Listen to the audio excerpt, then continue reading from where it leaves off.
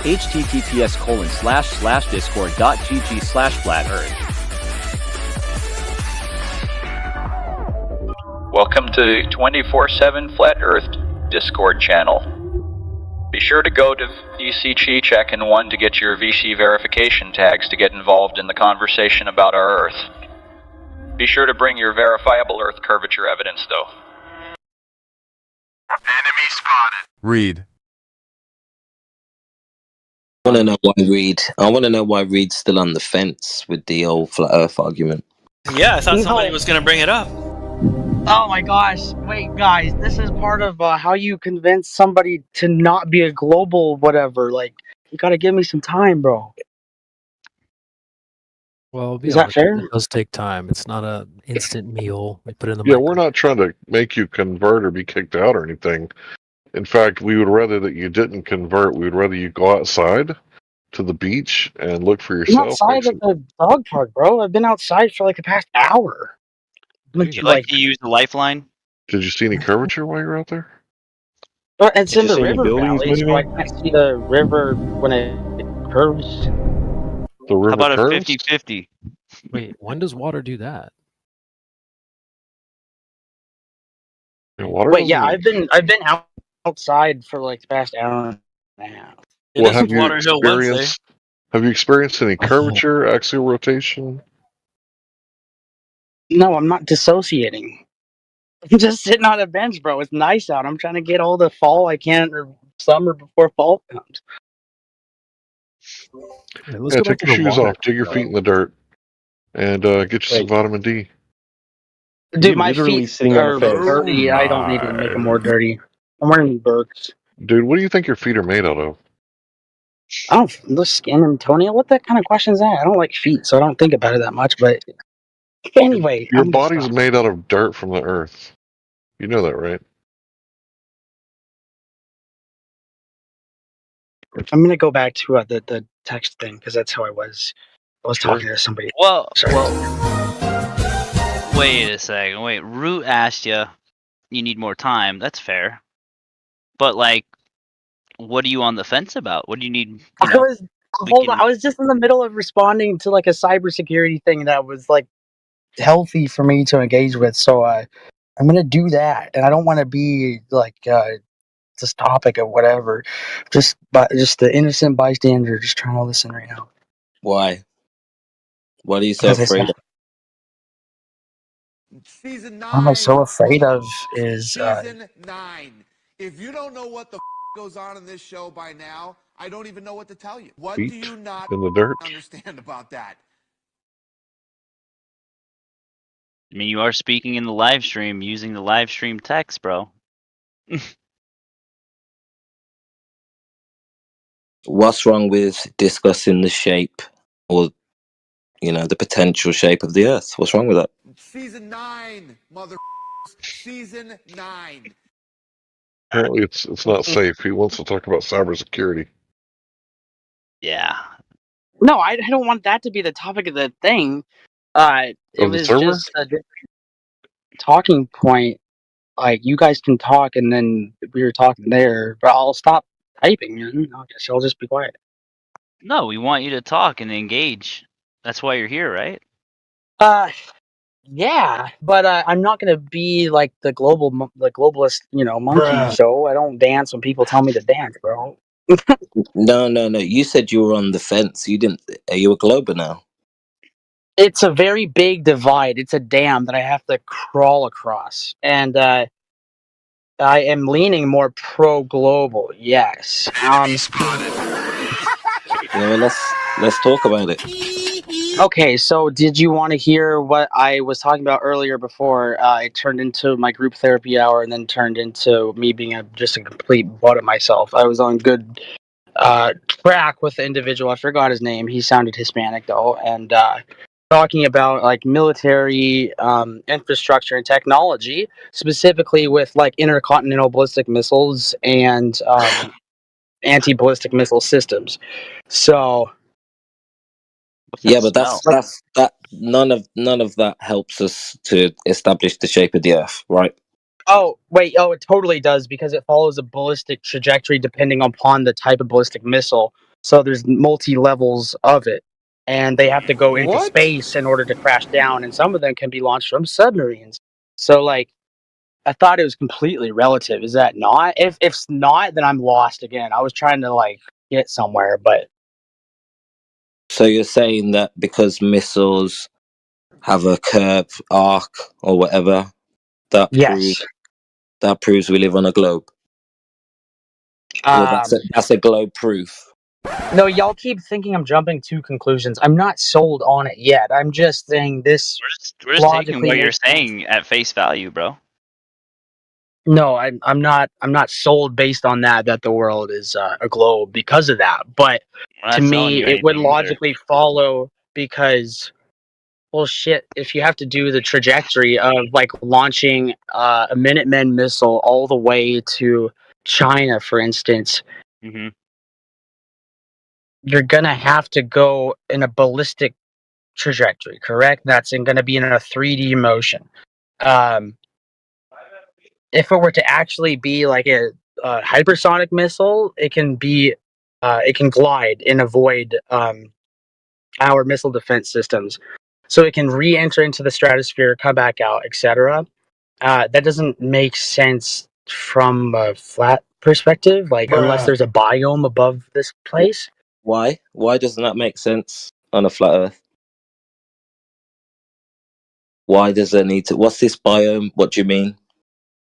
Well, what is in space? What's above us then? No. Like, Before we go there, you guys, why is this not true? what do you mean? Well, I'm looking to buy this flat Earth, for instance. What have I said thus far is not relative to the world not being a globe? If you look at topographical targeting systems like the Tomahawk missiles use, they study the topography of the globe. There is curves within topography. Why is it beneath me to think that the world would be curved because of that? Maybe. You're losing me a little bit, but like I know. Sorry, that's because it's like I'm not a science person. This is the one thing I can like for sure point to and say, because of these things, it would lead me more to be inclined the Earth is a globe. Would you guys mind That's if I it. butt in? Is it okay if I talk with him for a second? Yeah. I'll mute myself. Awesome. All right. So, what do you know about the railgun? Do you know anything about that? Because you said you don't like science, but you seem to know a little bit about military tech. Well, the railgun so it was supposed to be on the Zumwalt class destroyers. Essentially, the Navy scrapped it because it was going to be too expensive. But however, I think they're dumb for doing that, and now they're going to start doing it again. Iron Beam is going to be coming out soon. It's a directed kinetic energy weapon. I think it's great. They can shoot out those things at like Mach 7 or 8. It's insane. Right. What is the distance that they've, told the population that they can acquire a target line of sight? Oh, it's like as much as our current THAAD like missile system. It's a long way into space for sure. No. It can be an anti-satellite weapon for actually. No. It's 100 miles ground to ground. I'm talking right because you said it's all. I think you said relative, right? So 100 miles. Yeah. 100 miles. No, more than that. Like it would be able to go probably. I think the altitude of like our SM-6 Aegis system we have on our destroyers, they can go up to 300 miles or so. Ground vertically. to ground. What? Sorry. Ground to ground. Well, no, it's not it's a anti-ballistic missile, so it doesn't go to the ground. It goes up to the air. That wouldn't be. There's different types of missiles, and some are ground to ground, but some are also air to ground, etc. Right. I'm talking about the railgun on the ships. Okay. Acquiring targets 100 miles away, ground to ground. Let me pull up the railgun again because it's been a little bit since I've seen the specifications on it. One sec.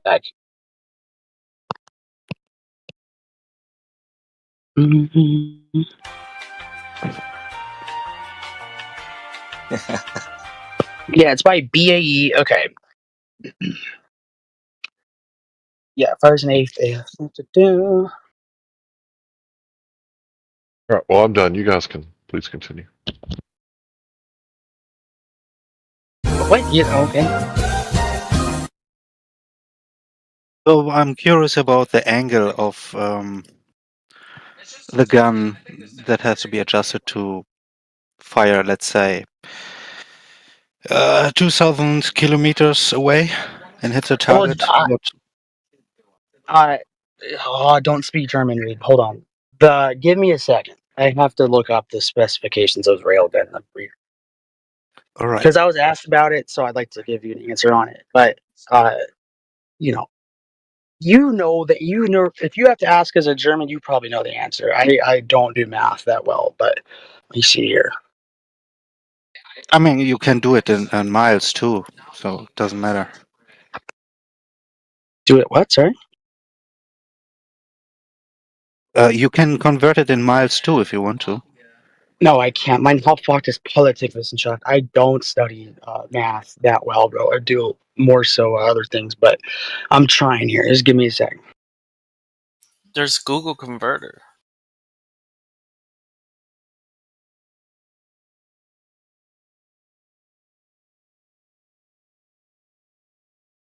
Okay.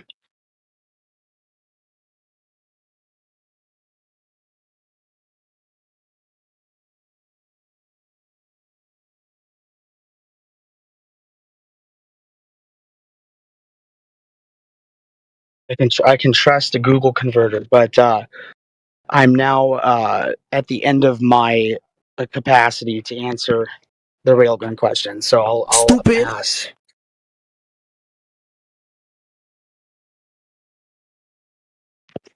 Listen, Reed, I don't know if you know this, but all ballistics and aerodynamics are developed with the assumption of a flat plane, a flat topographical plane.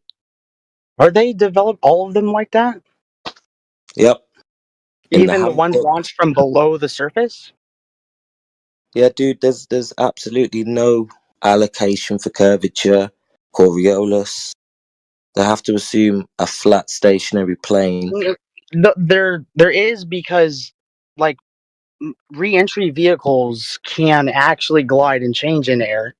That is a thing. It's not beneath them to do that. So if you like look at the interception of Iron Dome, like to rockets, they self-correct. Like it's not just a flat thing. It operates in a 3D environment. Listen, bro, we're sending weather balloons up to like 100,000 feet. Okay. Okay, we've been doing that for like 100 years. Yeah, and when we get there and we record it, it's just completely flat. The horizon, no matter 20 miles up in an aeroplane, no matter how high you go, it's just completely flat. There is no like their flight programs and trajectories are programmed in zeros and ones. Like I get that, but it operates in a 3D environment with sensors and the ability to go up, down, all around, left, right, sideways. Yeah, man. Like we're not claiming. We're not saying flat as in a two-dimensional surface. Stupid. Just a topographical plane. Right. So yeah, there's a 3D environment. 3 dimensions: length, breadth, width, height. Right. We're not talking about just a flat 2-dimensional surface. But in having said that, some of their coordinate systems are based on that. Right? Military coordinate systems are based on a 2-dimensional flat surface. A grid system. A grid system. No, they're not. The Kinzhal hypersonic missile system is not. And we're having to rework our missile defenses to be able to intercept them. With that, it's not 2D. No way.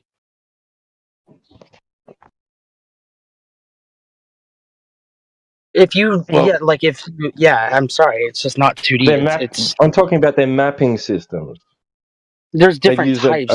A grid system, right? They use a grid system. Depends on the type. There's some use star-based inertial navigation. That's been around since like the 50s, so that would be 2D. Yeah, for sure.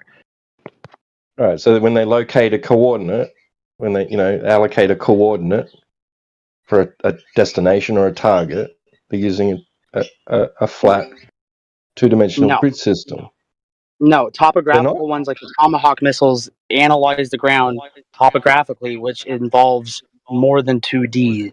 It is a 3D plane, and it scans the ground, pings it back up, and then it knows based on the topography of those coordinates where it's. So it's accounting for topography. Okay, I got it. It's accounting for topography. Is it accounting for curvature, drop over distance? Yeah, because there's over the horizon, like, I'll move to the next example. So, like, anti-ship missiles have to be able to go over the horizon to get a ship that you can't see.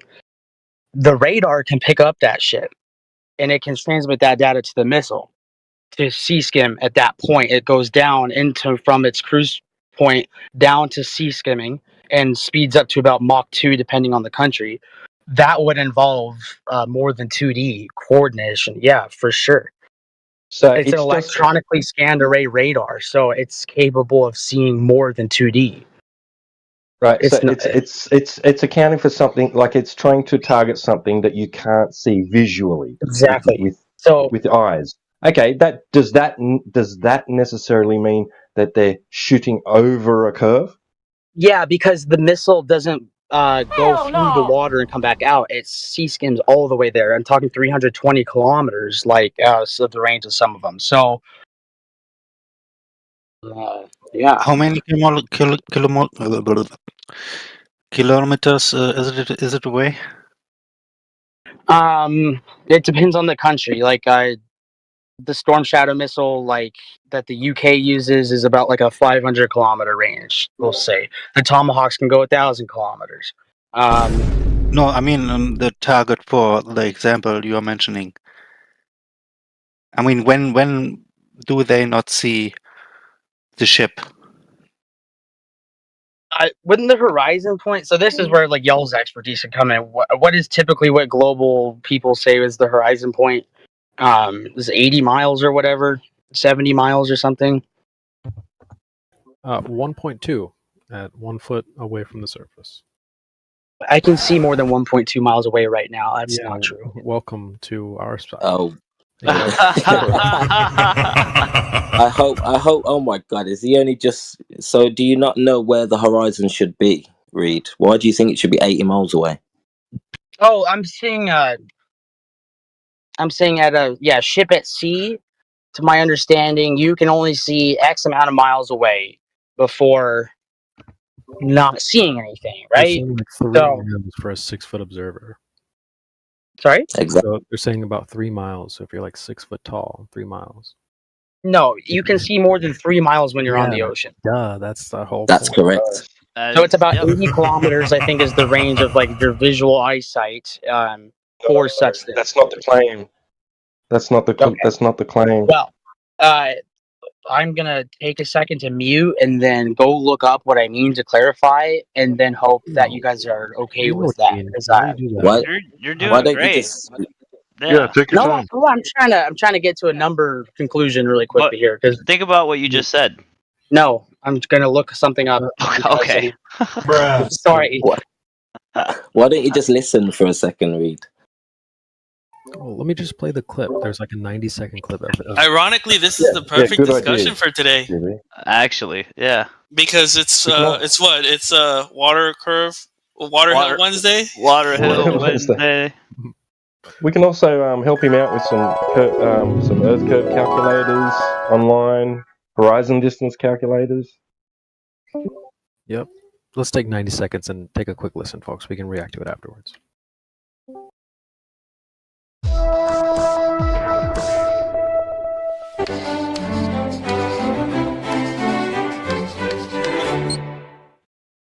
Hi, I'm Josh Clark, and this is Brain Stuff, and I'm here to answer a very pressing question. Have you ever been standing at the edge of water, say like an ocean, and looked out on the horizon and said, I wonder exactly how far away that horizon is? You know, where the sky meets the sea, that's the horizon.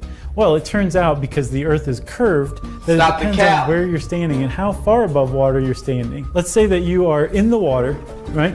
And you're up to, say, your eyes are about 8 inches above the water surface. Well, again, remember the Earth is curved, and despite the ocean seeming flat, they actually curve themselves, which if you've ever really looked at the horizon, it kind of goes like this a little bit, which is pretty cool. but it also goes like this, right? So if your eyes are 8 inches above the water, right then you're about a mile away from that horizon point where the sky meets the ocean as far as you can tell. If you're standing up above water and you're like I am about 6 feet tall, that means your eyes are about 5.5 feet above the water's edge, which means that you're about 3 miles away from the horizon. Isn't that amazing? Well, there you go, Reed. Is your brain exploding? Oh, that's amazing. I like that. That's Dr. a great. Carlson. Yeah, that's a great one. Is your Keep brain that one, exploding? Trace.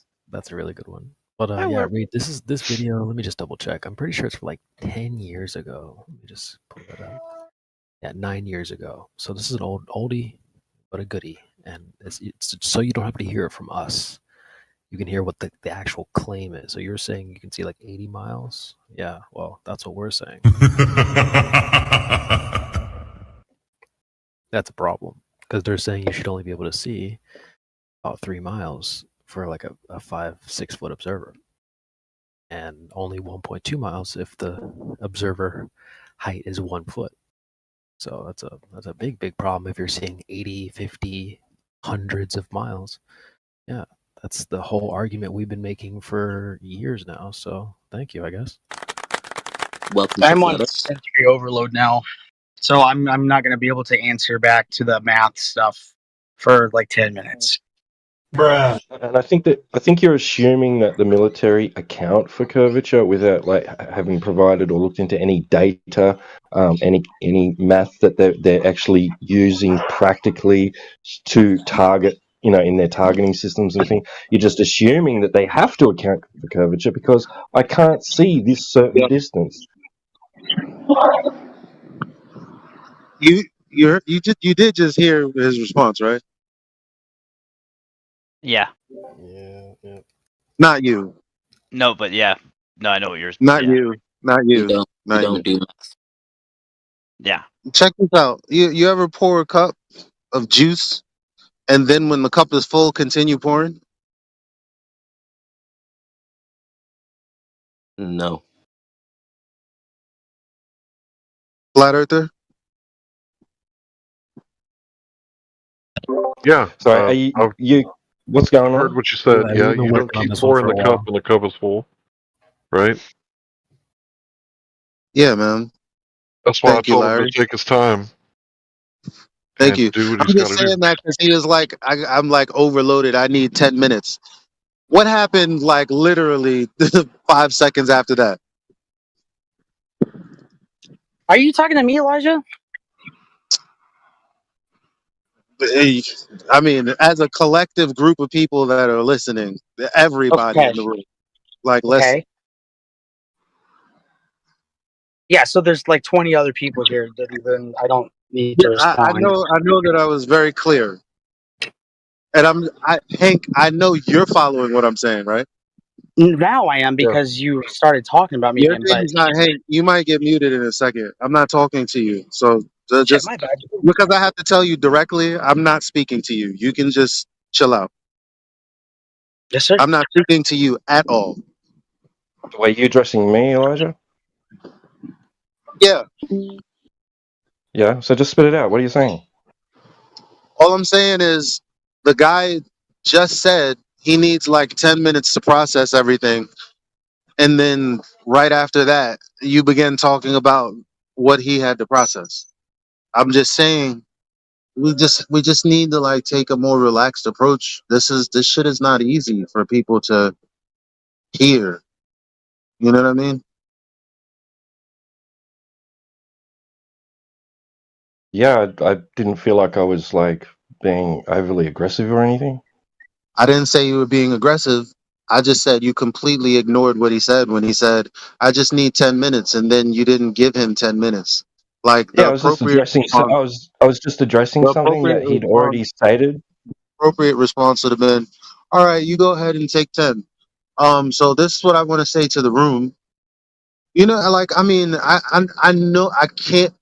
Do you really think that's unreasonable for me to ask of you, my friend? Were you listening before?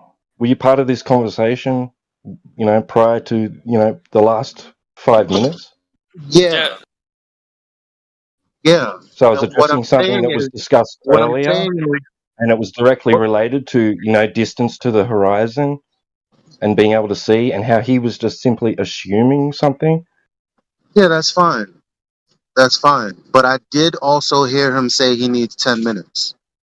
And Yeah, that's fine. He you can didn't give go him and that. take his 10 minutes. I don't mind. I'm not stopping him. I'm not inhibiting him in any way from I'm sorry. going and taking Is his it 10 not minutes. called you out that you're not listening to what I'm saying? And should I mean, I'm not. When I speak to my brothers, I just point out something that's obvious, and I go, "Yo, if I can't do that with you, I won't give you any kind of anything." If that's, I thought I was saying something that was obvious to everyone. Yeah, I didn't say it wasn't obvious. And I'm not saying I don't think it's obvious. He can take his 10 minutes, and I can still say something in between. All right, you're being very defensive. I'll just chill. Do what you want. Yeah, I think it's kind of like common sense. If someone says, "Give me a minute," we can't force the conversation on people. And the guy did say, "Hey, you're doing the opposite of what you want someone to do if you want them to look at a subject." So I think the social cues have to be picked up on. If someone says they need a minute, give them 10. If they say they need 10, give them an hour.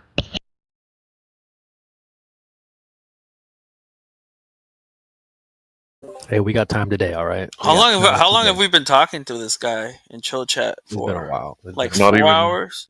Too long. Yeah. Too long. No offense, Reed.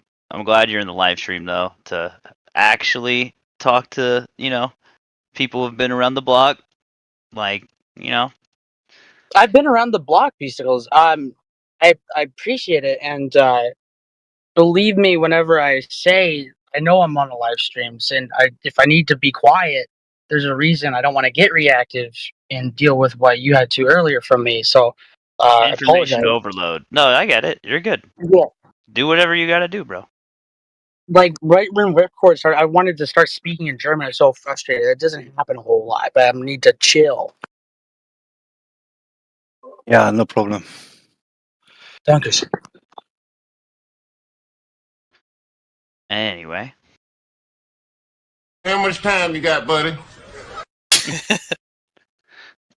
I'm trying to, I've been looking the whole time on railguns and trying to find when the drop occurs, after the distance, but it's crazy actually. I'm looking at it pretty crazy. It has the same amount of effective kill power at what is it? What's it say here? Yeah, 200 nautical miles has the same kill power. It's it doesn't lose any of its momentum. It's so crazy, actually.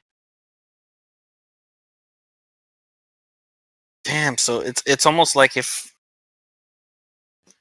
just going through a flat surface. Yeah, it's weird. I almost never thought about that. I was thinking that it ramped over the hill, it kind of, yeah. I thought it went over the water hill. Yeah, I mean, it would just follow it like that. Yeah. No, that's the benefit of railguns. It goes through the water hills. Oh, that's true. Yep. That's powerful. Why do you guys call it Water Hill Wednesday? Is it just a meme? Yeah, it's a CB original right there, I think. There you go. Sorry, Root. I didn't mean to interrupt. Well, let me just play the clip really quickly. It's a very short clip. Hell yeah. Perfect. Essentially, we're talking Black Swan, right? I'm talking to this guy named Bob, the science guy. And here's how the conversation went. Let's take a listen. There's also a horizon way beyond where it's supposed to be, so there's that too. Yeah, what's blocking the bottom of the oil rig there? Not a hill of water. So yeah, actually, that's exactly what it is. Okay, and if you look at how much is actually hidden. Okay, buddy. So it started off as kind of a crude way to highlight their position. They're saying the water, all of the water, lakes, oceans, ponds, they're curved like a hump, like a hill, a mound. You can call it whatever you want. So, I mean, again, it sounds crude, but that's what they believe. Some people don't like the word hill, but listen to Bob there. I said, it's not a hill of water, not curved water. And he goes, that's exactly what it is. Okay, well, if you say so. Gotcha, bitch. That's, So, yeah. the Earth is measured flat. I highly recommend Quantum Eraser's presentation. So, the Earth is measured flat. I highly recommend Quantum Eraser's presentation on the Sea Sparrow missiles and its targeting systems. Thank you very much, Tucker Carlson. Appreciate that. Somebody else wanted to chime in on the Water Hill thing? Yeah, I was just going to say, yeah, it's more of a global legend, a bit of a myth. They've been searching for this water hill, the geometric horizon, for a long time now, but it's missing. Been missing. I think I gotta give credit where credit's due. I don't think I'm the first person to say that.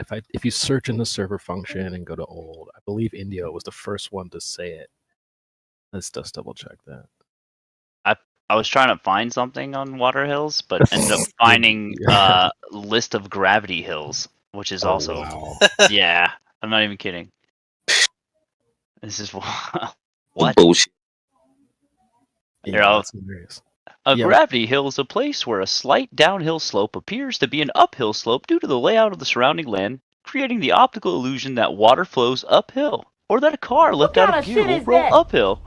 Many of these sites have no specific name, and are often just called Gravity Hill, Magnetic Hill, Magic Road, or something similar. What kind of shit is that?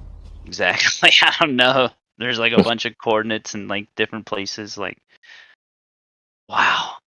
Who has time for this?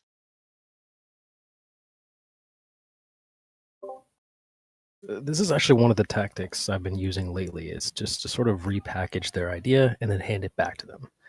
And that's, you see that with the moving houses, the moving buildings thing. I ask people, do you think your house is moving? If you're in a building right now, is that moving?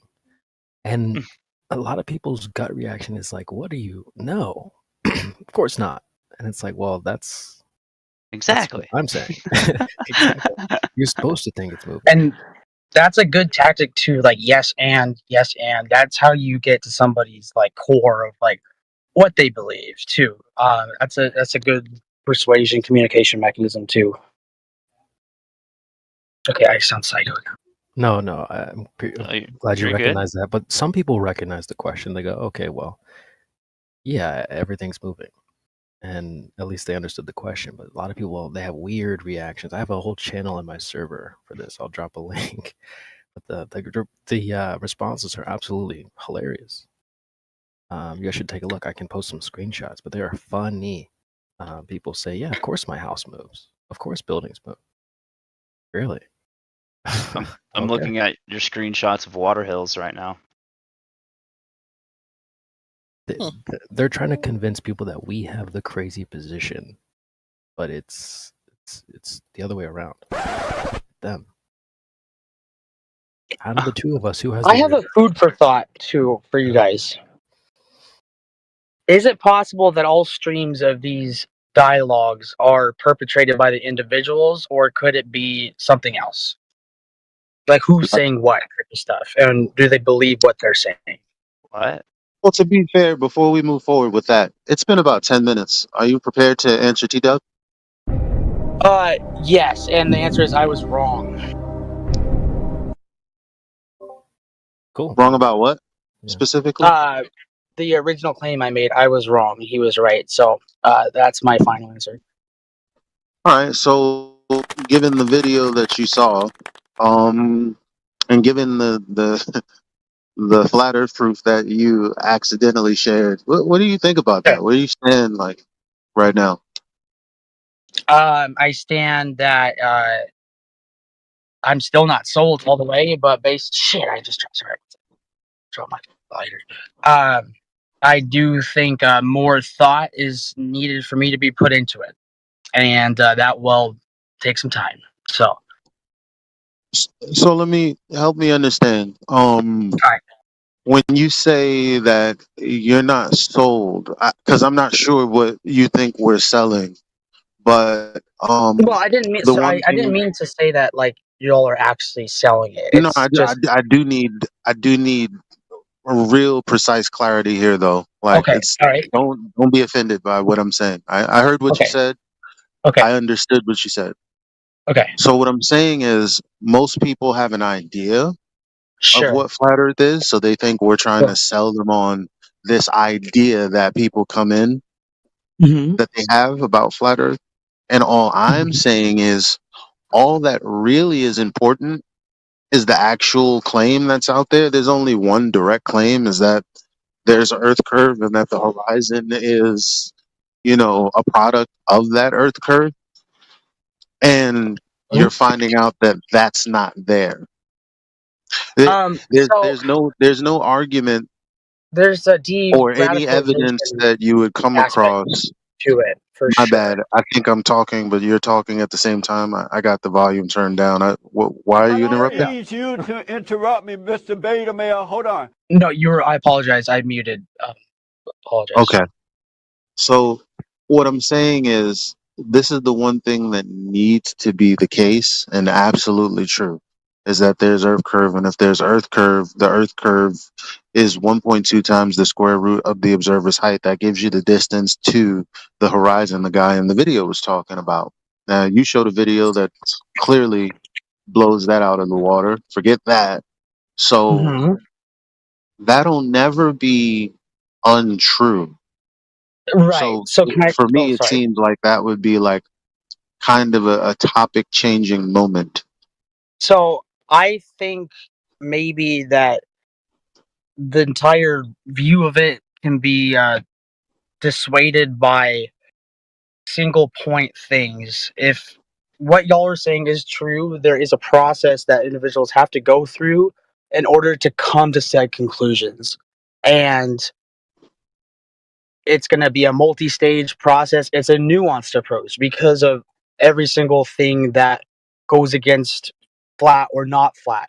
I'm going to have to take Well, are you time counseling us for someone else's therapy, or are you talking about for yourself? saying there's inductive and deductive ways of looking at everything, and there is no right conclusion right away. So Well, if I'm not, if I said, let me ask you a question. Disrespected you that got you to dislike him. This is not. I didn't mean to be disrespectful. I apologize. Hold on, bro. So let me ask you a question. Because I don't think it's as complicated as you're making it out to be. This isn't a psychology course, even though a lot of this has to do with psychology. If I told you that I had, I don't know, a Lamborghini in my garage right now. Okay. And I just told you that. Okay. And you were like, "Oh, that's cool, man. I'm actually just pulling up right now. Okay. I want to see it." And then my garage is open, so you're pulling up a moments after I tell you that I have this, and then you realize there's no Lamborghini in my garage. Well, that just means I lied, right?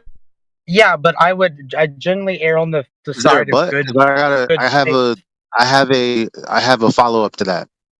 So if the answer is yes, let me follow up with that. Okay. Okay, right. My response. I'll ask you another. I'm getting a lot of interruption from you, sir. And I know you hear how calm and quiet I'm trying to be. So who do you think is being unreasonable right now? Both of us. How am I being unreasonable? Inside. Oh, sorry. Because I was trying to talk and you were just talking over me. So very nice and respectful, and I very much thank you for that.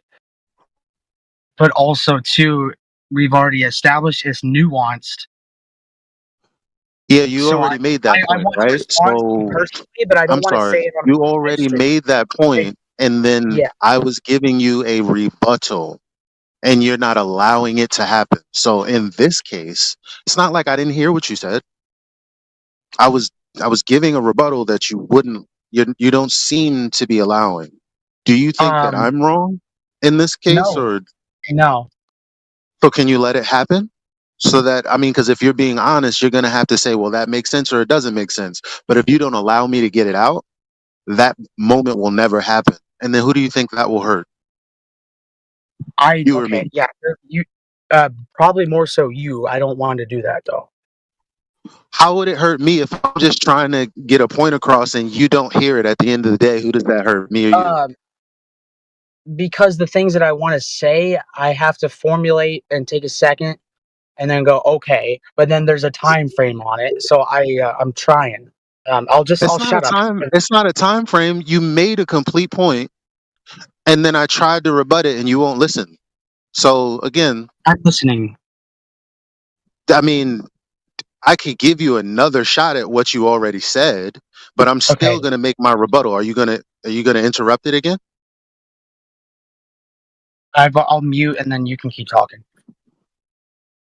Okay, so I'll just make a different example. Let's go with measurement. I tell you I'm 6'2", right? 6 feet 2 inches. We both, everybody agrees on the standard of what feet are and inches are. So I'm 6 feet 2 inches. Okay. Now you say, okay, you put up measuring to me, and it turns out I'm actually 5'7".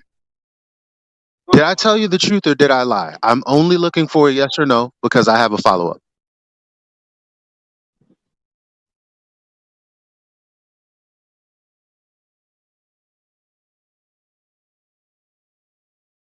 You roboted a lot midway through. Can you repeat the example?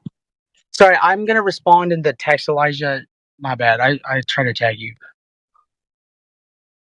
Yeah, sorry. So I say I'm 6'2". You have a measuring tape. You find no, you're actually 5'7". Did I lie? I'm only looking for a yes or no so that I can give you a follow up, and then that'll be it. Then you can respond. Okay, and I said yes, truth. In the VC text, and I'm gonna be there and muted and respond that way. All right, thank you. So when they give us a measurement, circumference of roughly 25,000 miles and of 3,959 miles, then their claim is that the horizon is 1.2 times the square root of the observer's height in feet. Now, you can just go to the beach and find out that that's not really the case. So if you were to go to the beach, or if you were to take into consideration your video, or if you were to take into consideration some of the videos that we have, and find out that the horizon is not 1.2 times the square root of the observer's height in feet, wouldn't it be a lie to claim that the Earth is a sphere with the size that they've given us?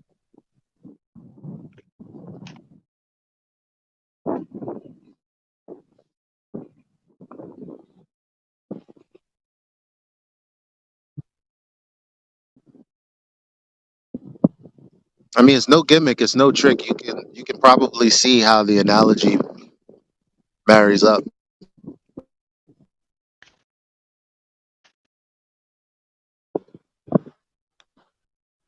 What is he saying?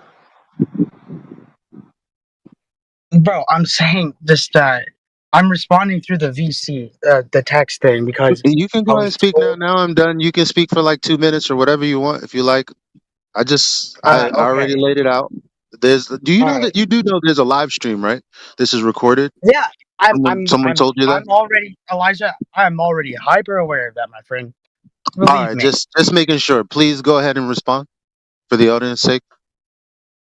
So the reason that I said look at it from a sort of de-radicalization approach is because there is a nuanced thing going on here from the top down, bottom up, in a 2D plane of information as it stands.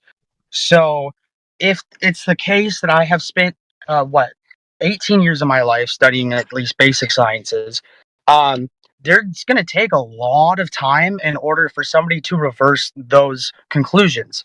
And I have cognitive dissonance like any other human, and I don't remember a lot of my education. But I am very upfront about what I don't know, and what I don't know is a lot of basic physics. What I do know is a lot of social science. So definitely, it's like you should understand, if anything, that you cannot change somebody in a day. Um, it takes a long time to do these sorts of things. So yeah, that's what I'll respond with, and I'm well aware it's being recorded. That's no issue with me. That's no issue with me. All right, Y'all should, so yeah. It's just like, I get it. That was a non sequitur, meaning it was like there's no relation between your answer and my question. My question being like that would have been the correct answer if I asked you,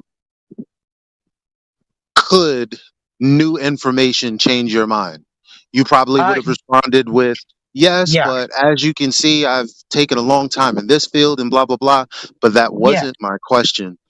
Okay, And I'm not saying that to argue with you. I'm just making I'm not another trying to point. argue Like, either. is that like, Yeah. that was complete non sequitur? Because clearly, if something is not the dimension that was claimed in a perfect world, someone would just be able to go, yeah, I'm looking at what I'm looking at. You're right. I'm not asking you to be a flat earther today. I'm not asking you to consider anything other than the direct information. But you know what? If that's too much to ask, then so be it. I understand what cognitive dissonance is, so Okay, as I get it. as it stands, I'm able to help prevent things from happening in certain ways socially, not answer direct science questions sometimes like that. So I apologize. You know the difference between science and geometry?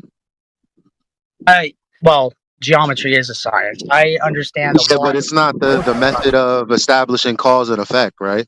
It is yeah, definitely exactly. So, I it's mean, I different, right? strive to make sure things like Jacksonville, Florida, don't happen So again. so so wait, let me get this So clear for the audience. there's like differences of social Let me get this science. clear for the audience. We understand that math, science, social studies, all of these things are different. So Yeah, let's not but there's intersections too. confuse the language by saying these things are different, but they do connect somewhere. There is an intersection between There's this and that. no. Like, so all I'm trying to say is this isn't rocket science we're talking about. We're just talking about geometry. We're talking about a measurement. So you're saying that It is rocket science. so you're saying that a measurement No. so you're saying that a measurement is not easy to understand, because we're not talking about cause and effect. We're not talking about physics. Because physics deals with the study of the physical and natural world as it relates to phenomena. The horizon isn't a phenomena, meaning something happening in nature. The horizon is supposed to be geometric, which means earth measured. So that's something totally different. And if it's supposed to be earth measured, then all you have to do is kind of figure it to measure to be where they claim it should be. And from what you can gather with the video that you posted, it's not there. And you already said you were wrong as it relates to answering T-Dub. So I guess I just don't understand the resistance. I know, Maybe I need because a there's things psychology in this course for world that this. people don't understand, and so we're all equal in our ignorance. I didn't hear you. That's Can you start over? Because you were talking like directly on top of my heels. We are all equal in our ignorance. Okay. No, I Including disagree. you and I. Including is, you and I. huh? Oh, there's definitely levels to it. No, there's infinite we don't know. There's infinite information we both cannot perceive. That's a fact. So if I can't paint a picture to you about something, I don't expect you to be able to do it to me right away. However, I hear what you have to say and I take it into account, but I'm out of respect for the audience and stuff like that. I'm giving you my utmost communication skills. And yeah. Reed, all you've got to do is keep it logical. All these arguments you're hearing is with a little bit of logic, you can make these conclusions. You know, it's nothing. I know. I'm being complicated logical. about. I'm being logical. Believe me. Well, if you think Stop about the it, cap. the flat plane is the logical position, because in reality, as you've just heard, there is no geometric horizon. There is no physical Earth curve that can be measured or seen. So why would we assume there would be curvature without actual physical evidence? Same with the Coriolis and the movement of the Earth. We have no way to prove there is any movement of the Earth. And we also know that in science, you can't have a vacuum next to an open system without some sort of container or barrier. So what I'm saying is the logical position is to assume that we're on a motionless, flat topographical plane. Do you see that?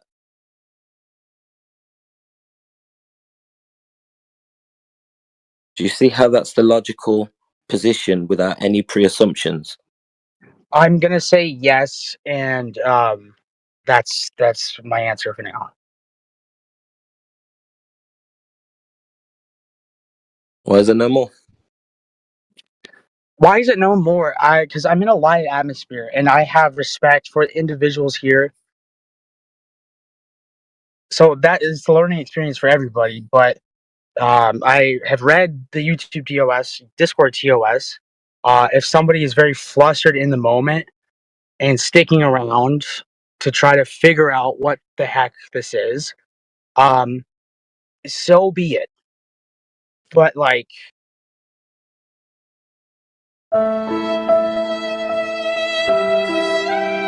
yeah. Oh, welcome to Flat Earth, dude. Yeah, bro.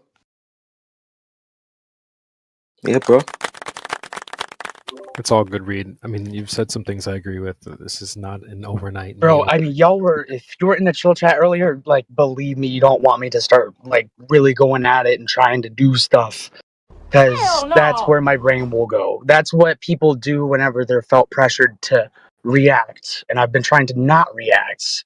And if anything, it's very, very healthy for the audience to hear, because this is my best healthy communication skills as it stands. You're doing great. My sister wants to also praise you for trying to do that. Thanks. I mean, I thank your sister for that. The other part of that too is like, I mean, I'd say this is like season 9, right? You know, we should know the show rules by now. I played that clip earlier just for fun, but yeah. And another breath, like, you should be here to win the show. Was that D-Dub? I said something earlier to a Russian dude that, like, I am still kind of like, that was messed up, and I'm not gonna do that again. But it was definitely a thing, and I'm like, not gonna look past it, but I'm also not gonna dwell on it. I'm just aware. Man, I almost choked on my water right now. That was bad. Unless we want the FSB or crazy stuff and blah blah blah blah blah. Like, no, dude, I'm gonna stop talking. I think the conversation is done. Maybe you can meet up and maybe we can find something to talk about amongst ourselves or find someone else. Unless you have a question. Yeah, I would like to sit and listen for a sec and then ask a question. I haven't been given the opportunity to do that, so I don't want to be the star of the show. This is y'all's place. I'm just a guest. You don't have a question? I will have a question. That's the whole point of a panel, right? Is that you don't have one right now, though, right? Yeah, I mean, Elijah. I do have a question. So, like, why, if you pay attention to the world around you, why don't you believe people whenever they say things? Because people lie. What? Give me an example. People lie, really. Oh no, that wasn't Elijah that answered you. No, that was me. That's not Elijah. Yeah, be specific. You mean like? Okay, so yeah, well, Because you when specifically. Okay, because that's so my actually brother, like Jacksonville, Florida, the dollar I would store. love for this to be a conversation, but you If you gotta don't let want to me talk speak. about it, Do I then have we can to? move on. Do I have to like Hold on. moderate by muting you when I'm talking? Because I don't want to talk over you. I just want to talk when it's my turn. That would probably be better if you just muted me. Yeah, But 100%. how old are you? I'm fucking 27. Right. So can you just How like old are you? recognize that when you ask a question, you're gonna have to be quiet in order for me to respond? I do understand that. Yeah, All right. I understand that. So All right. So if we're gonna have to be so a daddy doming thing, just mute me, so when please. people tell me things, I do believe them. So I Oh, guess do it you? depends. So Because like, your statement was kind of vague. So can you give me like an example? yeah. Oh, sorry, Jacksonville, Florida, the dollar store thing. Whatever. Those are the sorts of things that I'm in an expertise to try to solve and not happen again. If you don't believe me or are aware of it or the reasoning behind it, I'm not here to paint a picture of what that reality is. I'm here to tell you Believe you right? about what? I'm kind of. We don't care. Maybe I missed it. We don't Do you care. live under a like? Do you not? Are you not aware of what happened in Jacksonville, Florida? I'm Like, here to tell you What right happened now. in Jacksonville, Florida? We don't care. a guy We don't with a care. manifesto went to kill black people at a Dollar General store. How would you Oh, not what's know about this? that? What's this got to do with the shape of the earth, though? Because the world is not just 2D. We exist in an information realm, I know, but right? Where if there's your zeros girlfriend and asks ones. you where, I'm if your looking at girlfriend a. asks you where you've been, you're not I'm gonna say looking at a. I'm you're not looking at gonna a say phone right paintball is now. amazing, right? So we kind of gotta have a conversation that makes sense. So I'm just trying to understand. You said you had a question. What was the question?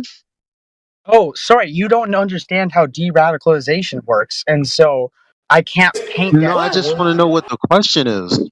Yeah, do you understand what I had responded with initially? Because if you Which can't was what? understand that, I cannot But you go didn't into ask a more question. I asked you if you had a question. You didn't ask one. I did. I said, do you not understand what I said by de-radicalization? Because it is key to understanding how people learn and develop worldviews. What? I'm still confused. My bad. Actually, I was asking for paper towels, so my bad. Say that one more time.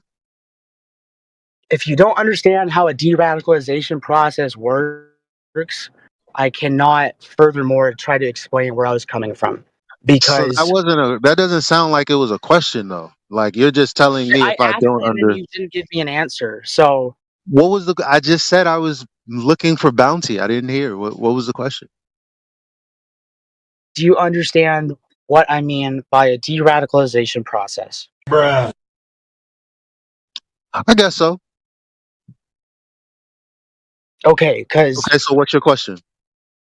that was it. And then with the Uh, follow-up Do to you have that, any more questions? the follow-up to me explaining that would be, okay, here is said thing as an example as to how the world is not just 2D.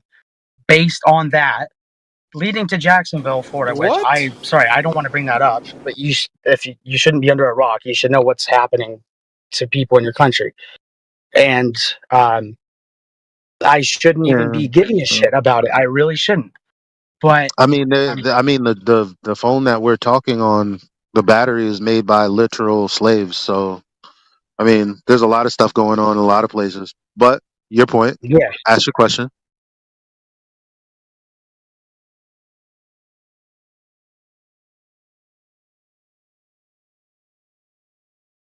Still waiting on a question that I can answer. I don't think he has a question. yeah, I was trying to think of one, and then Bruh. I couldn't.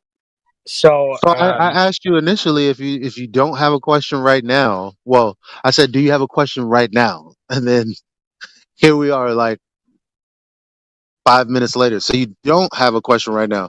So can you pop yourself okay, on yeah, mute I don't until have a you have question one? right now. That's quite obvious. Holy moly! All right. All right.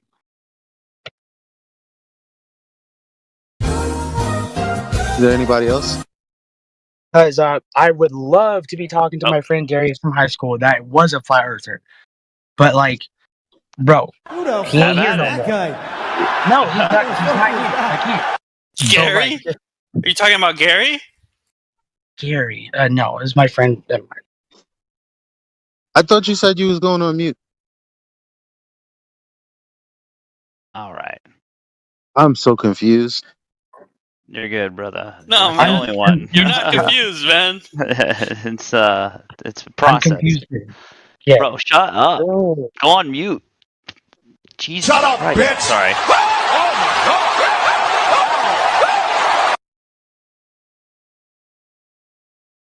Well, I had an idea I kind of want your guys' opinion on.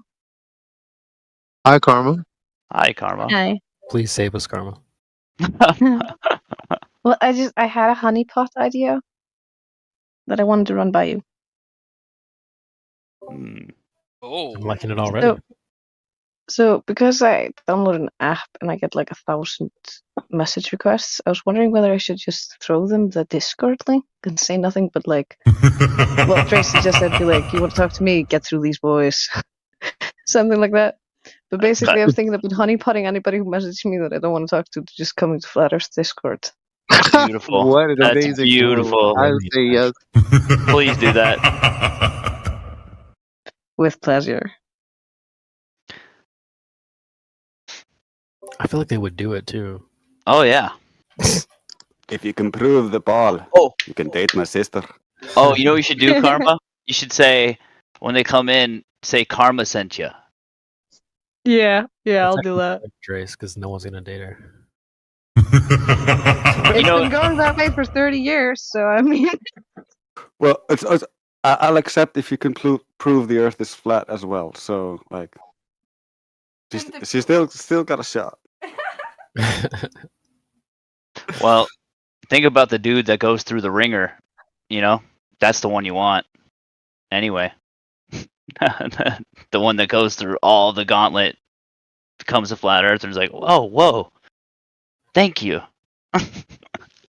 Yeah, someone who proves themselves worthy. That sounds nice. It's a great filter. I mean, whenever I get someone I'm talking to and I kind of want to get rid of them, I drop Flat Earth on them and see if they pass that test. So Yeah, you can like tell them to come here, and if they can prove the Earth is a globe, then you go on a date with them or something. Damn, bro, you dads out there, take notes. If our morality weren't so high, it would be so easy to catfish people using that method. No, it would fucking work, dude.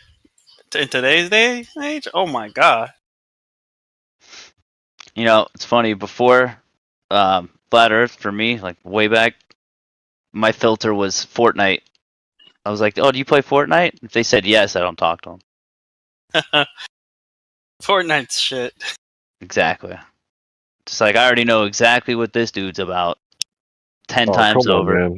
I play Fortnite with my son. Is that a bad I thing? knew someone was gonna say something. I knew it. Dang it, Hake. That's how popular that game is. It's crazy. Because also, you play any shit game if it's for your kid. That doesn't count. Right.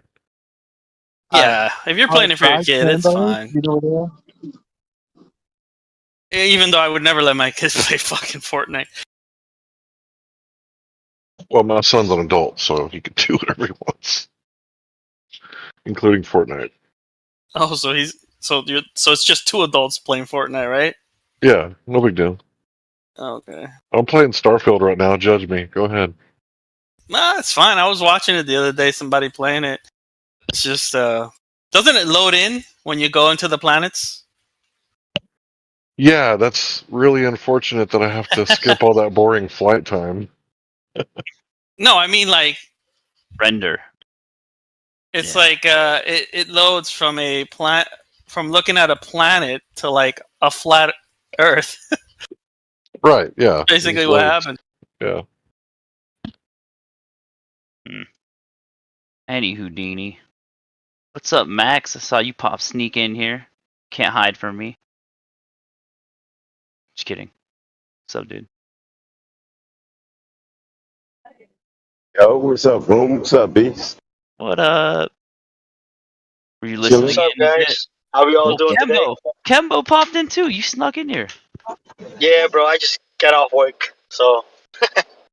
Nice. Nice. Yep. Walking around New York looking for curvature. Most of the curvature I see got on skirts. I knew that was coming. I knew something like that was coming.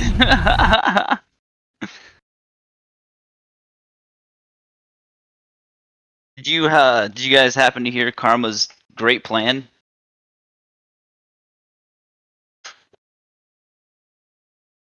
No? I don't know what Karma is. I think they just came in right now, so. Yeah.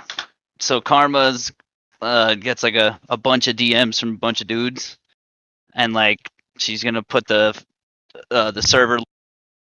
Hey, you have to go through the gauntlet here if you want to even talk to me. Just filter them in.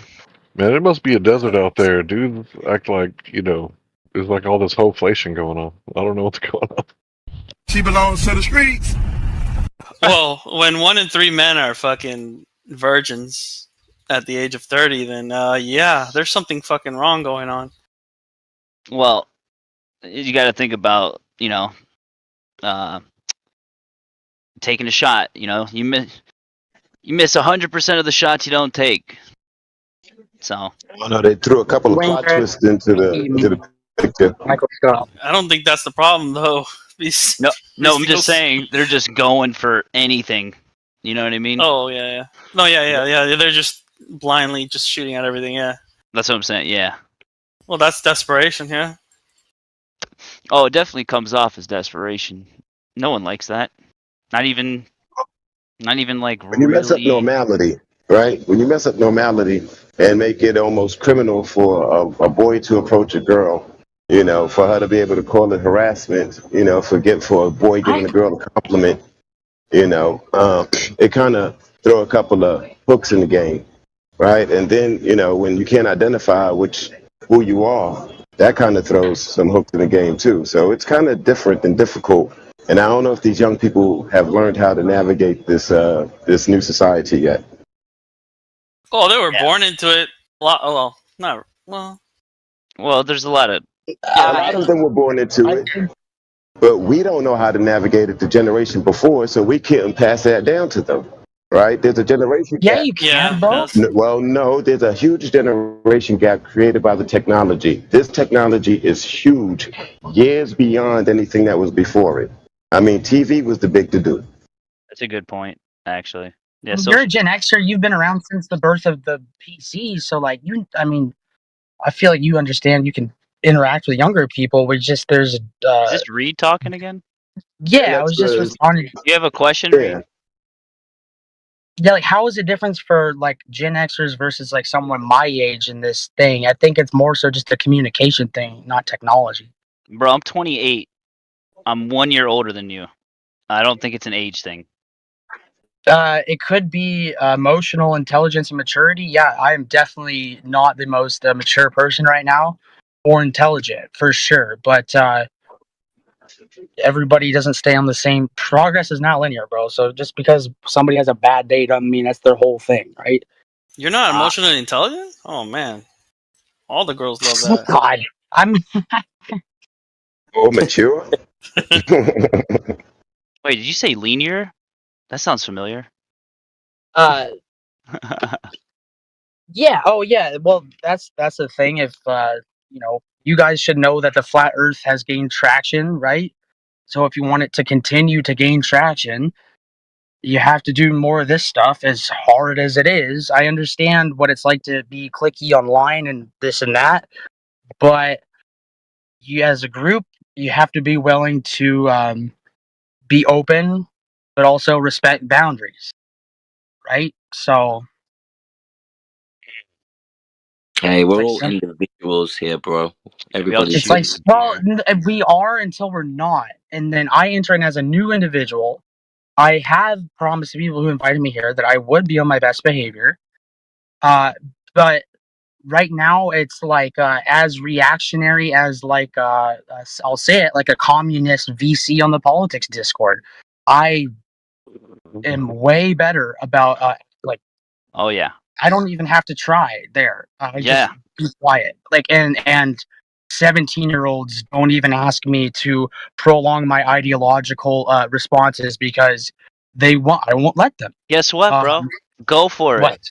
Get out of here. You don't have to No, be I here. don't want to. Oh my god, it's just quite ever present. Like unless I'm kicked out, like I'm not trying to like make a big brouhaha. Like sounds like it. Yeah, it just sounds like you're Okay. complaining. It's all. It's not a problem. We understand where you're coming from. It's criticism, yeah, like constructive criticism. So you're saying We just that you're addressed not. it earlier. We talked about it earlier, and you bringing it up again just seems pointless. Okay, well, I'm gonna start to try to learn quantum grammar and just communicate in that way. Okay, if you seriously want to participate, then participate. Go look up some Okay. things that you actually find a question on, and then ask the question. You have a lot of very well-versed people in this topic, in this panel. Like, Okay, for real, you want to learn. I know, Place. but what y'all are not well versed in is persuasion, and so I'm not here to persuade you. then how do Dang, you bro. come together around a It's a topic? choice, bro. It's a choice. But What do you the world's flat understand? or it's not. It's either true or it's not true. Reed, you're so goofy, bro. It's true. Well, It's Reed, just it's a guys. self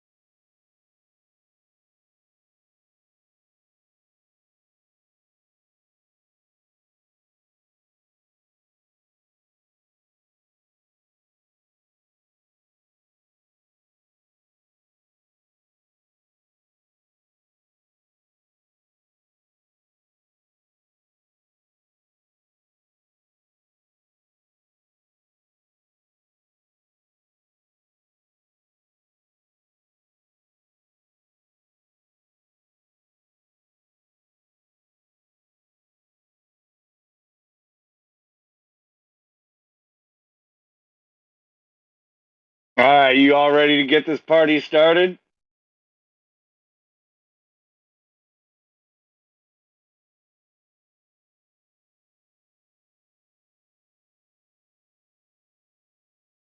Wow. No wonder.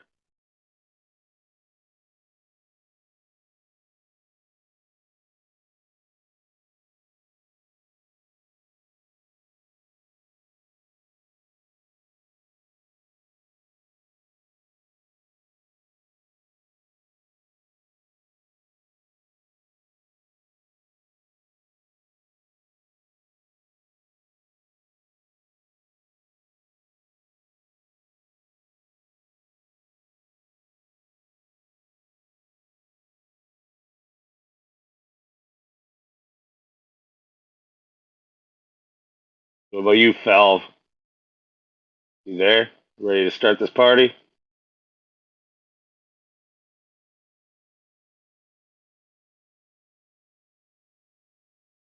Bowl of pure water, gotta be piss drinker. PD, gotta be. Come on, piss drinker, you gotta speak to me. It's been a while.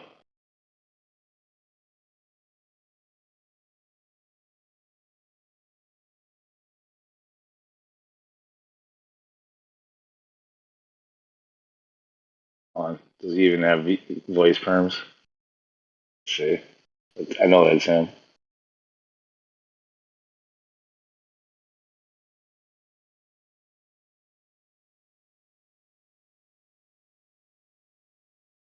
No rolls.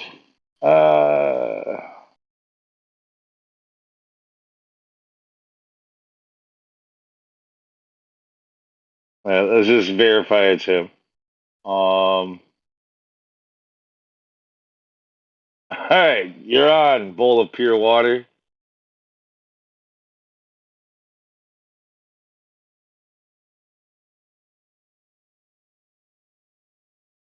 Hi. That's him. What's up, man? Not much. How are you? I heard you're banned on site, like, but you don't like make it. You don't make it hard to figure out.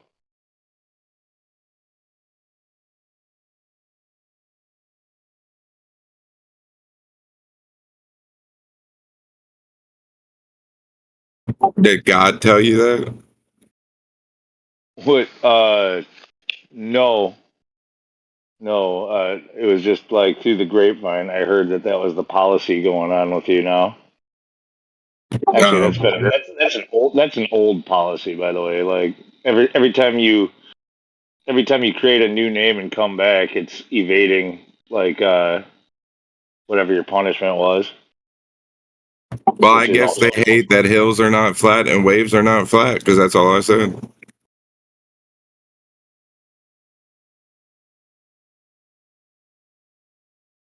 I don't think anybody disagrees with you.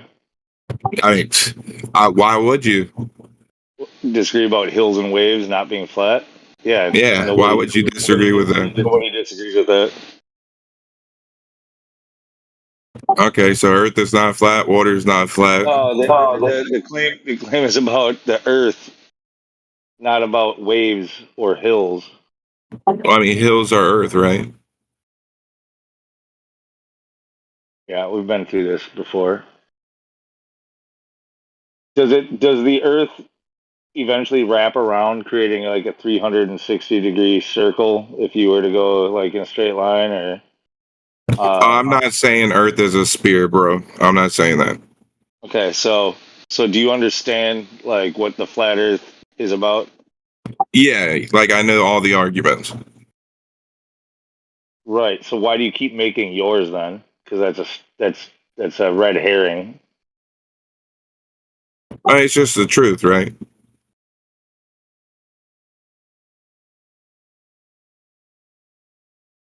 Hills are not flat and waves are not flat. That's true. That's not our claim. Yeah, but I'm just saying. Well, you can just say anything you want, but why are you making an argument out of something that we don't freaking even say? Well, Earth is not flat. You just don't like the name? I mean, when I say Earth is not flat, that's just the truth because hills are not flat. What would you prefer to call it? I mean, it's not mine. I could care less. I'm just saying what's true. That's all I can do. Well, if you don't like the name, because clearly you don't, then give us an alternative. No, like I said, I could care less about the name. I just don't want to lie to people, right? I don't want to tell them Earth is flat because that's a lie, right? Not a lie, dude. Of course it's a fucking lie. Of course it's a fucking lie because hills are not flat. So when you say Earth is flat, that is a lie because Earth is not flat because hills are not flat. Listen here, you're gonna go back on mute very shortly. Listen, it doesn't matter what you call yourself. Oh, the truth does fucking matter, man. The truth does It matter. doesn't matter what you call yourself when you come to this understanding. The moment you tell people that there ain't nobody going to space and that the Earth is not a ball, they're gonna go, "What are you, some kind of flat earther?" You don't have to say you're a flat earther. They're gonna automatically pigeonhole you into being one. So just embrace it. Say, "Yeah, I'm a fucking flat earther." It doesn't mean that waves are fucking flat. It doesn't mean that there's no hills. But yeah, the Earth ain't a globe. You can do that.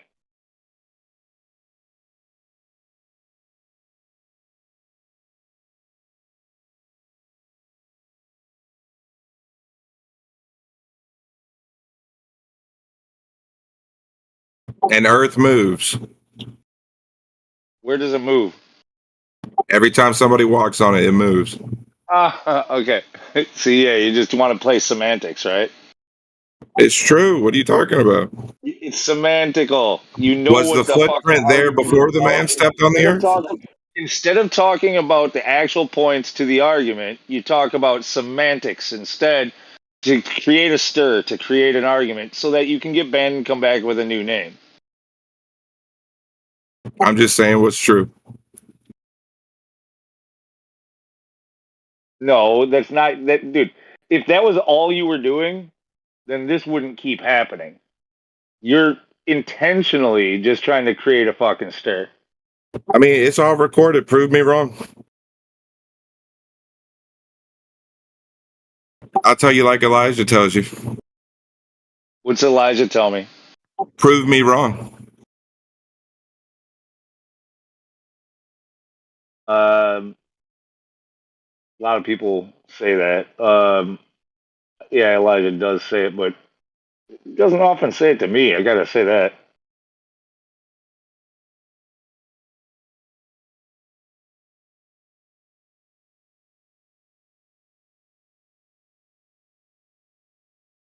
Who was that? Who else was that was chiming in though?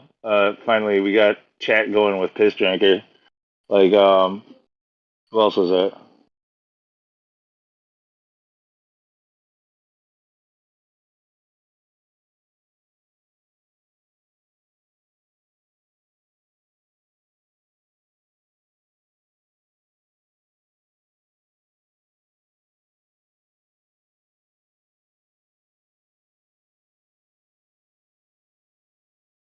So pure water. The Earth moves what? Because it's not rigid necessarily. Because you can dig a hole if you want, or because you can run heavy weight and compress it. Do you got any other motion like axial rotation or Landslides. what? Landslides. Landslides. Okay, yeah, okay. You do understand that, like, you're being semantic with this argument as well, right? You're talking about the Earth being literally just the dirt. The dirt can move. I'm talking about Earth, the land.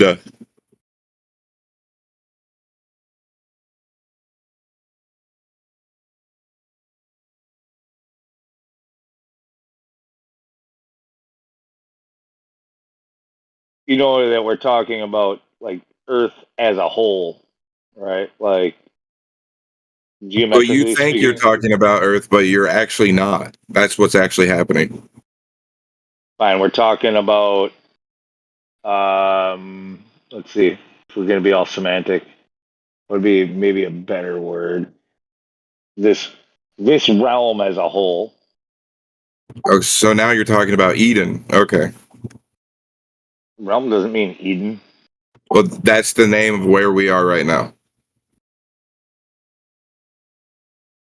So you got Eden, and inside Eden, you've got Earth, you've got air, and you've got the seas, right? Is that what you're talking about? No, I don't know. I'm not religious. I don't worry about going back to Genesis to figure out things.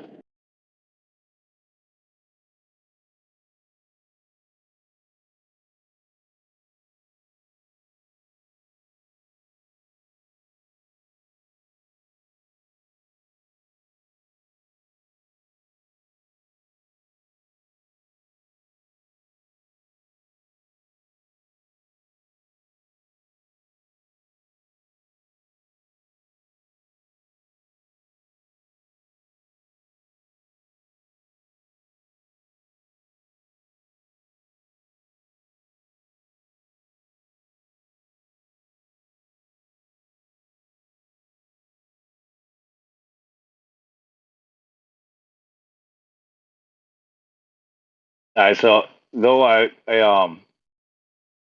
know the so-called rule, I'm not gonna get rid of you or anything, but I'm gonna mark you and put you back on mute. If somebody clip it, that'd be great. Clip what?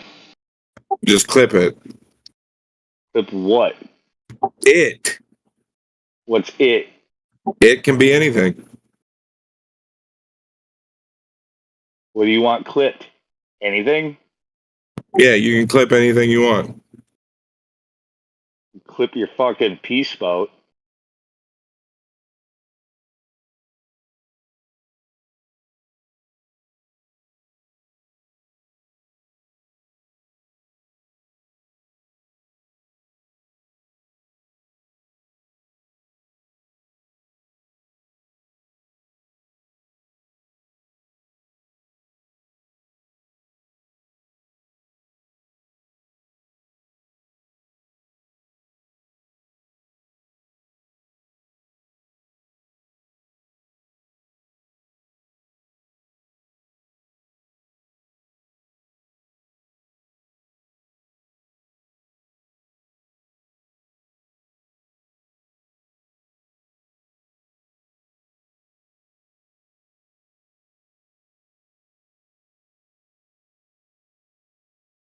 I gave you a listening pass and highly suspect. I'm surprised we don't have like literally a piss drinker role just to label you with.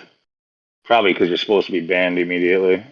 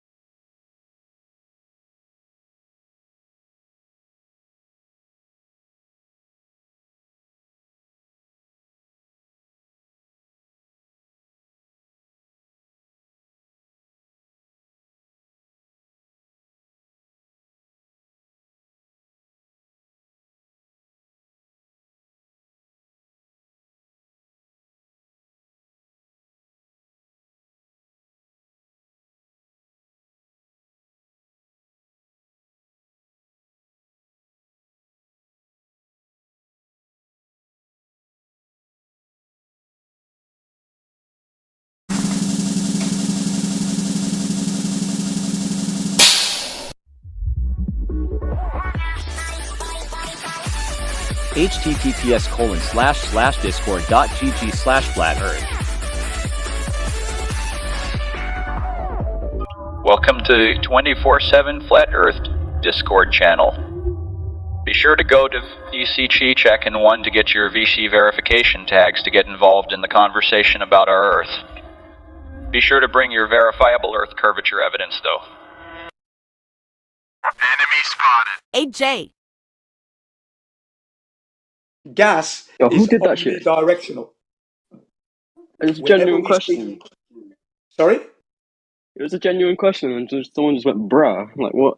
Kind of rude. No. Yeah, it's a genuine question, and I responded genuinely by saying to you that gas never contains itself. Gas is omnidirectional. So no, you can't have gas as a sealant. No, sorry. That's never been displayed anywhere. It goes against natural law. Natural physics. It never happens. Okay? Hey, Jen.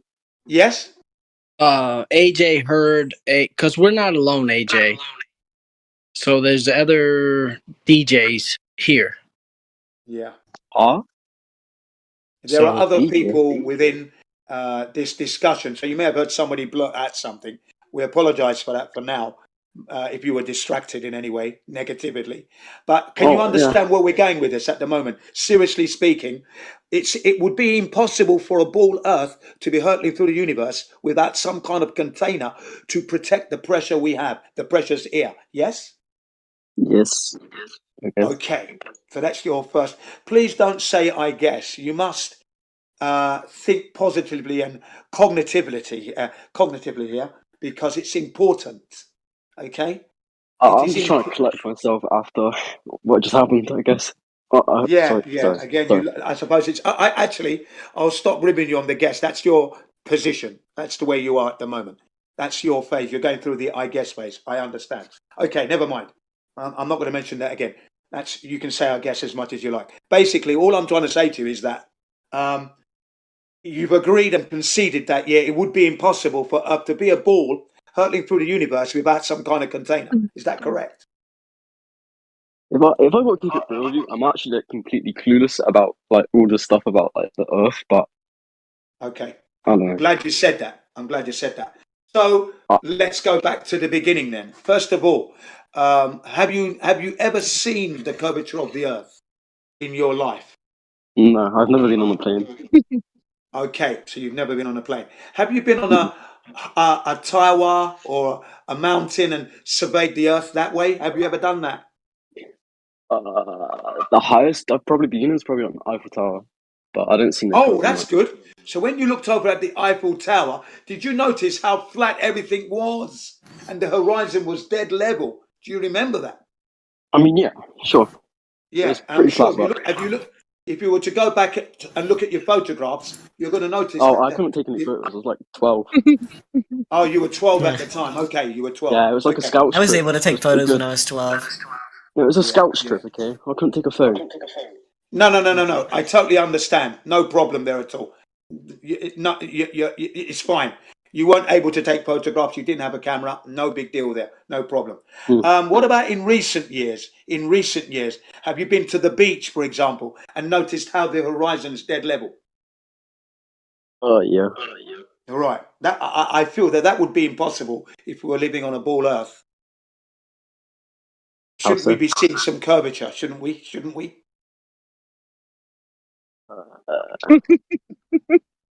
I mean, for example, right? For example, let's keep it simple. Stop laughing. It's making me feel weird. Yeah, don't worry.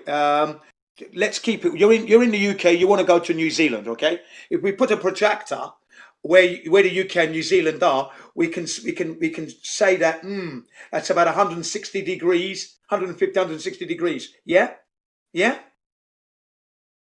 Oh, sorry. What did you say?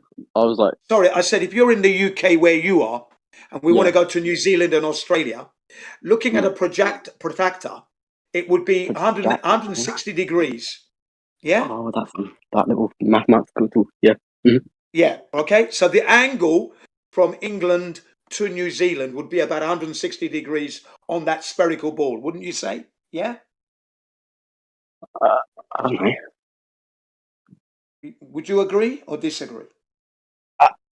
I just said I don't know. Okay, you don't know. Well, okay, let's look at it. Picture it. Picture it. You're in the UK on that globe ball. You're now going to go over to New Zealand. It's near Antarctica. That's if you do the angle on that, it's about 160 degrees roughly. Yeah. Okay. Now that being said, it would mean that if we got in an aeroplane, the aeroplane would have to follow the surface of the Earth, that curvature, and it would have to go through that 180 degrees, which means that the aeroplane will no longer be horizontal. It will be following the curvature of the Earth, and by the time it reaches New Zealand, you would be upside down in that plane, would you not? Like the plane would flip upside down, like completely. Yeah, because it's following the curvature of the Earth. For example, I'll try again. If you put your hand on a beach ball at the top, that would be the North Pole. Then the bottom of the ball would be the South Pole. Now, if you follow the contours of that ball, the curvature, you'll see your hand become an invert upside down, wouldn't it? Yes? Oh yeah, because it like follows the path. Exactly. It follows the curvature of the Earth. That's what I mean by the aeroplane would do the same, which means you'd be upside down, wouldn't you? Do you get it now? Sure, Yeah? I get it. Right. But in actuality, when we go to New Zealand, the plane is horizontal all the way. It's a horizontal flight, measured with a spirit level and a bubble amp. It doesn't follow any curvature at all. And that would be impossible, don't you think, if you're living on a ball, as you've agreed, yeah? I mean, I'm not a pilot, so I can't really say.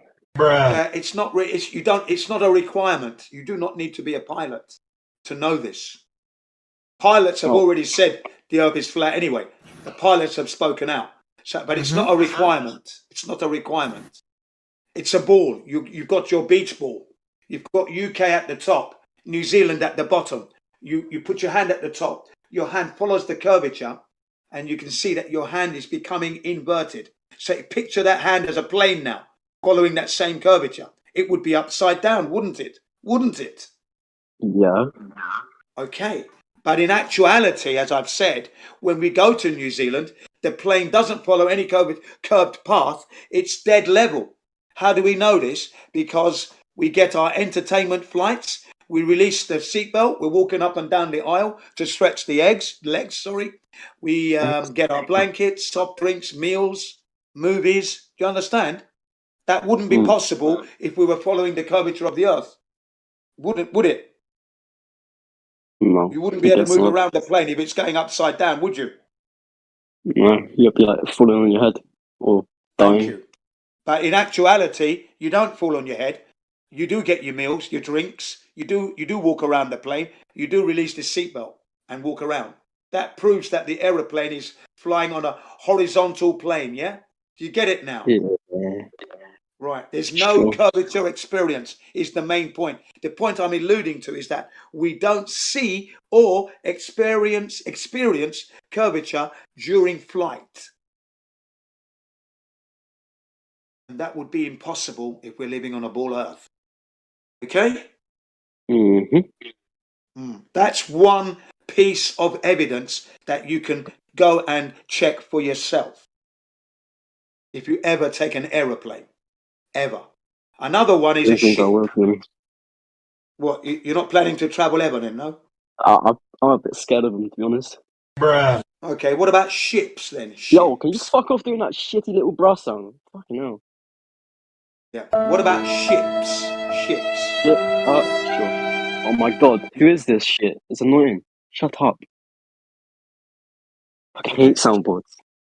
Yeah. So what about ships? Are you It doesn't matter what you think! Is it CB doing it? It's not me, I'm not doing it. How could you see me? Right. Now, can you just answer the question, please? Yes. Are you confident on sailing on ships?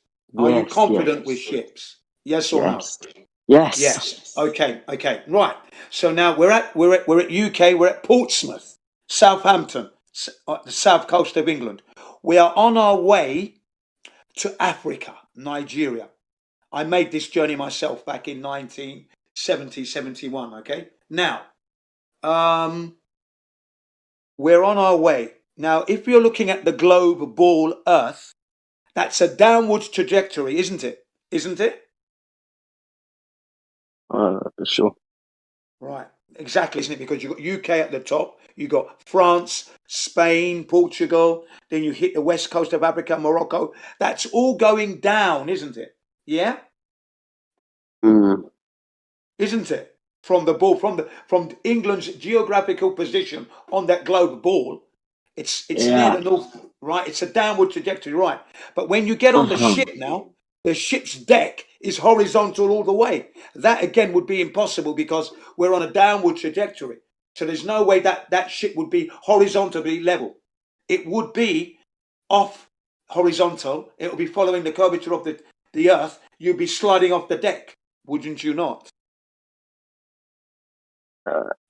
If you put it how you're saying it, sure. Yeah, because from England to the equator, we could say that that's 90 degrees. All right, sorry, that's a 45 degree angle, sorry.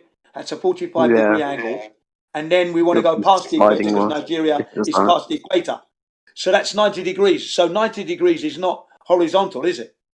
Sorry, 45 degrees is not horizontal. Is it? It's 45 degrees from horizontal. Yeah? Yeah. Okay. So sailing on a ship also disproves the globe because the journey is totally horizontal all the way. I've made that journey myself twice. Yeah, and it was a horizontal journey. The horizon all around me for 360 degrees was dead level. We actually got to see the Seychelles as well. Sorry, the Canary Islands. Sorry, from the west coast of Morocco. Yeah. West coast of Africa, Morocco, we could see the Canary Islands. That should have been hidden behind curvature. Hey, sorry to interrupt. I just wanted to give some respect to Jin. Jin, how are you, brother? Good to see you again. Always a pleasure to listen to you. No, thanks for the welcome, and welcome to you, sir. Have you How had a you good been, day? brother? Yeah. Great day. Great day. Yeah, I've been very well. Whilst I haven't been on this server, I've been destroying them on other servers. That's what. Oh, I can imagine. I already know how you operate, Jin. Trust me, I understand. Yeah, and then of course I went camping to Fukushima 2 weeks ago now. Okay, lovely Nice. camping How with was the it? family. Oh, it was How was brilliant. it? It was Nice. brilliant. Yeah, Nice. and the people in Fukushima are very, very nervous about the people I met. Anyway, they were very nervous about how the world views them because Sure. they're currently disposing of the radiated water into the ocean. Okay, and they're Okay, concerned so how they would you look on mind? the world stage. Would you mind if I ask, like, what perspective do they have of the world to them? Like, what do they think the world perceives them as? Well, they're really concerned that they might be getting some negative press with what's going on with Fukushima as we speak. Okay. Yeah. Okay. That's the current issue at the moment. Is environmentally, Japan is a baddie. It's doing very negative things in releasing this water. China has severed its business tie with Japan regarding the importing of seafood. So they no longer import seafood from Japan at the moment. And China was number one market was China for Japan. I understand. So very, very harsh restrictions are going on now, is what you're saying. Right. And the people who are living in the Fukushima area are very deeply concerned of how Japan looks on the world stage. Okay, I detected that from them. Yeah. It was definitely apparent that they're really concerned. What their government is doing, they're not happy about that, and they're also concerned on how they look on the world stage. Okay. I understand. But did they have a negative role? The Japanese people have a high respect for the people of Earth. They do have that. Okay. But did they have, to your perception, do you believe they had any negative role on, the creation of the situation that exists right now? Or do you feel like it just came upon them? Or do you feel like they did something negative before it had transpired? Yeah, well, Japan is to blame if you look at the government, not the Japanese people. I mean, if they're guilty not doing the research and not protesting loud enough that nuclear plants on an earthquake zone, it doesn't match when you've got renewable energy in the way of thermal, hydro, solar, and wind. Do you know what I mean? Right? So they're guilty there. But it's the government that's at fault because they were persuaded by Britain and America to go the nuclear route, okay, nuclear plant route, and it's turned out to be a disaster. I understand. Yeah, I understand. yeah. So the Japanese people are, you know, if they feel guilty, it will be because they didn't protest enough, loud enough. Didn't Sure. push the government. Oh, yeah. Sure. But you know, I think we know. I think we know. Sometimes it's like, you know, there are like forces at play that like tamp down, you know, the loud voices. And even if the loud voices go out, it's like, let's be honest, they have enough police force. Like when it gets to 1, 2, 3 days, they squelch it quick. Like that's why that's one thing I respect about Paris. I used to live in Paris for 6 months, and it's like I watched when I was there for literally just the 6 months that I was there. I saw maybe 3 strikes happen, and I mean like the city shuts down. Like nothing works.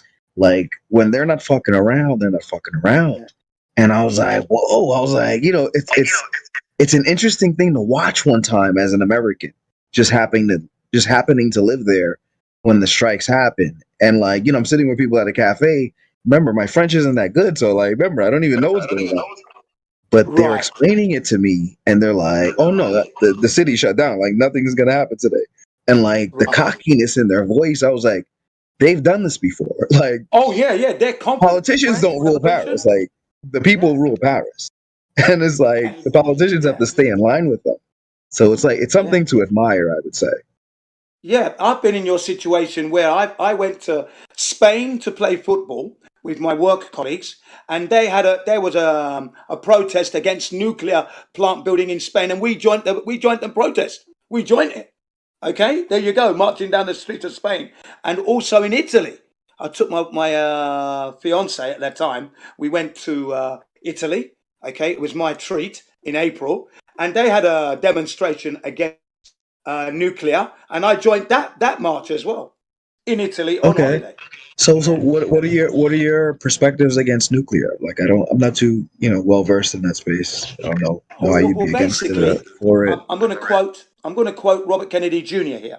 Now, since he's made his presidential announcements speech, okay, during that speech, he informed us that no nuclear plant in the world or even in America is insured because the insurance companies don't want to insure them. So they're subsidized all the way from the first brick going in to build that plant from the taxpayers' money. They are subsidized.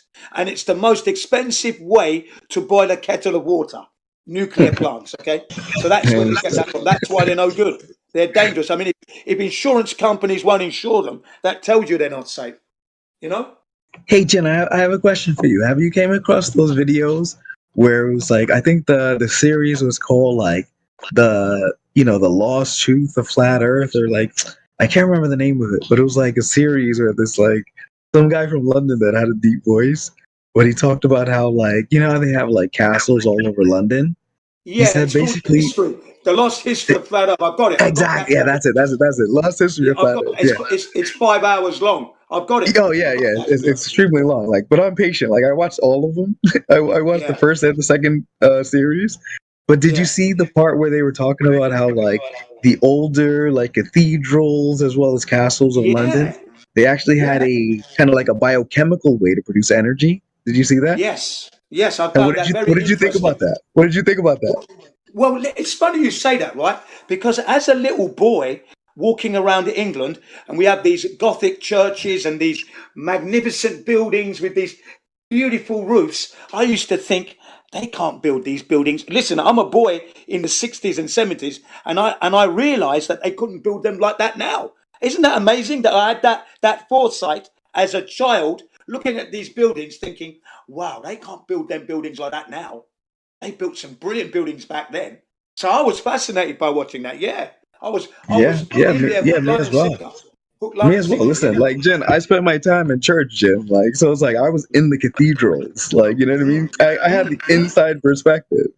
So I was like, how the fuck? I was like, they don't build anything like this nowadays. Yeah. No, they can't. How's that for my insider's perspective? Please go ahead.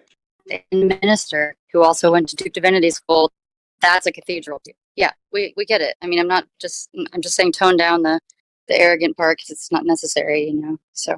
Oh, anyway. sorry. Yeah, well, we mean this sincerely. I mean this Wait, sincerely. Those buildings, hold on. those buildings are magnificent, and the fact that they could have had some kind of a use for electric to power the community, and that is amazing.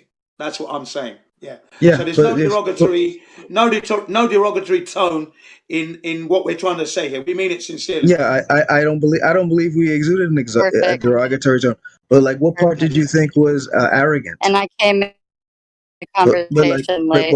Yeah, but I know. But what part did you think was what part did you think was arrogant? That I put this as a child. I just told you. Can you hear me? Okay. Told you. It was Can just you hear me? Okay. She's roboting. She's roboting. Yeah, I can tell. I can tell. I can hear you. What part did you think was arrogant? Yeah, I know, but like, hear me out. What part did you think was arrogant about what I said? I know. I have an answer. I'm here to tell you right now, we don't care. I thought it was the British guy speaking. No. As far as I'm concerned, I meant everything I said sincerely with the highest respect for those buildings, because I see them as quite intricate, very demanding in precision, and I think today's builders can't do what they did back in the old day. That's all I'm stating. Okay? Did you get that? I caught it. Yeah. Yeah. That's all I was saying. That, you know, and watching that documentary, it educated me on the fact that they could have been used to power and send energy and stuff around the community. I was amazed, and it made sense, because when I was a kid, I'd realised that, you know, I may have been like 12 years old, okay, looking at these buildings in Britain all around, because there's loads of them in central London, okay, and I was thinking, man, they can't build buildings like that today. Look at the precision and the intricate bits and pieces that make up the building. Wow. Oh, I feel you, Jim. Yeah. Like, I'm with you. I'm definitely with you. Like, I sense the same thing. Like, you know, because remember, like, I was a fan of these buildings since such a young age. Like, you know, I always thought these buildings were beautiful, so like I paid special attention to them. And like, you know, when I got a chance to walk into a church, like I'd be by myself sometimes, and like if the church door was open, I would just walk in by myself just to take a look. Remember, it's like, yeah, I've done that because I grew up in the church. I never felt like a church door was like closed to me, so I can always walk in. They you never know what I mean? are. Like I'll just sit in the corner by myself, and they always are. In England, they're never closed. You can go. They're never closed. No. So the people that can't walk in them, like for some reason, they feel like they can't walk in those buildings. Now, I question that reason. Like, why do you feel like you can't walk into the church? Like, You know why I used to walk in there? I used to walk in there for the smell. They had a unique smell. I think I figured them out. I think I figured it out though, because they understand the church comes with a series of judgments within the disciplines and the beliefs of that particular church. So you can't really walk into that church if you don't align with those beliefs. Because remember, you almost know the judgment is coming from that belief if you walk into that church. But if you're in line with those beliefs, there's no reason you can't walk into that church. Yeah. I never had that problem of the belief thing, because I me went either. purely for interest. And one of the interests was the smell of that building and the wood and the polish. Everything had a distinctive smell when you walked into a church. I agree. Because remember, like, let's be honest, like, Jin, like, you know, I'm not like naive enough to think that there are not people that studied like myrrh and, as you know, all of the things that they burn in the process, and understand biochemically what happens within the human body when they shit. Like, I don't know what happens, but it's like I already know someone has done the biological neurochemical analysis to figure out what happens within our mind when we breathe or consume certain substances. And to think that they haven't done the math in advance when these are the people that are running the world would be foolish. Like, you think you're smarter than them? You think you're smarter than them? No, they're smarter than you.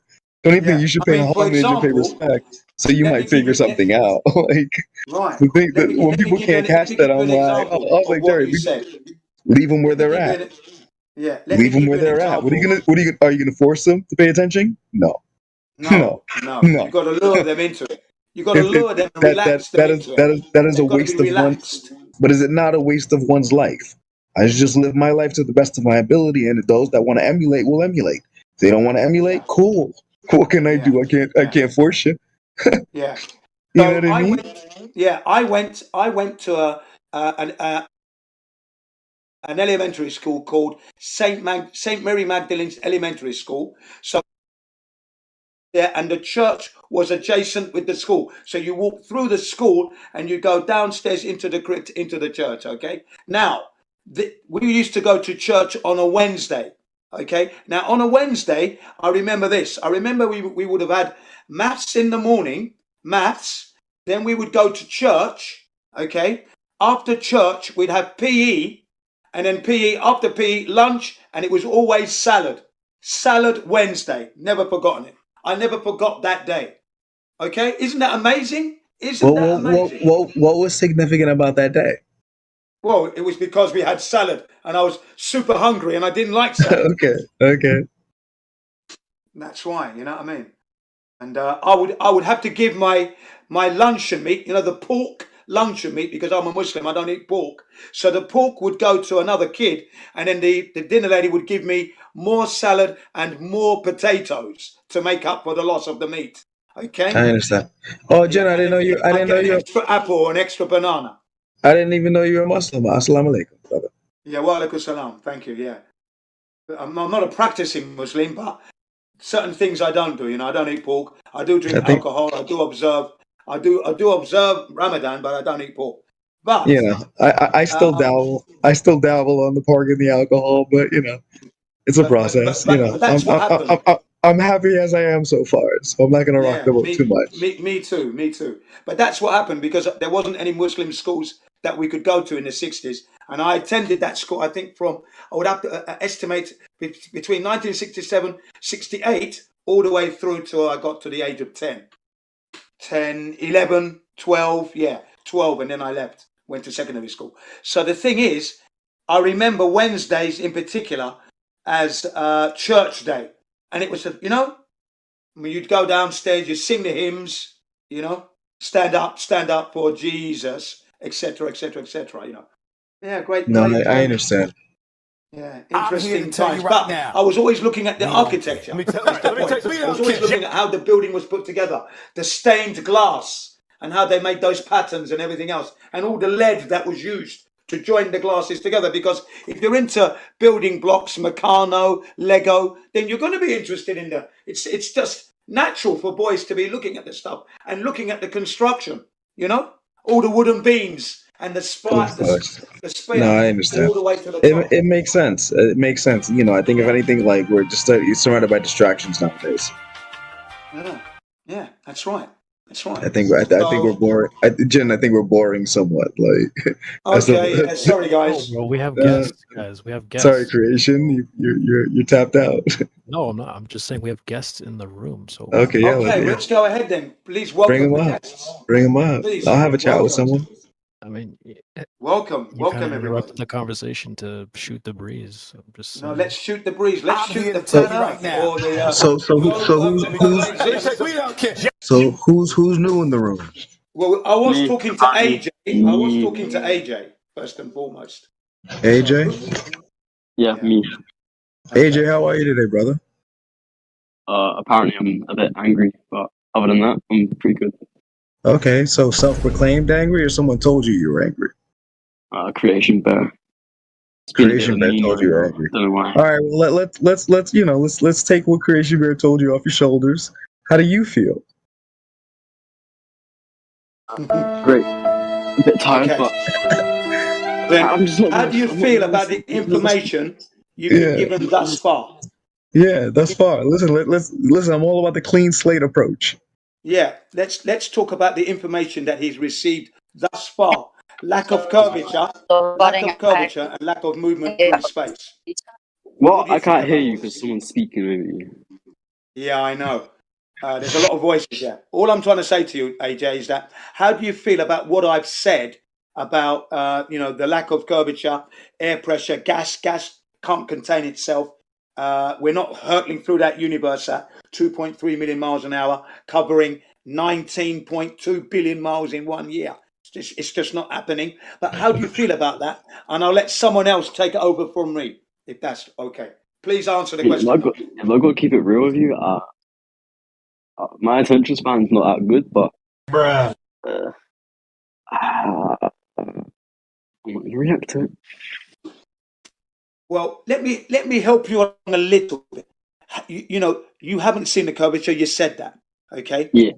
You haven't experienced that Earth is spinning, okay? Could it be that the Earth isn't a ball and it's not spinning? Couldn't it just be like that? How old are you now, anyway? How old are you now? 20. I did say. Okay, yeah. So you're 20 years old. You've been alive for 20 years, and in those 20 years, you haven't seen or experienced the globe Earth that we're being told we live on. Isn't that odd? Don't you think? Don't you think? I mean, sure. So Jin, would you mind if I spoke to him for a minute? Please, So you may. Please go ahead. Be yeah, my guest. thank you, Be my brother. guest. So brother, you're 20 years old right now, right? So what we're trying to tell you is that I am 43, and Jin, how old are you, brother? I think it's like 46. 40. Jin, I don't know. Jin, how old are you? Is he there? Fellows. Okay. Well, Jin is a bit older than me. Now, I'm extremely detail oriented. I do my homework. I get the right answer every time. I've had tons of hundreds on my test paper in life. I'm trying to tell you, this is an extremely complex subject. And because you're 20 years old, there's going to be a lot of information being thrown at you. Now, what I try to ask myself by myself is, well, Jerry, how are you going to figure out what's the right answer here? Right? So I say to myself, I was like, all right, well, let's try to strip away all of the assumptions of what other people think, and let's just digest the subject slowly by ourselves, only with information that is based on the scientific method. And like the whole point of the scientific method is to produce things that are observable, repeatable, demonstrable, and like they prove true every time you do them over and over to everybody, not just me. Hold on a second. What does that word you just said mean? Like the demonstrable one? I don't know what that means. That's okay. Demonstratable. You can Demonstrable, yeah. Demonstrable. All right. Yeah. Demonstratable. Okay. Yeah. Because remember, if I can demonstrate and I'm it to you. 61. I'm 61 years You're old. 61. Thank you, Jen. I'm He's 61 years 61. old. He's 61. I'm 43. And like, I think Jin is one of the smartest people I've heard on this server. Now he's very passionate and like he wants people to catch the subject because he understands the importance of it. But I'm more like, I'm just like a New York kid from the projects. Like, I chill out on the block and I don't give a fuck. I just happen to stumble across the subject, and I understand how important it is. It is if you understand it. Now, most people are not going to understand it, and we understand that. But if we could help you with like where you're having the conflicts in your own head, because if you could just be honest for once, we will explain to you where you've made a mistake. We're not trying to tell you what it is. We're just trying to point out to you where you've made logical fallacies that are keeping from seeing what we're trying to explain to you. But if you argue, it gets harder for us to keep wanting to sit here and, source things and point things out. But like, that's what I'm just trying to tell you is what's going on here.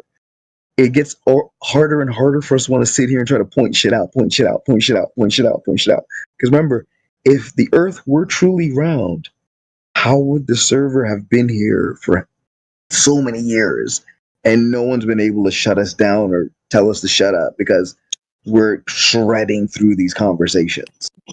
Like, you haven't been here long enough to hear all the conversations, but I have. And I'm trying to tell you, like, if you just sit here long enough, you'd be like, we don't lose any of these arguments. We win all of these arguments. We're just trying to get you to catch the nuances as to why our arguments are stronger than the other arguments. But you have to be paying attention to catch the nuance. Sorry, what? Bruh. I think he's busy playing Roblox or something. What's up, Jedi? Happens. Creation, how's it going, bro? What's up? What's up? Jedi, how are you, brother? Chilling.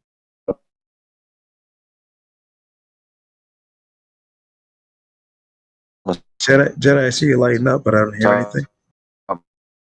My friend.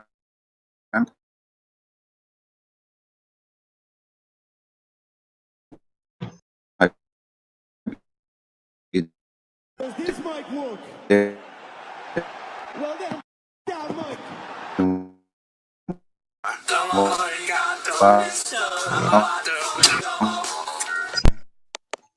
Yeah, I think Jedi's got a little bit of a connectivity issue there, a Wi-Fi issue. That's he's all right. rumbling along. Yeah. Yeah, whenever he comes in.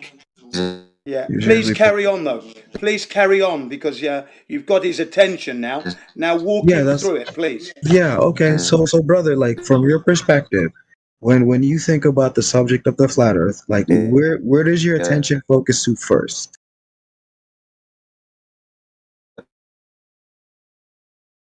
Wait, you talking to me? Yes, I'm talking to you. Yeah. Oh wait, what did you say? I thought you were I talking to said someone else. when you are presented with the subject of the flat earth, where does your attention take you to first? Like, what do I envision? The flat Earth? Like no, when Words that are coming out of my mouth. no, I'm saying basically when you're handed this perspective, where like logically, where does your mind go to as the strongest argument that you can actually back up first? You know what I mean? Like how do you reconcile, the myriad of opinions on the subject and like which voices allow you to debate themselves in your mind so you can find a right and a wrong? I don't really know how to explain this. Like, there's like lots of things in my head, but I just don't know how to say them. It's hard to like. No, just say speak the way. Remember, just say whatever you. So I think the best way to start is like, what were the sources that you looked at first? So let me say it this way. Let me say it this way. Allow me to interject for 1 second. Sure. Wait a minute. He complete begin.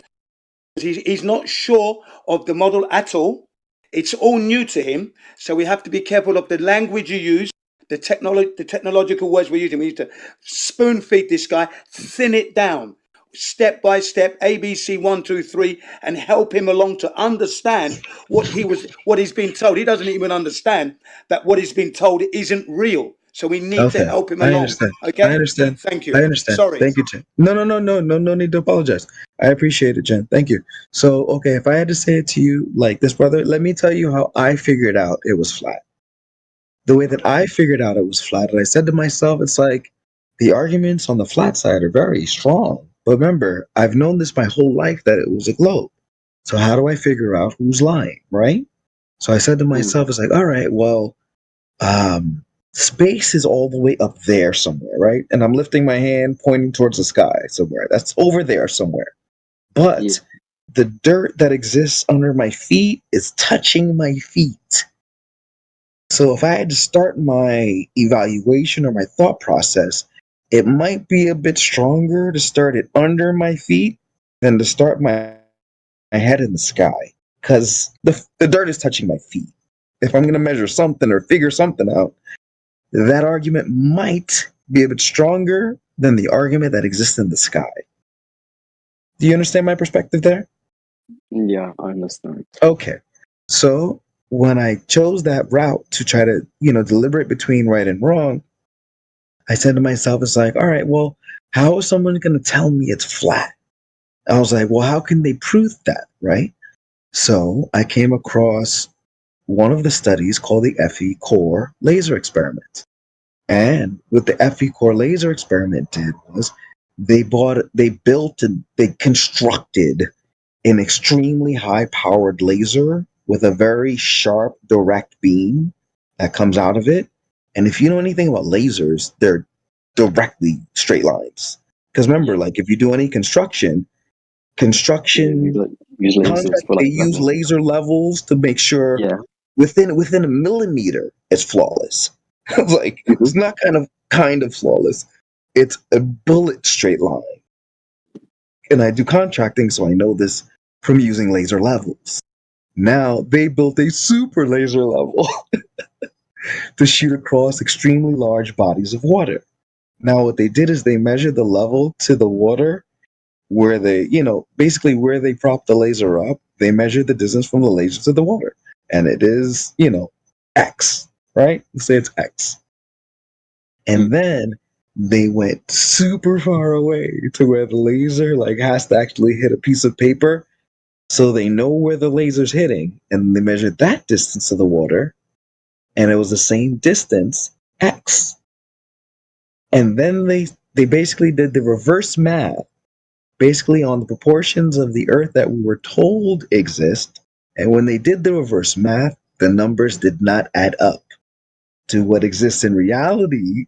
Through the laser, they saw X at the beginning and X at the end, and what should exist given the mathematical proportions we were given. So hence the discrepancy, hence the argument that we're embroiled in. Now we know we're correct because we did the math. So we're just basically waiting for other people to humble themselves and do the math to catch up. Why do you keep on having laughing attacks or something? Why am I laughing? Because at this point in my life, I find it funny, and I almost can't stop laughing because what are you gonna do? What are you gonna do? You think I'm gonna get angry? No, I'm not gonna argue with idiots. I'm just gonna sit here. Now, if you choose to do the math, you will discover the same thing we've already discovered. That's the whole point.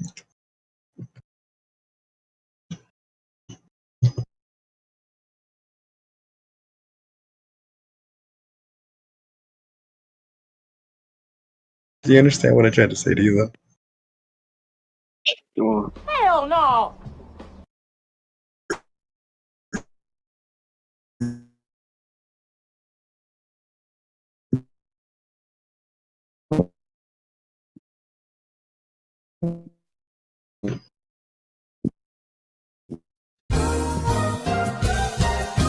Bro, this is crazy. Right? Yeah. Bueller? What's going on? Bueller? Are you there?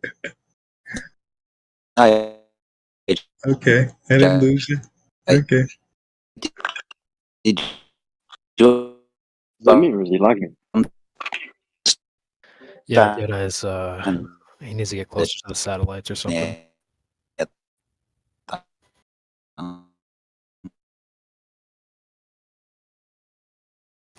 I just want to ask a quick question, AJ. You said something like you were like, "Well, I haven't been in a plane."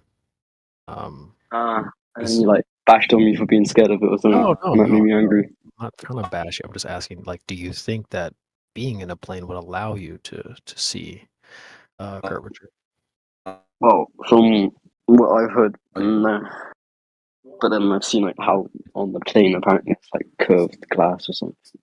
Yeah. Yeah, I mean, Google will say that you should be able to see it from a plane, but I think most genuine people who believe in the globe will tell you that's not true. It's not. They say the globe's too big to see curvature. So even in the only form of the curve I've seen is media, like Red Bull jumps and stuff. Oh, okay. Yeah, I mean, even then, they say that that's not high enough as well. There's a couple clips and some tweets and some math that we could go over that kind of breaks down how it's even that's not high enough. Although I did see that Red Bull jump too. It does appear to be planet in Mexico or whatever. We could probably go. So how high do you have to be to see the curve? Yeah, that's a good question. I heard that you have to be hundreds of miles away. They say that How far away is curve in which way? 1.2 Uh, times the square root of the observer's height in feet. Sorry, CB. How far away from the Earth do we have to be? 1.2 times the square root of the observer's height in feet to see curvature down and away from you. Well, you're overcomplicating it. You're going to make me confused. Yeah, I know. But you're asking how far away we have to be You just say it in the curvature of the Earth. Just say it in Yeah, I will. There's two types of curvature, right? One, left to right of the horizon, 2, away from you over distance. The surface of the Earth is curving away from me. What type of curvature do you want to see? Left or right or away from you? Because if it's away from you, literally, I don't know, how tall are you? That's how far away from the Earth that you should have to be to see the curvature of the Earth. Literally as tall as you are.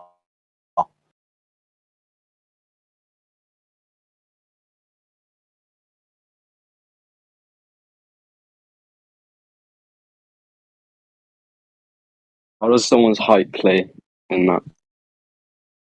Because if we're looking for physical obstruction of things over distance, like, I don't know, a lighthouse or a boat, then your altitude above the curved surface will determine how far away the limitation of that curved surface will be.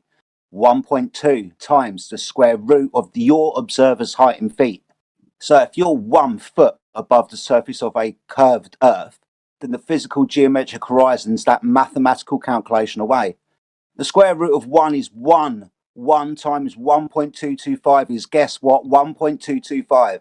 Therefore, you should only have to be 1 foot above the surface of the Earth to see the Earth curve. You understand that? If you don't want to hear it from us, there's like a 90-second clip of someone kind of breaking it down for you. It's about the same math. You know, like most people are like 5-6 feet tall, so it would be about 3 miles. So if you're 1 foot off the surface, 1.2. In the video, he says like if your head's in the water like 8 inches, then you have about 1 mile. I'll just go ahead and stick it on. It's only like 90 seconds. We can take a quick listen.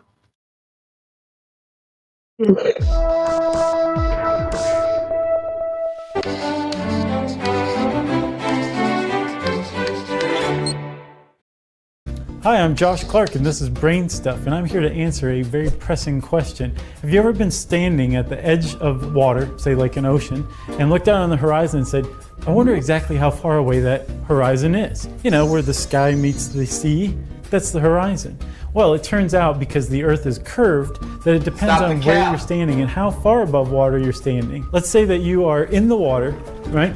And you're up to, say, your eyes are about 8 inches above the water surface. Well, again, remember the Earth is curved, and despite the ocean seeming flat, they actually curve themselves, which if you've ever really looked at the horizon, it kind of goes like this a little bit, which is pretty cool. But it also goes like this, right? So if your eyes are 8 inches above the water, right then you're about a mile away from that horizon point where the sky meets the ocean as far as you can tell. If you're standing up above water and you're like, I am about 6 feet tall, that means your eyes are about 5.5 feet above the water's edge, which means that you're about 3 miles away from the horizon. Isn't that amazing? Going from 8 inches above water, 5.5 feet above water, is the distance between 2 miles between you and the horizon. There you go. Same thing that Jedi was saying, essentially.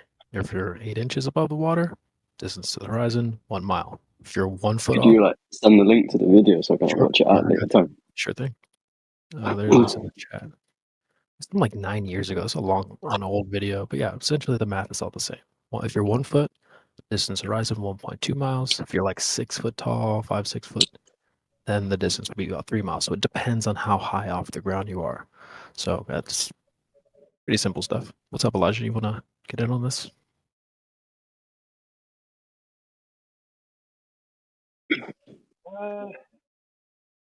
Just vibrating. Well, you're doing your thing. You're doing your thing. I'm just chilling, listening. So what? Well, I'm a bit confused. I just joined in. What part of that don't you get, AJ? Is it like the fact that we see more when you raise, like your perspective?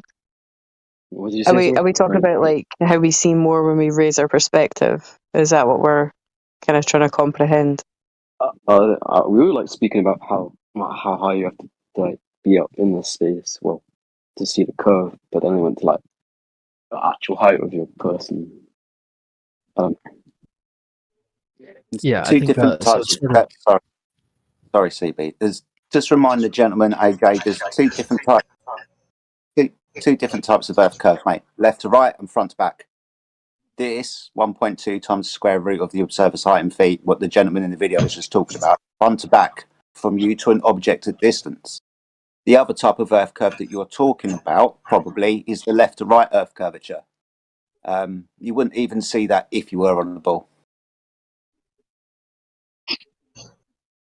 Yeah, Bambi, it started because I think Jin asked him if he had seen curvature, and then his response was, "Well, I haven't been in a plane." So I just asked, like, "Well, would you expect to see?" Wait. Go ahead. So you know that picture that Drace just put in, if I'm understanding this right, you're on about like where it goes from the first boat to the other boat, like that straight line. Is that like where you're supposed to see the curve? Well, That's what Jedi was saying. There's side to side or front to back.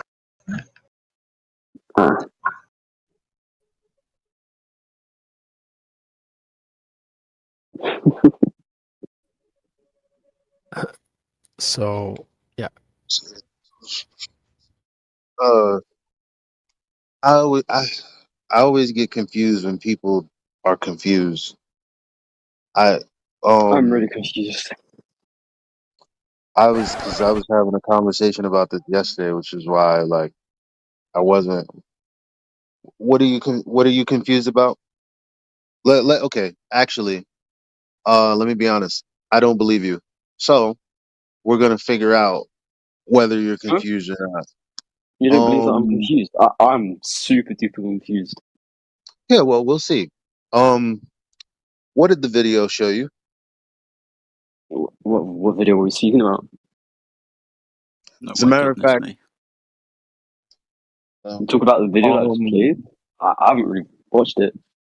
So I'm gonna watch it at a later time.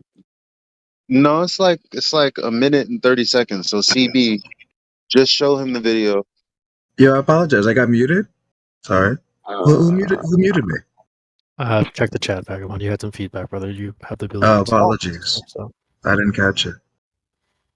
but let's focus, guys. So we did a 90-second clip. I gave you the link. We also listened to it as well, Jedi Elijah. So you should be able to pick up where we left off.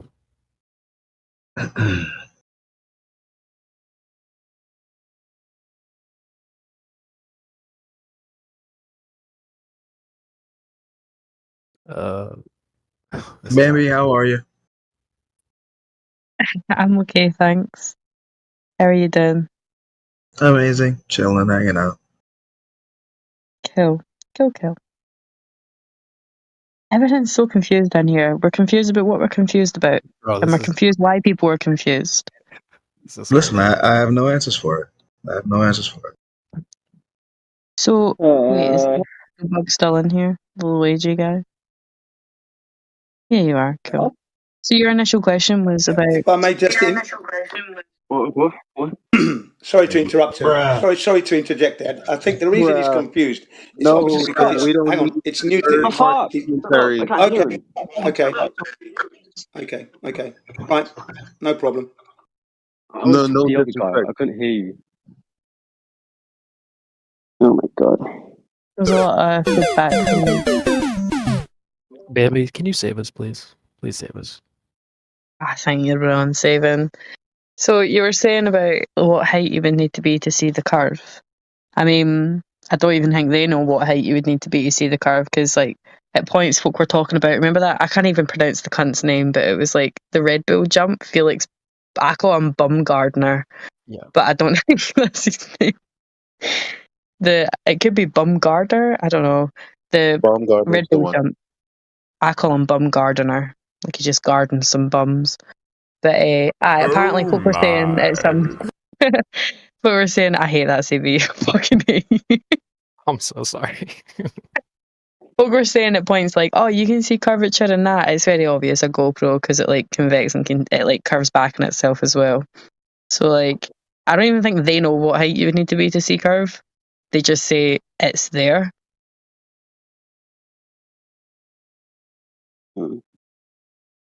But from what we observe, it's not there. So the thing that always stumped me about Flat Earth was like, you come to the realization that it's all to do with your observations. You observe a nice level horizon, flat, stationary.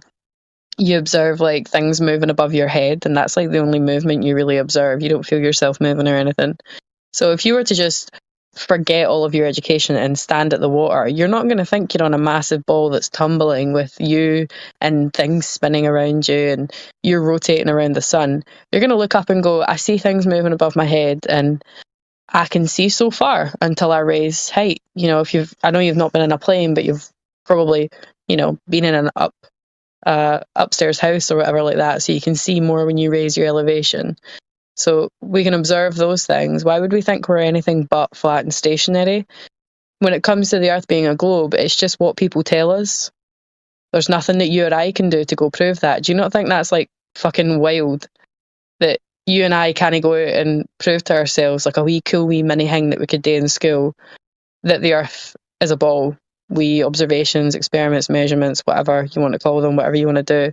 Do you not think it's weird that there's nothing that you and I can prove? I mean, the amount of money that they spend to do it, I guess, yeah, it's a bit insane. I wouldn't want to do that. Not even about the amount of money. It's the fact that we're living on a massive rock that's tumbling and spinning through space. Surely we should be able to prove that ourselves, right? I just want to say I think that was flawlessly said. I'm, you know, like, I know when I hear flawlessly spoke logic. Like, I thought you did a very good job there, baby. Like, that's exactly how I want to say it. Like, it's exactly what I would want to say. Yeah. It's just as well, but once you kind of realise that, you start to look at it and go, right, cool. So it's on the TV. I was sitting in primary school and we never... And another thing to think about is you're in Britain, so you had pretty similar education system to me, but I'm assuming you're British, but pretty similar education system if you are. Wait, me British? No. I'm Scottish, but it's part of Britain. I'm not British. I'm American. I'm from New York. I'm not you silly sausage. Oh, okay. Sorry. Interrupt me, Mr. Mayor. Hold on. Sorry. Wait, can I go do something real quick? I'm still listening. I just have to go on mute. That's cool. I'll just rant and rave. You can reply when you want. But yeah, no, you're just in school. It's never taught to you. You don't have like a subject that kind of... I mean, we made planets out of like paper mache at one point. That was cool. And then there's just a massive globe on the wall and it's in your textbooks and your math questions involve it.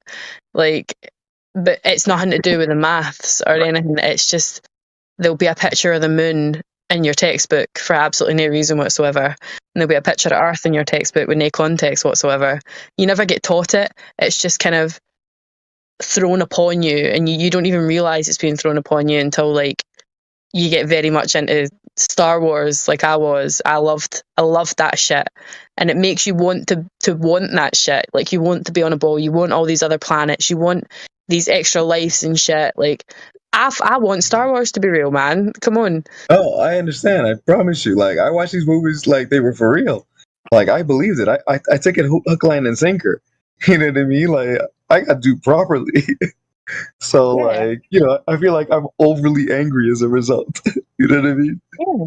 But, like, things like that, like no, I'm Star Trek, Star Wars, like, all the movies and shit like that, they make you want to believe in that. So when it gets questioned, you're automatically going to be angry about it. Of course.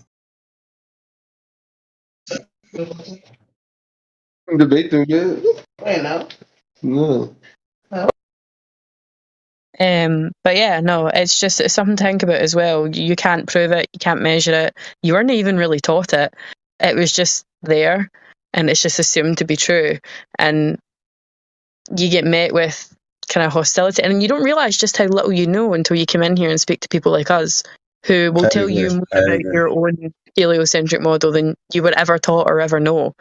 You just see pictures, and most people think that that's proof, but when you put a wee bit of thought behind that, you realise that a picture isn't proof. I could show you a picture of a unicorn right now. Does that make it real?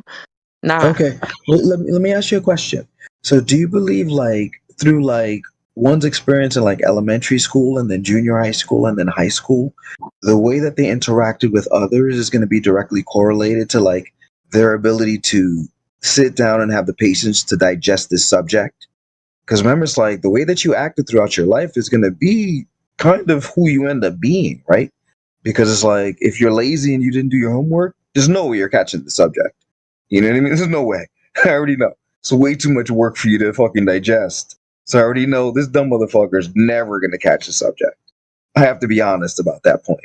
And because I know that, I was like, I try to figure out like what degree of people are not going to be able to digest this subject. But I'm honest about it. I'm not mad. I'm just honest about it. And I think it's a small percentage, tell you right now, unfortunately. We don't care. Got it. Yeah, I got it. I Debbie, think- what do you think? I don't know. I think like there's obviously some people, and I encountered one the other day. Creation Bear will verify that this guy was a cunt, who just are not there to learn and are not there to be able to comprehend. This guy was Yeah, I in VC. understand. Apparently, somebody that's known. He was like, I took him to VC to give him a roll, and he starts screaming at me, and I mean screaming. The man was bursting with blood vessels, and he For wasn't what even in the reason? live stream. It was just because he wanted to question me about the curvature, and I was like, dude, calm down, it's a VC check-in, I'm just here to give you a role to speak.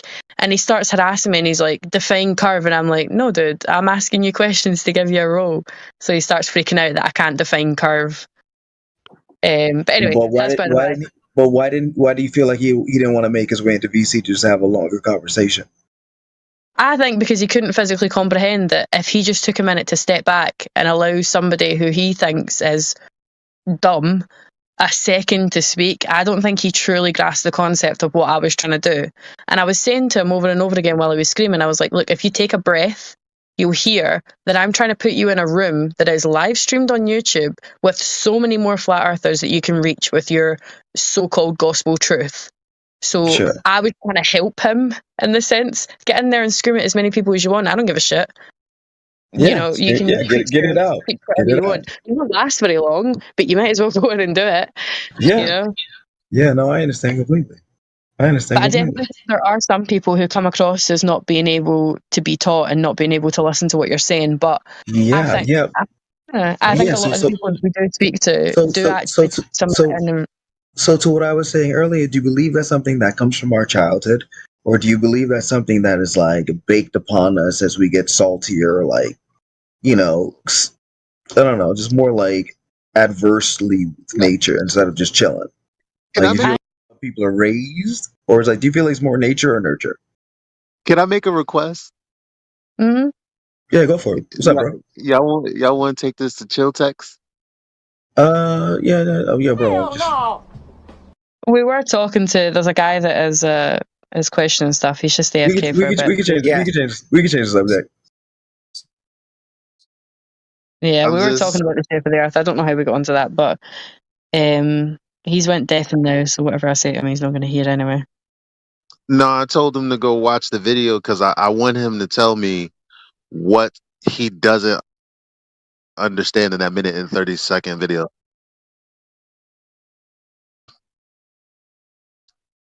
Or you. He could tell you. I don't care who he tells. I just don't. It's hard to imagine that someone doesn't understand what the video is saying. I don't get it. So he got to tell me what it is. I watched the video. Thoughts? Reactions? I mean, Any it's disagreements? pretty interesting video, I guess. How even a little bit changes. Well, all due respect, kind sir. Do you remember what I asked you? No, I don't. Now shut up. I don't care. Who the fuck is that guy? Eli, give me two seconds to speak. No, Jin. Eli, What the Eli, fuck? give me 2 seconds to speak. No, Jin. No. Shut up, bitch!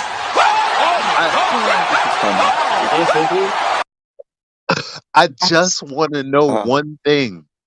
What about this minute? What about this minute and 30-second video don't you understand? Well, a lot of things in it, but I think it's interesting. Right? Okay.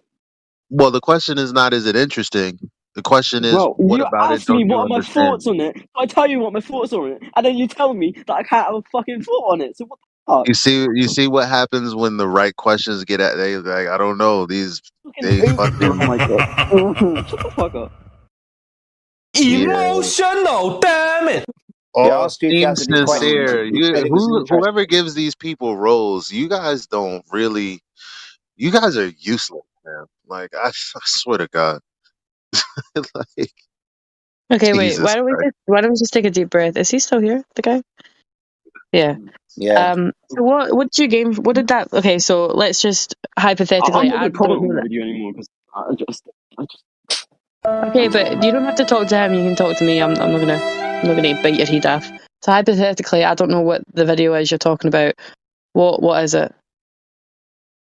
What was it trying to explain? How when you're standing on the Yeah, I was talking, Jay. Let me make good inroads here. Oh. Jen, please, just for a Okay. second. Is it possible? Shut your fucking mouth. Hey, what's Sorry, happening now? what were you saying? I don't know. I don't know what's happening. I'm just trying to ask you a question, my guy. Well, that happens So when I try to speak. Everyone that does this, like with the sorry, he soundboard, won't. Yeah, he won't. You can mute the soundboard if you want. I just realised that too. Voice, please. You don't have to hear the soundboard if you don't want to. And Jin's muted for a second. So hypothetically, I've not seen the video. You were gonna say what it was. Oh, I forgot what I was gonna fucking say. Yeah. You said something about somebody standing. Oh, right, standing. I can't be asked. I've lost the flow. Oh my god. Just Bam, mute the it's the soundboard. video we listened to, the quick clip where he says, if your head is 8 inches above the water, distance to the horizon is 1 mile. If you're 6 foot tall, 5, 6 foot tall, like most people are, distance is 3 miles. So we were talking about seeing curvature, right? Left or right. Then there's also front to back. In the clip, he says you can see it both. You can see it curving if you look really close. But we were talking about how when you go on a plane, you can't see curvature. It's not high enough. So he asked, how high do you need to be? And then you said that they don't even know. So yeah, that's kind of where we're at. Seeing curvature. Okay. And then we can move on to testing for the curvature if you want. So that's kind of where we're at, AJ. So just to bring this back full circle. Cool. That's fine, though. I mean, yeah. I mean, when a topic like this is new to you, getting a lot of things thrown at you at once, whether it's a video that you kind of struggle to comprehend, it can be difficult. So if you want, we can try explain it to you again and see if you can grasp it. Okay, try and explain it. So you understand, like, if we were on a ball, it would have to have a curve of sorts. So things that are out on a horizon would eventually no longer be able to be seen. They would, if you want to think of it like dropping down. Yeah. Yeah.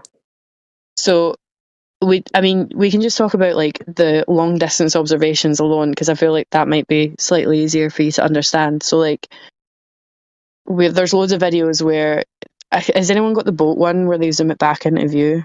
Somebody's got that GIF somewhere, I know it. But yeah, so like we can see a boat out on the horizon, the camera's like zoomed all the way out, and they zoom all the way in and it brings the boat back into view. The boat shouldn't be in view. It should drop down a curvature. It should drop, yeah. So you can, if you look in the live stream voice text, you'll see them. There's quite a few of them actually, because you can go do this yourself. This is the best part about the whole kind of flat earth conversation. Everything that we're telling you, you can go do it yourself. The globe isn't like that. You can't go outside and test something. You can't go outside and prove it to yourself. But this you can. You don't even need that good of a camera. Like I've got a Samsung, like a S21 Ultra, and I can zoom things back into view with 100 times in. It's got. You don't need a big fancy camera, but the point is you can go and do this. Like see all these boats, they're all being brought back into view. Yeah, sometimes you can't bring them back into. Like a floating buoy. What one are you looking at? Sorry. Like, could I do this with like a floating buoy? You know, these things that are in the ocean. So obviously, the slightly smaller the object, the kind of pixels on a camera is going to be slightly harder to pick it up. It also depends on like what the kind of, I don't like the word atmosphere, but what the kind of weather is, the temperature is. If the air is slightly humid, you're going to struggle to bring things back into view. Whereas if it's like a clear day, there's a low humidity level, you're going to be able to see things a little bit better. So it does depend on what the weather is and what the temperature is like. But most of the time, if you live, obviously you're in Britain, we do have, unless it's pissing down with rain, on just a decently nice day, you can bring things back into view if you live near the water. You can do it on like lakes as well. You can even do it on like a smaller kind of scale. Has anyone got like the coin or the bottle? Like you can do it on a table with just a phone. So like you put a coin on the table, you put further away and it will disappear bottom up. That's just how we observe things. but you're able to zoom back in and bring them back into view because the coin's not going down a curve, and it's just a smaller scale to what these boats are doing. The boats aren't going down a curve either. They're just going out of what your perspective is. It's the same when you raise your elevation, you're going to be able to see the boat again. There's the coin one. Thank you.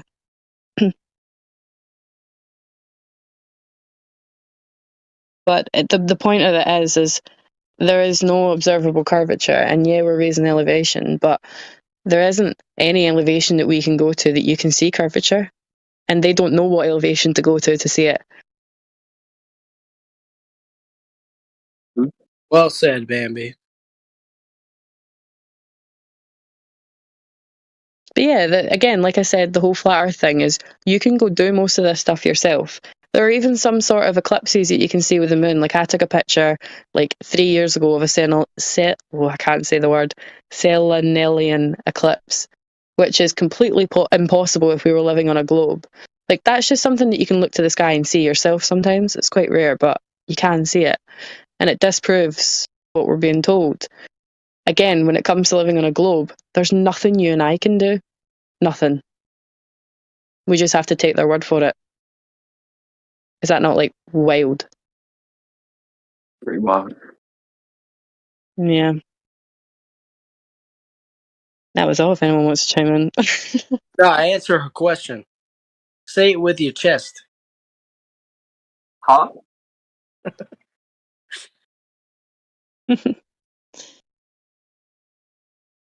Yeah, it's one of my favourite things. It's just the fact that things can be brought back into view when they shouldn't be brought back into view. The Earth should be curving away, and there's some that are like a wild distance. Like I don't know exactly what these boats are at a distance, but there is like the Black Swan, which we have numbers for that.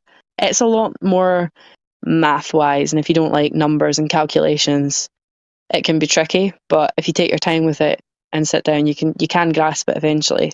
It's just a lot to be thrown at you at once. Some people process things differently, so seeing the more visual side of the boats is easier than seeing the whole like times square foot 8 inches per mile square times the observer's height in feet can sound a bit kind of intimidating for some people.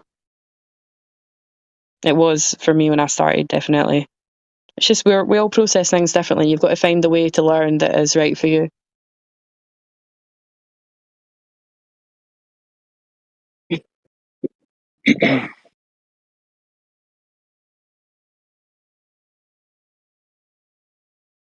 AJ, you I live keep near on a lake? getting message requests. What the hell? You what, sorry? Got like 2 message requests saying stuff about ask him to define curve or something. I don't know. I know who that is. So Yeah, do you know how I was speaking earlier? There was you might not have been here. There was a guy that was screaming at me the other day to define curve. I just looked in my I didn't messages and define there's it. like 2 people asking me to say stuff or something. Yeah, so that's another thing that you'll see a lot with the Globers is rather than coming in here and either typing in the text chat or messaging one of us, they'll message the people that we talk to and try to like earwig and get kind of in them and be like, say this is this, say that. And then you, for some people, will turn around and say those words but not know what they mean. And it can get frustrating because you're saying stuff to us that it's just being wormed into you. So I'd watch what people are DMing you as well, because we're I not here to haven't sit said you. anything they said. I only just Yeah. seen it just now. So. I know myself, I've got 8 message requests and one of them's new as well. He's messaging me again. It's a full house. It's good to see each and every one of you. God bless. God willing. Thanks. Okay, Jen. Now would be the time if you would. Do you want to say something? You're welcome, Eli. What is your profession?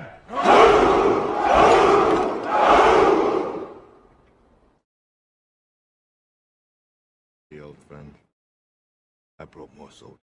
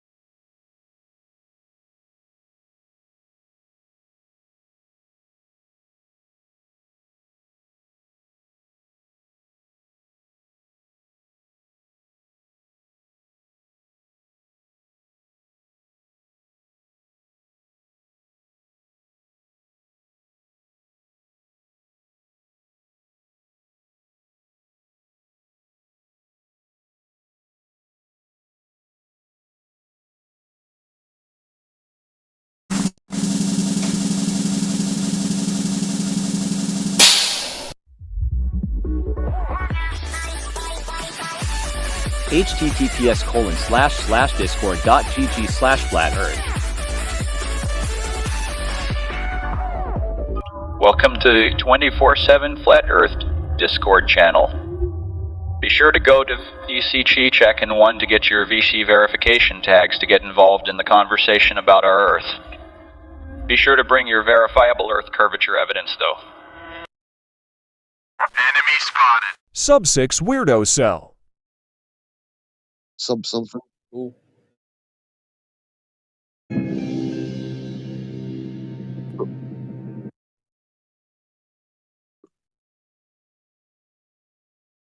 Don't fucking kick the ass out the soundboard, folks, because it ends up not funny, man. Like when it's like too often. Like see when it's done precisely at the right minute, it's absolutely fucking hilarious.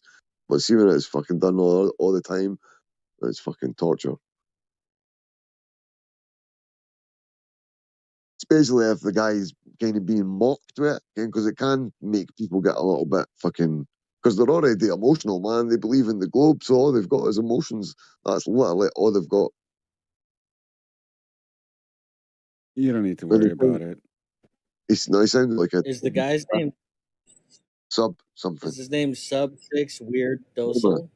Sub, where is he? Yeah, he hit you in the lobby. He hit you up in the lobby. I don't think he knows what to do. Oh, is he not in the VC yet? All right, no, I told him about the VC. Like, 1 sec, I'll get the invite. Nah, he seemed like a decent guy, man. I was quite surprised instantly. Fucking the guy's like, yeah, I'll have a conversation about the Earth. Instantly, man. Is he a Glober? Yeah, man. Yeah, but he was like, do you guys allow Globe Earthers? I'm like, of course, man.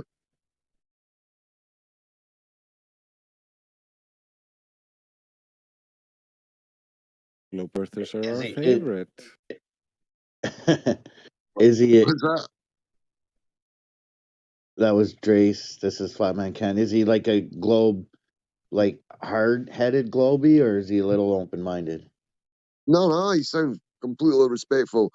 It was like quite outrageous that I go into politics and instantly find somebody who's cool, calm, and collected, and happy to have a discussion. Yeah. Let's see if he holds up. Yeah, man, I think he will. Or at least if he's here for maybe a few hours, and maybe he start cracking at the seams, maybe. But nah, he sounds all right, bro. I might need to stay up for this. Who the fucking hell is he, man?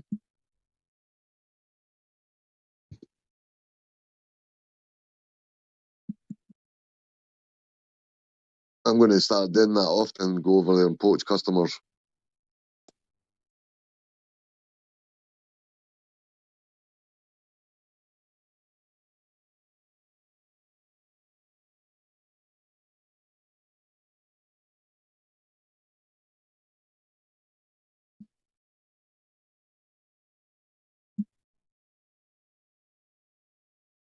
I don't know.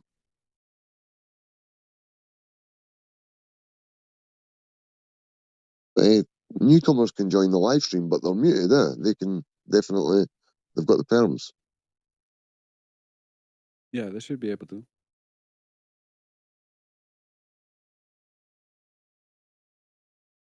Yeah, is he, man? Maybe his ass has collapsed. He's like, oh no. Oh wait a minute. Is he here? Oh, there's the man. Okay, Sub, how you doing, bro? 1 second, I'll unmute you, my friend.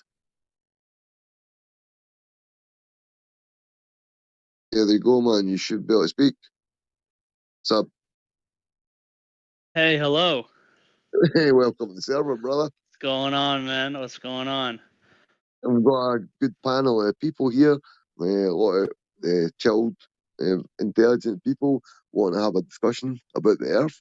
And you said you did want to do that, mate. So, like, if you want to, I don't know, introduce what you think about the Earth, like why you think the way you do, Spec, if you want to.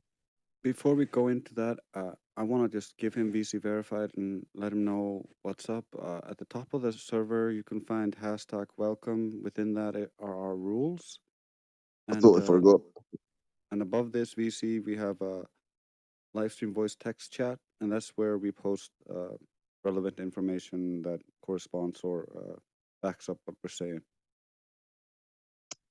I'm sorry. What was that second part? You said that there was hashtag welcome and then Right above the live stream, there's live stream voice text, and you can just click that, and that's where people write stuff that corresponds to the VC. Or they'll be running commentary, links or PDFs or like anything related to the topic of discussion, man. So like, how like when you think of flat Earth, bro, like what do you think of? I mean, do you think we believe that the Earth is some kind of disc, like a frisbee type thing? Like when you think of flat Earth, is that what you think? well, let me just say this. I do think it is a globe, unfortunately. But I think that it's not so simple, right? You guys just don't think it's a globe. You don't necessarily think that you don't have an That's it. opinion about the shape. Yeah, man, we just, as far as we're concerned, there is no curvature, there's no convexity, especially over vast bodies of water, and most of the Earth's surface is covered in water, supposedly. So we don't see any convexity, and there is no motion. Like, there's 88 constellations that have been the same since they were named, rotating in concentric circles, as they always have done. So, and personally, nobody experiences motion. So, as far as we're concerned, there's no curvature and no motion. We don't know the shape, we don't know the land masses, how they correspond to each other. We've got rough ideas with the maps that we've got, but we don't know the shape of the Earth, because flat is not a shape, bro. It's just like an explanation of what we see over most of the Earth's surface. You guys? Yeah, I got you. Yeah. See, that's what I was saying. Is what Dre said is the idea behind, I guess the. So I'm a little nervous, by the way. So you know. You're in a welcoming, friendly environment here, bro. Don't worry about that. Thank you. I appreciate that. But what I was saying is, you guys don't think it's flat. You just don't think it's a globe, or you don't think there's curvature or whatever. There is none. I mean, have you ever seen any in your life? Well, I have not seen the curvature because I've never been that high up. But How high do you have to go? I don't know exactly how high you'd have to go. But I think you'd have to be. Sorry, Nico. I think you'd have to be like in the exosphere, right, in order to see the curvature, like with the naked eye. So, do you think anyone's ever seen curvature or measured curvature? More to the point, like if you believe that there is a globe and there is geometry for that, there would have to be measurements of the drop over distance that the Earth supposedly does. So, I mean, do you know of anyone in history that ever has directly measured the Earth's surface to give us the dimensions of the globe? Yeah, well, I think astronauts have, but I've seen the effects of curvature. I haven't seen the direct curvature, but I've seen things go over the horizon. Like the boats. Yeah, boats and well, my dad was in the Navy, so I saw aircraft carriers go over the. Right. Take a look in live stream voice text. I mean, I thought other people would be posting, but if you take a look at that text channel that Drake told you about, I'll post what you're claiming as I'm in there. Wait 2 seconds. I'll watch it right now. They're just gifts, man. You'll see we've got a lot of ammunition in the server for literally all the topics that get discussed with the Earth. Now, I was correct to start with. How far would a boat have to go to actually go over the curvature of the Earth? Like, when you're viewing that, is there any other reasons why that boat is getting smaller and smaller and smaller and disappearing? Well, with the ship that I was looking at, it went bottom down. But do you have like the distances and where these were filmed at? Because where you can see it from depends on the refraction of the. Right. Well, when that was done, the guy that done it, his name was Spot. Was it Spot on Level or something? I'm not 100%, but he says that to the other side where you can see like the land or the hill or whatever the other side, I'm sure he said that was about 15 miles, and he estimated that the boat was more than halfway across. I'm sure that like I'm paraphrasing it, and it was quite a long time ago. But yeah, I'm sure. So that's roughly about 10 miles. So I mean, that boat, that's less than 100 foot. So there should be at least some of that boat obscured. If on 10 miles there's like 60 odd feet of curvature, there should be at least a portion of that boat obscured, even if it was halfway. But there isn't. But again, you can go into refraction indexes. There's a lot of people in here that will argue against these. You'll hear a lot of discussions about that type of stuff. But like when you mentioned, just to jump back to when you mentioned people in space, that the exosphere could it's a yes or no question, right? Can you have a pressurized system without containment? You said, can you have a pressurized system without containment? What do you mean by that? Like, can you have gas pressure without a container? Yeah. How is that possible? Well, I mean, we have gravity, right, holding the atmosphere to the Earth. So which kind of gravity? Like, which gravity would you say has experimental evidence? Like, you've got Newtonian gravity, mass attracts mass, and then you've got Einsteinian, which are just concepts, space and time, and they're in one, like a super concept, and they bend and stretch. Like time or space, like space is what, length, breadth, height, and time. Like, none of these things are like tangible objects. These are just concepts. So for to say they bend or stretch by maths, that's not really science. That maths is abstract. It's not like there's no scientific experiment for Einsteinian or Newtonian gravity. Neither of them have any science behind them. Unless Can I respond to what Dre said in there? You want to avoid the yes or no question that I asked you, like for the gas pressure containment. Like, so we know with barometric pressure of 14.7 psi on average at sea level. Now it is a gradient, so it gets less and less dense as you go up. So like up Mount Everest, you need oxygen, unless you're a Sherpa and you're acclimatized to it. But beyond a place called the Kármán line, space is good as infinite, and it's a near perfect vacuum. How can this humongous vacuum support this tiny little bubble of pressurized gas? Yeah, well, I said it was gravity, right?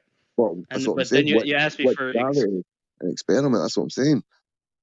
So like, we've got gravity's claimed to do a lot of stuff. Both of these versions of gravity's, but where's the actual scientific experiment that backs either of them? Can I send you a link for the the Cavendish experiment, right? I was hoping you were going to go for that though. So if that was a scientific experiment, what is the independent variable in Cavendish? What do you mean?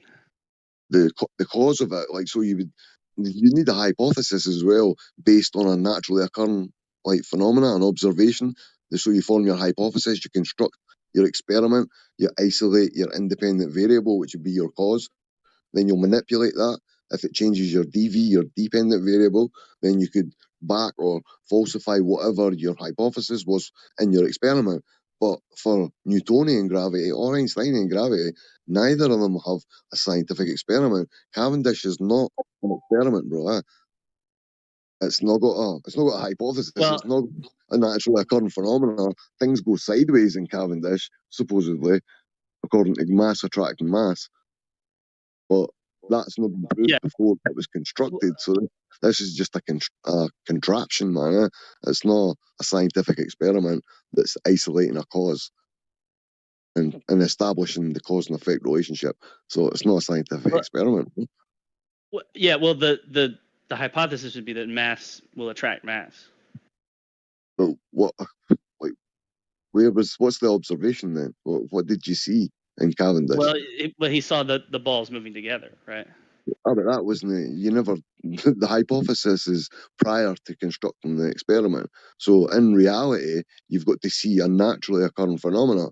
So if you're saying mass attracts mass, in reality, where did it happen before you constructed your hypothesis? Then your experiment. Well, it happened in the experiment. So you're begging the question, then, are you not? You're saying mass attracts mass. What do you mean by begging the question? But you're saying mass attracts mass before you've constructed the experiment. Like, so it wasn't seen in nature. I mean, what was seen in nature Well, before you well, construct the experiment? if the You balls can't didn't be- move together, then you would say that mass doesn't attract mass. But forget the balls. To start with, you were making you were building your experiment and your hypothesis on a phenomena. You weren't creating something with God knows how many variables that you can't even fathom, and then saying, "Well, this does this, mass attracts mass," because I saw it in the thing that I made. Like, it would have to occur in reality first. So something fell. That you could say that your hypothesis was based on the mass of the Earth attracting the small mass of the apple. So Newton says. Well, Would that well, not well, be hang correct? on, right? Like, so it is a falsifiable experiment, right? Because if I don't know the specifics, I'm not a physicist, but he hung up the two balls and then they attracted towards each other. And if they didn't attract towards each other, you would say, well, then mass doesn't attract mass. Because No, that's our called experiment affirming the does. consequent logical fallacy. Can you explain that one? That's a good one. If P, then Q, Q, therefore P.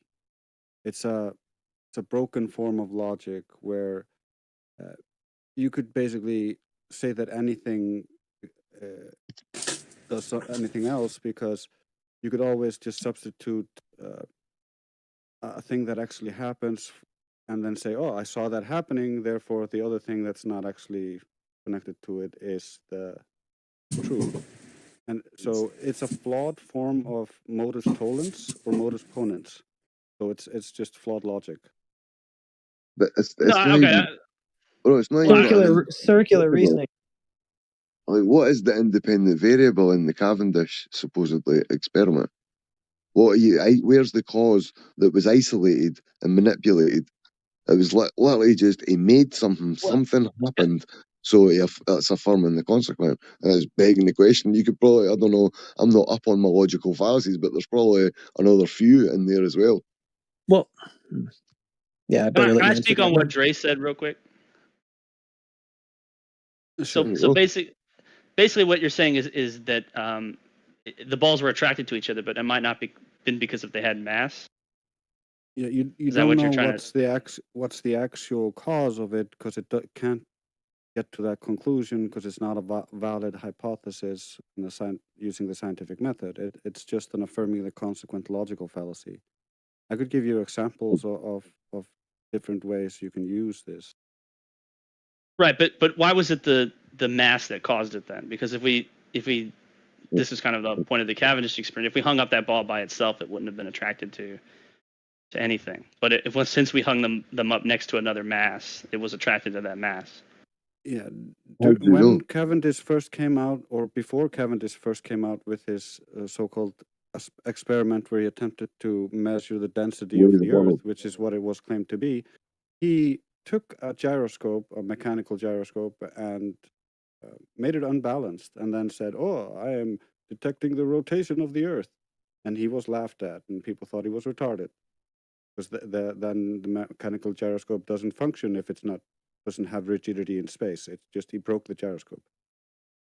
And so he created the Cavendish experiment after that, and many scientists, contemporary scientists during his time, tried it and said, well, they're just as likely to move apart depending on the materials we're using.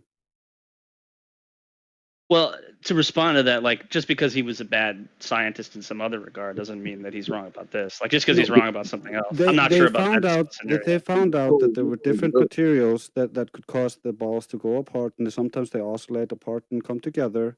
And so, according to all the other scientists during that time, they were saying, well, we have electrostatic attraction and repulsion, and that's much stronger than the assumed gravitational force that they're talking about. So how do we know that this is not some other mechanism as a play here? Can you send me that? Like, do you have a paper on that? Bro, I've never heard of that. See, I never said to you, but if you scroll down below the VCs, everything's alphabetized in the server. You could use the hashtags as well, but a click says chroma key, fake NASA stuff, bubbles in space, like literally hashtag anything. The server is jam packed. We've got terabytes of information in here. Check out the PDF room as well. That's packing as well. Like, Well, you know what the thing is, though, is that the claim was air being contained by gravity, and so we're making a few leaps from balls coming together to that. Well, the idea is that mass would attract mass, so it would follow that the mass of the atmospheric particles would be attracted to the Earth, which is a big mass. Okay, but if the Cavendish still a experiment was leap, wrong, then there wouldn't because, be. like- If there's no gravity, then it doesn't make sense. Well, like these guys are pointing out, you still don't know exactly what the cause is, so you'd still be making a leap, right? So if the observed phenomenon is air, right, being contained by something other than a physical container, what's the cause? Gravity. So the experiment should involve your observed phenomenon, which in this case has to do with air, right? no balls going sideways.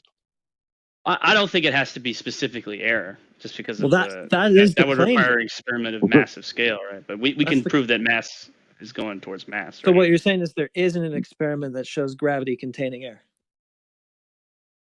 There probably is. I wouldn't be aware of it though.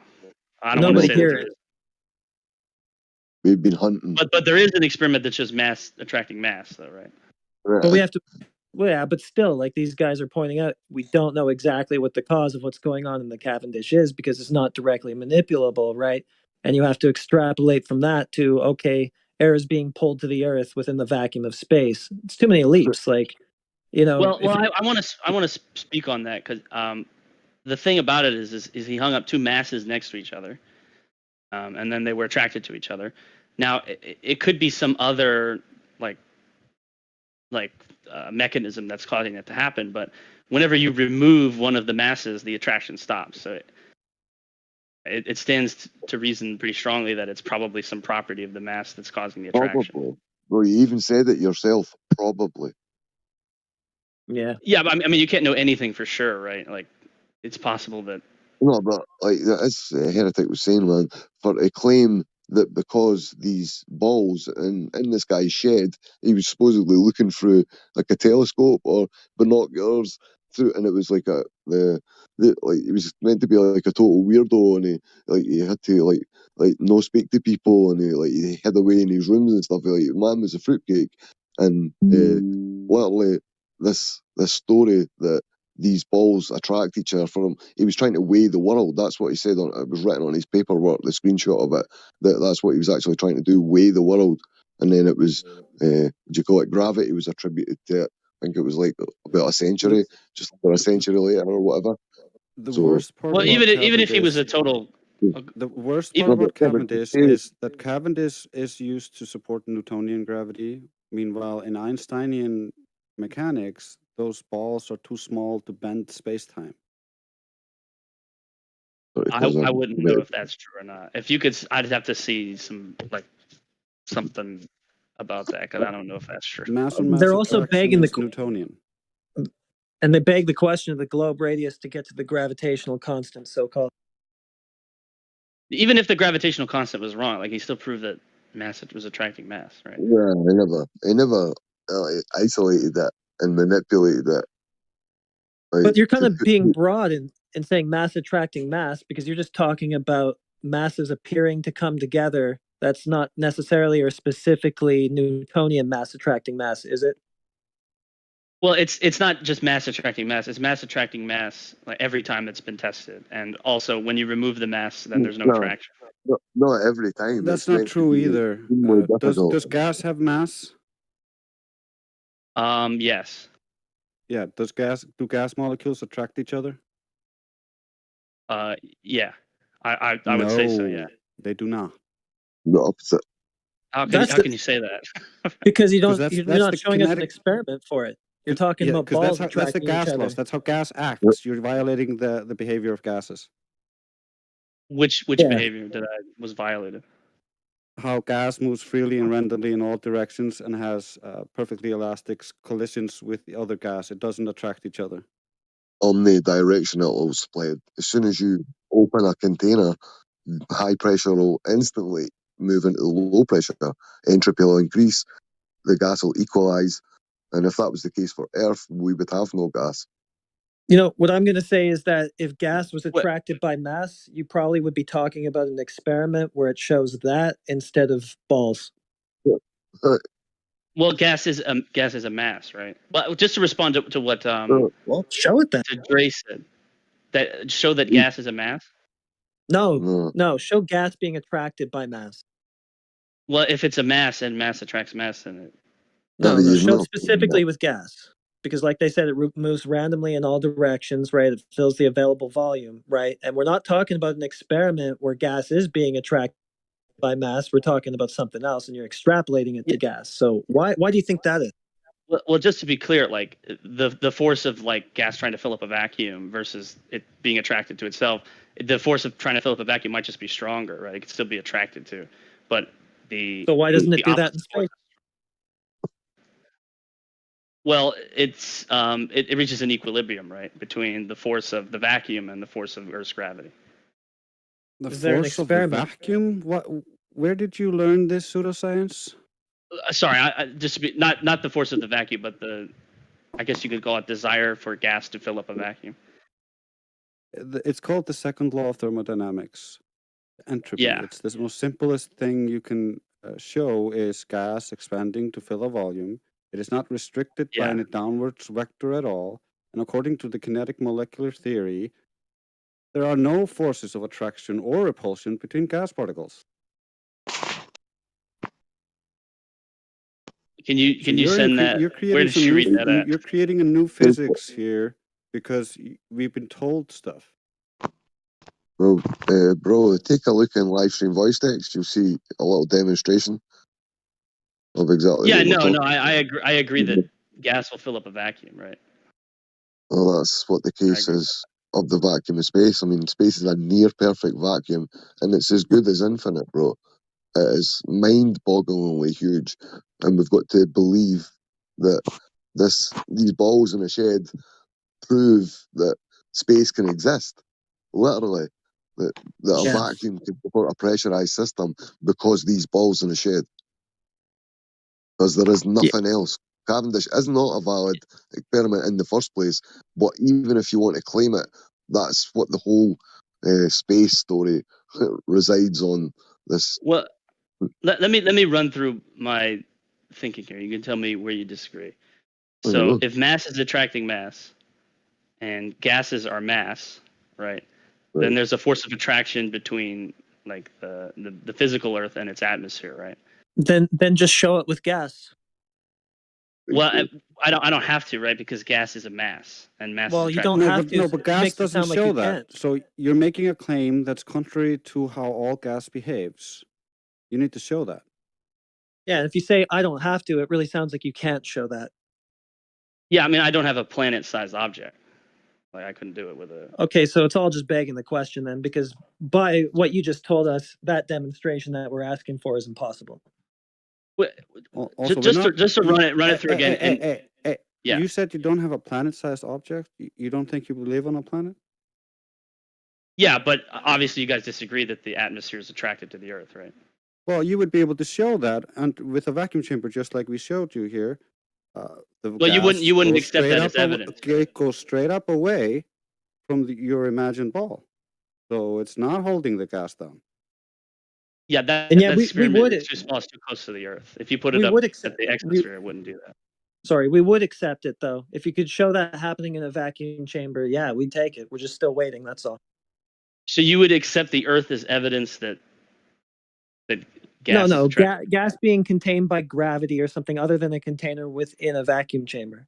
Yeah, well, the Earth is an example of that, but you wouldn't accept no, that. You believe that the Earth is holding the gas. That's not being an example of that. That's your imagination. In reality, when we test the gas and we open the valve, the gas goes away from the surface. It's not contained by an imaginary force holding the gas down. Yeah, because it's really close to the surface of the Earth. It's closest where the gravity is supposed to be the strongest. You cut out.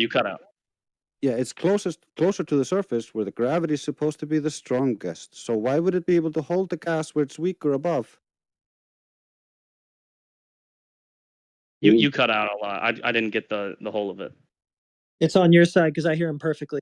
Yeah, so bad. Well, it might be on my side for sure. Drop I out and said come it. back in.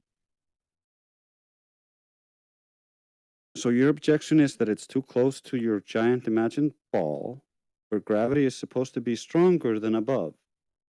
Why would it be able to hold the gas above where gravity is weaker?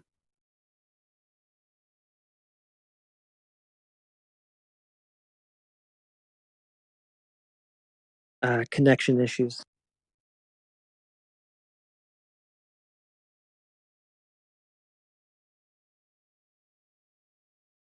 Heretic, I heard you. You said connection issues? Can you hear me, bro? Can you hear me, bro? Yeah, a little bit. Maybe drop out the room and come back in. I don't know. Yeah, hang on. I'm going to drop out and come back in. He seems all right, man. Hello? Yo, yo. Hey. Okay. Hey, Jay.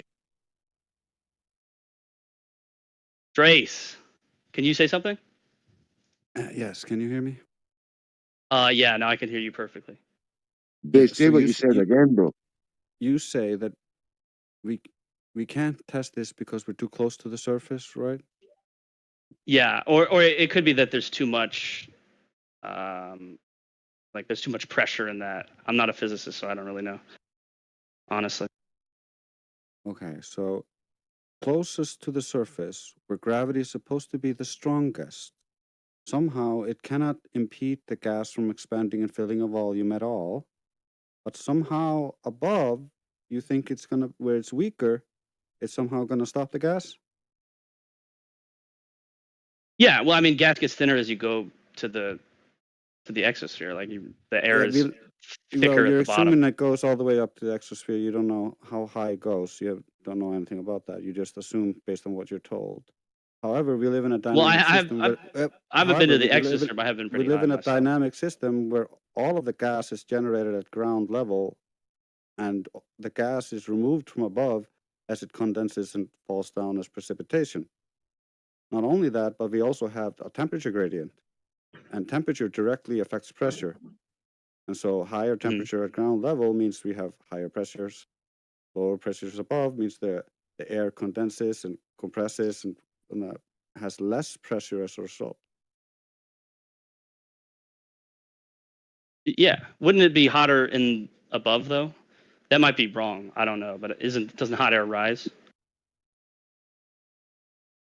That's weather systems. Hot air does rise, and that creates weather systems which move across the flat Earth. Yes. Yeah. What was the question? Because you wanted to ask a question. I didn't understand it. I was asking you, how is your imagined gravity able to hold gas away from the surface if it cannot do it closest to the surface where it is the strongest? Well, it does do that. No, Right, it does hold not. gas. We can see that until with every test we do with gas.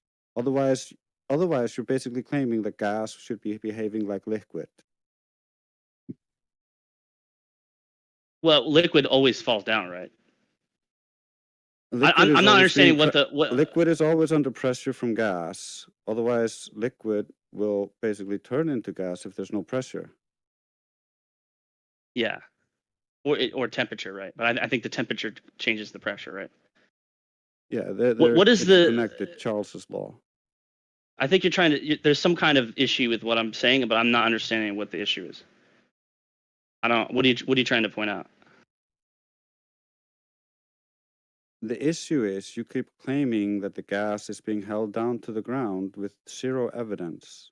Meanwhile, when it's tested under laboratory conditions, the second law of thermodynamics prevails always. And multiple gas laws as well. Space breaches. Boyle's law is one of them. I mean, I'm not up for all that stuff, but I know you have spoke about it many times. Yeah, they all So many- require volume. In the globe model, it's just expanding out into nothingness, infinite nothingness and vacuum. So, like, there's nothing to stop the gas from going outwards. Well, it's being attracted to the Earth. Because of balls. Yeah. because it Well, balls it's in a mass. You believe that, Oh, bro. but you need to show evidence of that.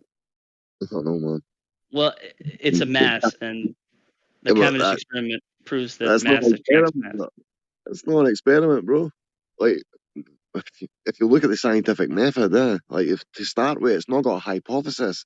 Like it's not based on anything. The machines, the right. machines made, then shit in the machine happens, and then they claim shit. You've got to see something happening in reality, Right. then So, manipulate it, and then establish a cause and effect relationship that's based on your observation, not a device, a contraption that was constructed with unknown variables. right. So just because the hypothesis is that mass attracts mass, But where's and that and seen and, in and, reality? and it's falsifiable too. No, where's that seen in reality? Where is this seen in reality? Mass attracts mass, apart from Right. when the contraption's made. But it is falsifiable, right? Because if mass didn't attract mass, then the balls wouldn't move together. When was that verified by a scientific experiment that But that's the isolates Cavendish cause? experiment. Where does it isolate a cause and manipulate it?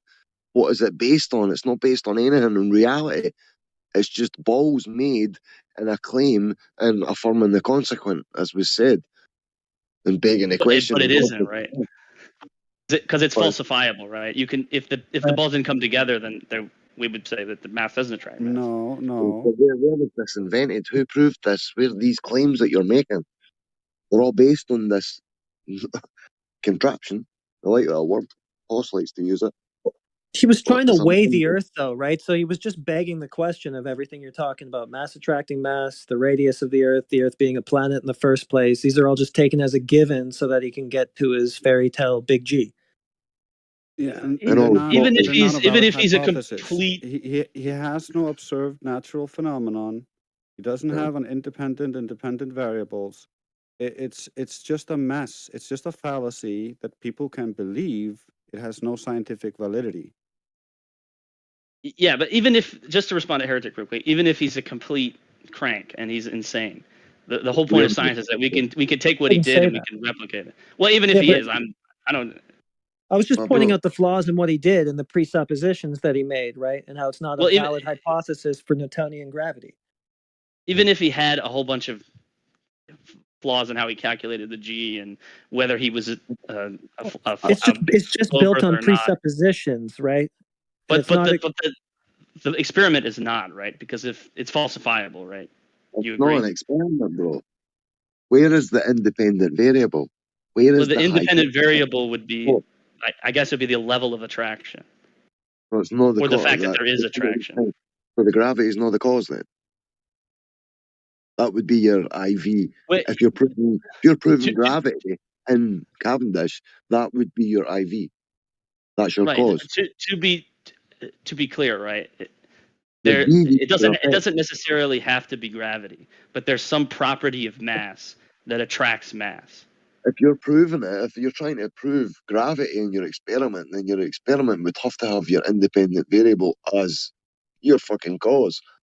Right. Your- Well, your- I mean, the definition of gravity is mass attracting mass, but if we call it something else, it's still the same Nowadays, phenomenon. that was supplanted by Einstein over a century ago. Nowadays, the rhetoric for the gravity is space-time bending and Right. dilating. To respond to Drace real quick, right? It would have to be some property of the mass, because when we remove the mass, the phenomenon disappears. What is mass? Right, go for That's a that. tough question. It's matter. Yeah, you right? don't know what that is, and you're just saying, but Well, it's something matter. unknown attracts something unknown, and therefore everything has some unknowns in them. Therefore, no, it's illogical. Well, it's matter. Is that a good definition? No, that's What's actually mass? wrong. Mass and mole are oftentimes incorrectly identified as each other, while they're separate concepts. What do you mean? That mass and mole are different things. Mole is the amount of substance. Mass is the weight, basically, of something. And weight is like also that gets attributed to gravity now, but like before that, it was a different concept. Like we're stuck in all these conceptual ideas that have been fed to us, and that's the issue. Yeah. And you're just How about going on. matter? Is it? Here's a better. Matter is attracting matter. Is that fair to say? Where's this verified? Just Yeah, Right, but through the Cavendish matter can experiment. matter can also be repelled from other matter. Matter can be attracted to matter. There's different types of things that cause these things. To assume a cause and then project that out to everything else is idiotic. Yeah, Right, that's but what I've been trying to say. to be clear, right? It only happens when there's two pieces of matter next to each other, and then they become attracted. If you remove the matter, there's no attraction. No, it depends on what type of matter you're using and the charge on the matter. Like there's different types of effects, and you gotta first find the naturally observed phenomena. You don't have a naturally observed phenomena of rocks falling towards other rocks.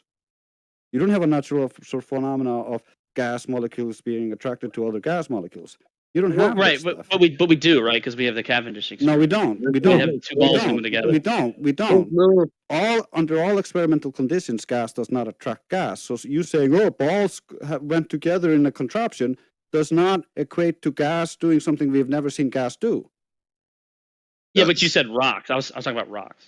Let's get rocks down. So it doesn't Rock sound is like what kinda you're like talking ball. about. Doesn't sound like what you're talking about happens anywhere other than in this man-made apparatus. So that's probably not going to help us understand anything Well, it happens about the Earth. everywhere, right? Well, then Yeah, point to yeah. somewhere else it happens. Where the hell has it ever happened apart from these two balls in the shed? If something Just to be clear, if something like the size of balls, if there's an attraction, just point to somewhere else it as happens. much as that, where else does it happen in reality? There must be other things attracting other things that's been observed. yeah, somewhere. the Cavendish experiment is enough to prove I'm that. 'Cause just saying, because where it's else does it happen? replicatable. Just I don't those need to go balls. anywhere else. You're just For saying the that magnetic, because there's just nowhere else those- you can point to that it happens. That's what I'm saying. Like, you've got those balls that are definitely Yeah, attractive. every- according to you. So where else does it Yeah. happen? Somebody must have filmed it. Everybody's got a camera. There must be something randomly attracting to something, someplace on the internet, surely. Apart from these balls. Any like experiment that's done like that would be a Cavendish experiment. Bro. 'Cause It's done in colleges Okay, and high you schools. said it yourself. What's Any Okay, so it doesn't happen anywhere else other than in Cavendish. So that's not telling us anything about the natural world. But it's telling you about the natural world, right? Because the Then experiment point to eliminates all the it other happening in the variables. natural world. Well, I could point to it happening in the natural world, but then you wouldn't accept that evidence. Just do that. Yeah, I mean it happens with the Earth and its atmosphere. Oh, okay, so we're back to air prove being that. contained by something other than containers. Is there an experiment for I mean, it that? happens with planes that fall from the sky. Okay, you're begging the question that it's happening for the same See, reason. but that see, the that's balls that's are what I'm doing it. saying. You wouldn't accept the evidence, right? It's not evidence when you don't have any evidence. When you just look at things and say, "Oh, that's that. That's not evidence." Yeah, what falls in the Cavendish? The balls fall towards each other. They're not falling. They're not going downward. Well, they're being attracted to each other. Well, they're not going downward, and something falling is going down, right? So if that's your observed phenomenon, then I would think that your test would have to include that. If you put the ball below it, it would fall. It would? Well, show it. Hey, please. Yeah. Right. Well, if you're going to talk science and the scientific method, it has to be followed rigidly in an experiment, or it's not an experiment. That's You fine. haven't. What is your major point against it being an experiment? 'Cause What's I'm not the understanding. variable, bro? And Right. where's It would the- be whether or not there's attraction. Well, See, for how about- instance, there's even a hypothesis based on the The phenomenon. hypothesis is that mass attracts mass. Bro, in reality, where does this happen before you form your hypothesis? When you think to yourself, sitting on your seat, or your Right. That's the point. Wait, that's the point of the hypothesis. It's just what you're testing in the experiment. But you don't construct something, then claim that what it's doing is what you believe, or you push whatever your narrative is. Like, we're trying to establish shit in reality, yeah. You see something happening in reality, you try and remake that. You try and mimic what you saw in reality by constructing whatever apparatus you can recreate what's happening. So in Cavendish, what is it recreating apart from the claim that you're saying that mass attracts mass prior to even it's not.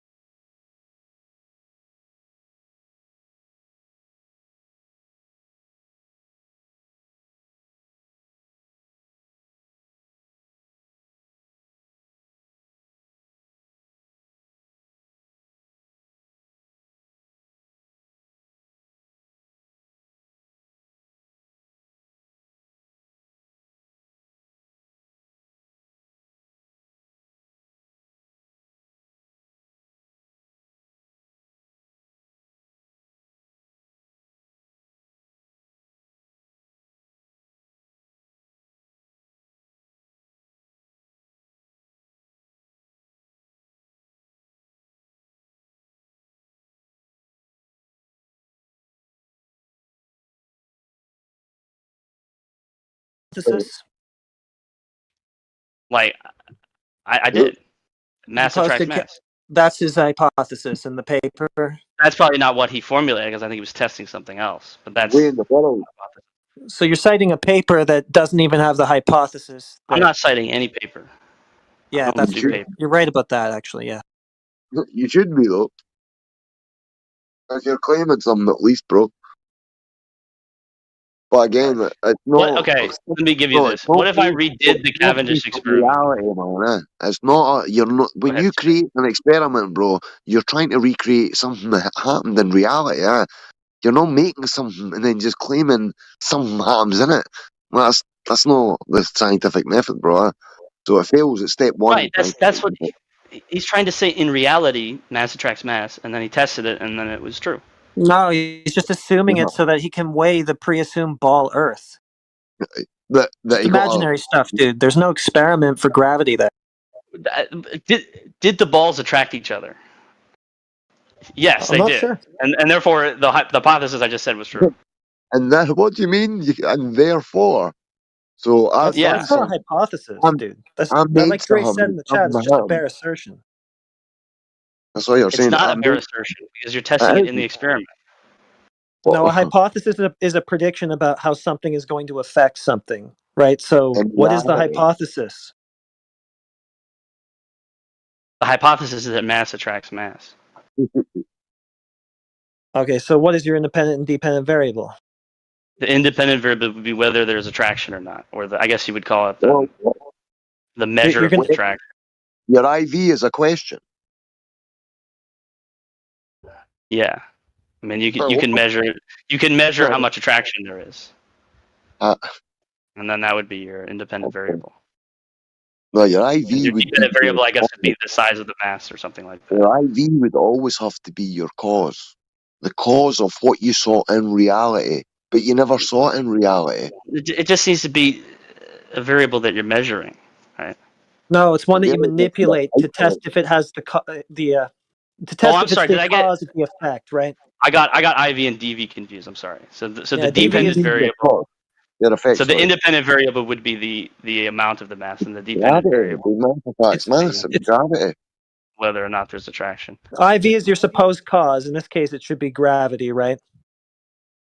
Yeah, well, that mass attracting mass Yeah. is what that's And the definition the of problem gravity. you have is you cannot formulate a valid hypothesis because you need to be able to manipulate your assumed cause, which is gravity.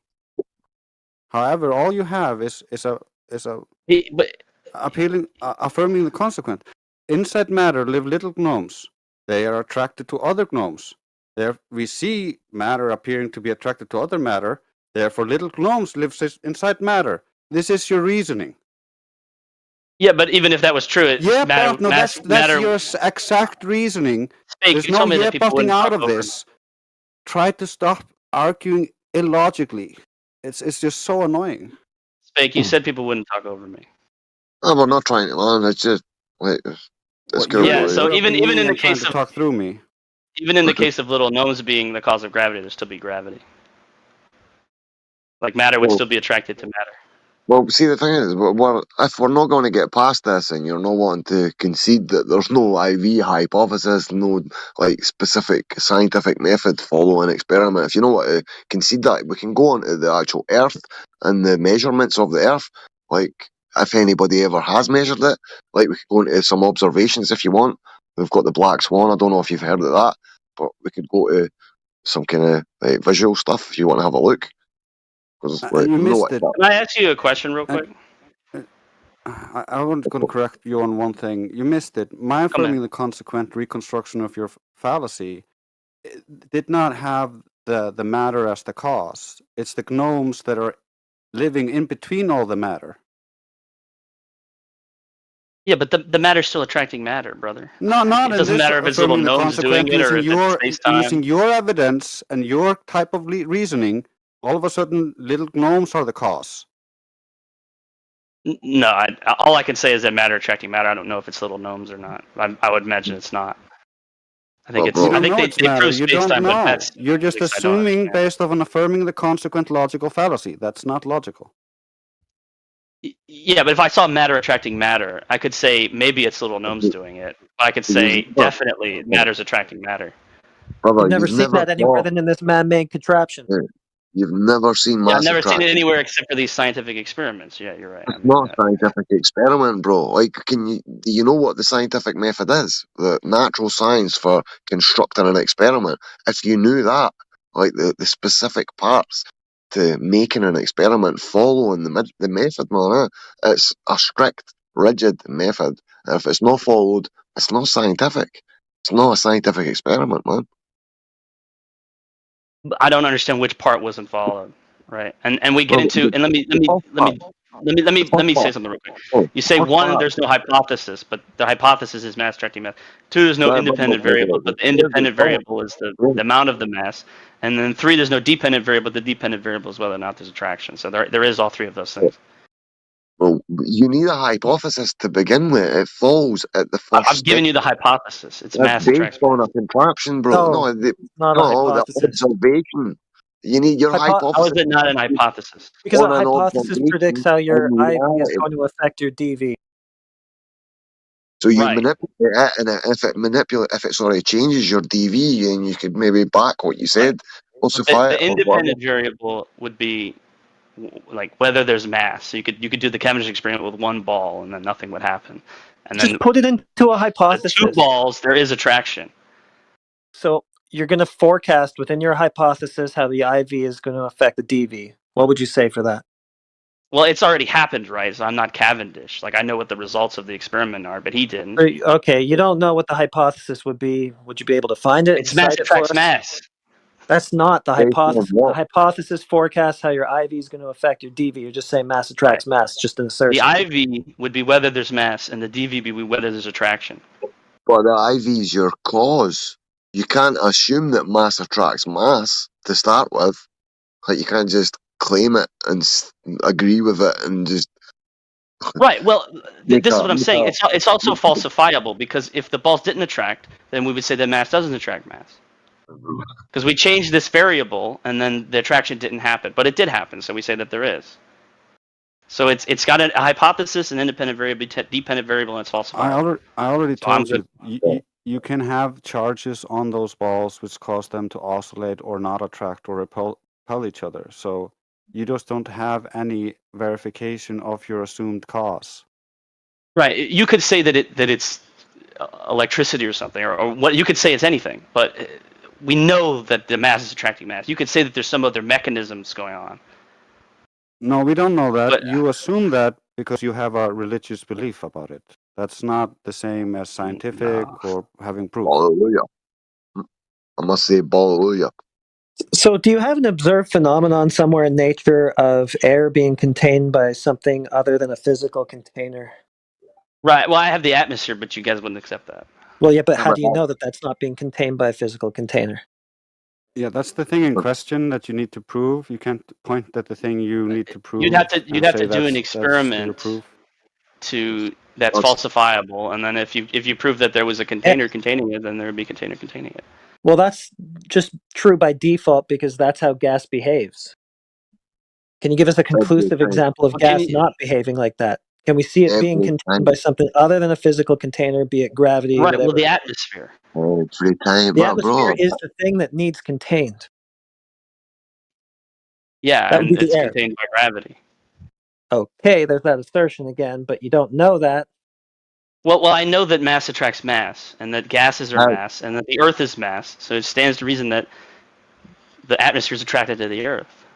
Because two balls attract each other. The whole model. Yeah, because mass attracts mass. Yes. Well, bro, you know that what's his name? Lewis Ryder, he's from Oxford or Cambridge, said that. I'll post you the link for it. It's aside from one of his PDFs on general and special relativity, and he says it should be abandoned because it doesn't work with the supposed big scale that the Einsteinian gravity nonsense. I'll post you if you want. If you check the live stream, 1 second. So if your leaps of logic are true here, that mass attracts mass and therefore gas is attracted by mass, then just show it with gas. I don't have enough gas. I don't have a big enough object. So take a look. That says a lot. I don't have it. Well, I do have a big enough object, right? I have the planet, but when I say that it's the Oh, planet, how do you know that? Is there a measurement for that planet? yeah, people measure the density of air at the surface and at the. No, I meant a measurement for that planet that you think is attracting gas. Does that let's even go with the measurements Which measurement of it? of the Well, Earth. You're planet. You're radius. assuming the density of the air is caused by the imagined mass of your planet. Well, you have no proof of that, and especially when we see gas expanding away from your imagined massive planet that's supposed to hold the gas down. It doesn't show that. You don't have proof of the planet either. So this is all imaginary stuff. Yeah, so if we can go to that, why do we not go to the dimensions of the Earth and like who proved, who verified? Let's move to the Earth then. Okay. Yeah. I have a question. We have pretty strong telescopes that can get pretty good images of the moon, right? If the Earth is flat and I point my telescope at 90 degrees with the Earth's surface, why don't I see cities very far away? What? So you think What's the you weather can see visibility forever? looking like that day? Can you see forever? Basically, are you thinking? There's no any particles in the air.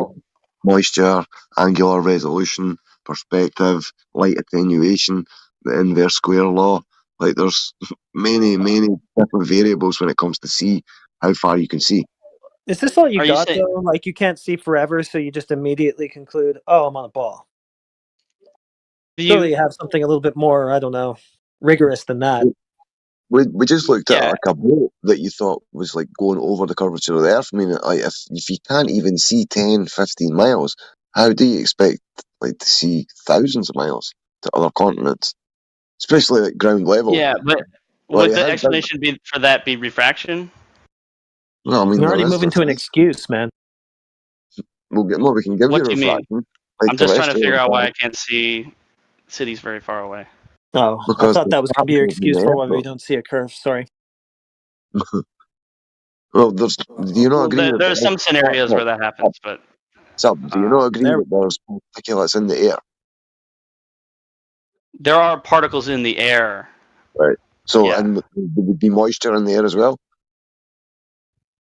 So, Yeah, but on a flat Earth or a hexagon Earth, are you still going to be able to see like forever? There's obviously going to be a point where you can no longer see, especially down at like the lower elevation down here at sea level. I disagree. What you think? How big would a continent have to be for you to see it at ground level from If another there is no planet? refraction, I should be able to see pretty far. I should be Why able to would- see why would- like. Well, there's why thousands would- of air, miles an hour. man. Check a weather report. It has a thing on it that says weather visibility. It'll give Yeah, a but I figure can around see. 10 miles or something on a really nice clear day. That's not that far. I don't know why you expect to see thousands of miles across the ocean. Well, they're doing that Yeah, assumption with a ball Earth, right? Like they give their No. visibility based off of the Nope. curvature of the Earth. No, A no, lot of the curvature doesn't factor into it. There's also the problem. Right. with So the- I can wait. Hold on. Can I give my argument? Okay. No, I want to help you out here a little bit. You're not accounting for the fact that you see in perspective. Everything you see appears to ramp up to the center of your view, and from the sky appears to ramp down. You can't see beyond the limit of your vision, where things. Well, I have appear a telescope. Yeah, Right. that only increases the optical limit. That just a bigger aperture means you can see further. That doesn't mean you can see forever. We can Yeah, but also I can show that see with things smaller in apertures. space.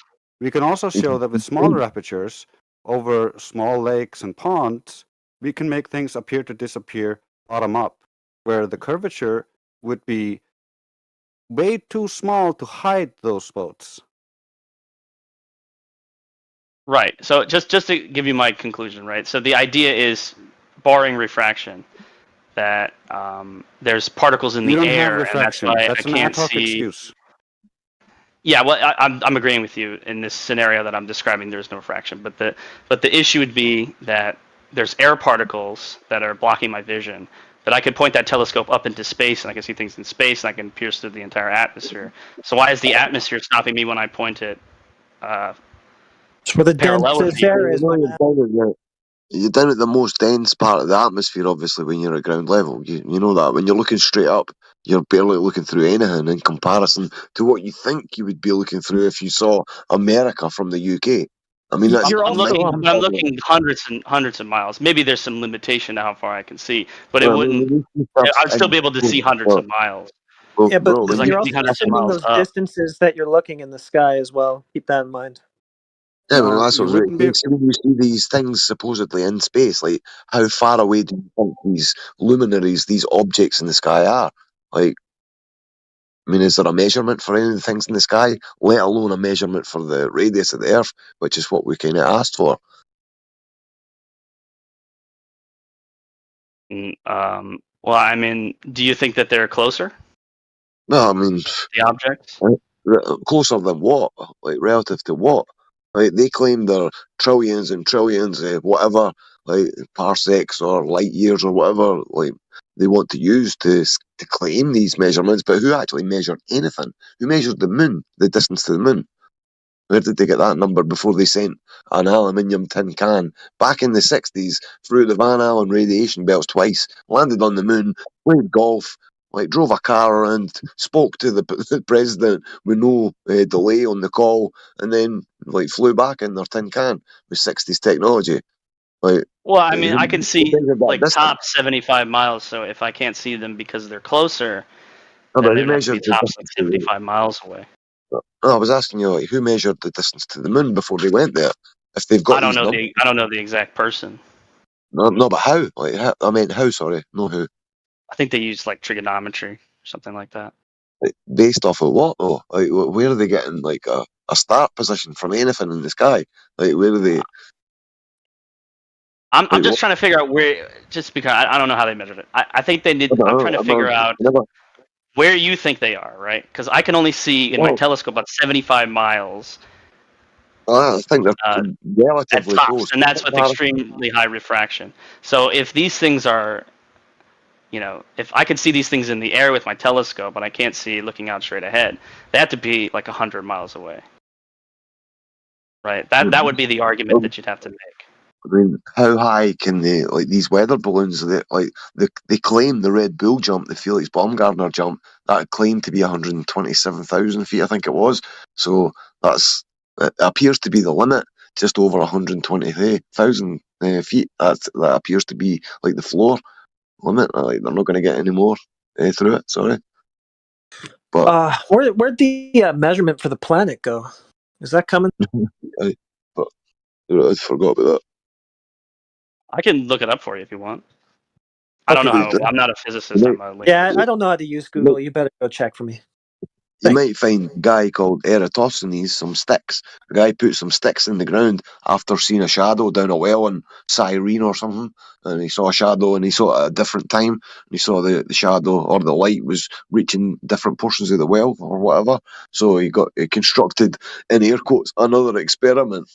No, that it's an experiment, so it can go beside Cavendish. So, and he never measured the Earth. He calculated it according to the differences in the shadows.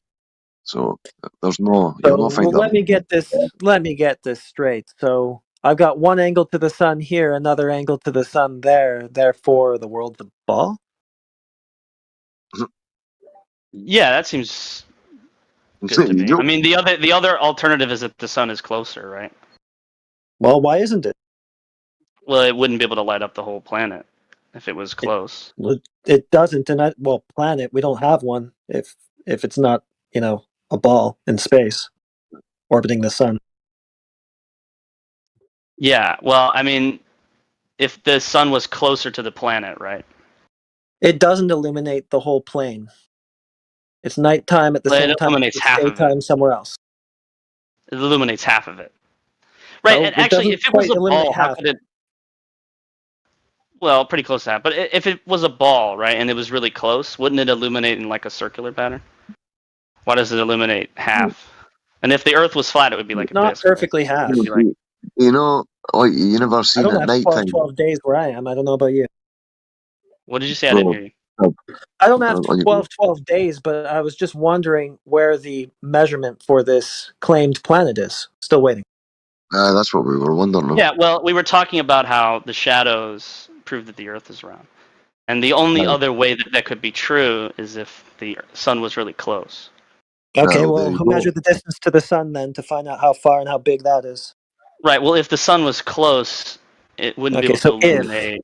Is there something other than if that we could use, like maybe just a direct measurement, some sort of direct confirmation? Right, well, it wouldn't be able to measure, it wouldn't be able to illuminate the whole planet. And since if the Earth is flat, then it would be illuminating in everywhere all at once, so that doesn't matter. That's not an issue. It's illuminating half the Earth.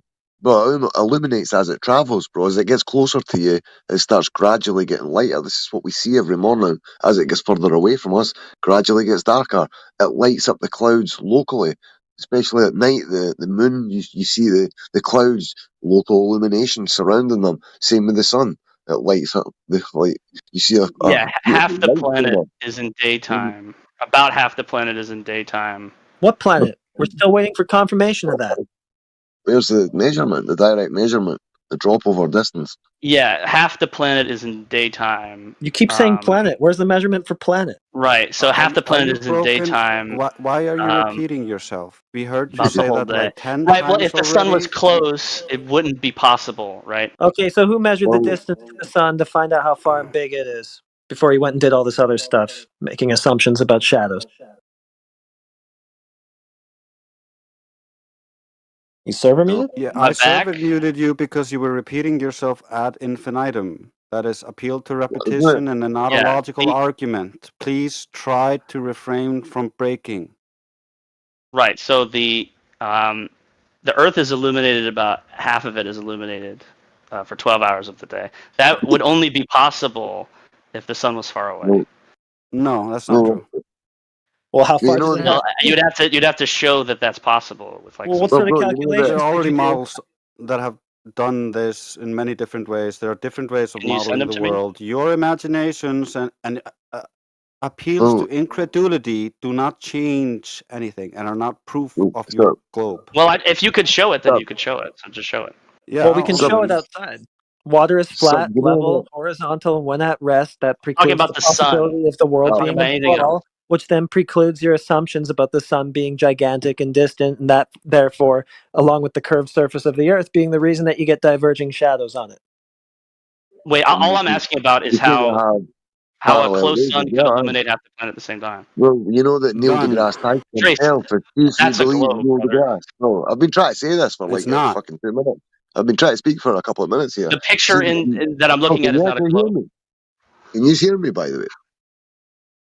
No, it's flat with Sorry, the Spike, dome. we hear you. Go ahead, Yeah. Spike. Well, it's fine. Just talking over me. I mean, I've tried literally for like 2 minutes or something. We try to get this through. Sorry, I'm man. trying to add that Neil Sorry, deGrasse Spike, sorry. Tyson himself. You just done it again.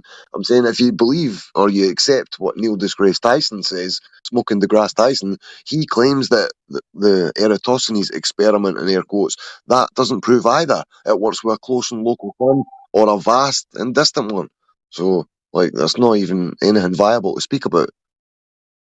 Can you send me that quotation? What? Neil deGrasse. Yeah, Best but part I about can look it up. What was the exact quote? I can look it up.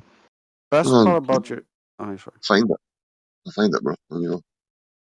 Best part about your issue with trying to use Eratosthenes is now you have no refraction. All of the light from the sun is not refracted at all and is coming in perfectly parallel lines, which destroys your lunar eclipse excuses and all your refraction excuses for long distance photographs. So you're dead. I don't know about that. Can you demonstrate why there wouldn't be refraction?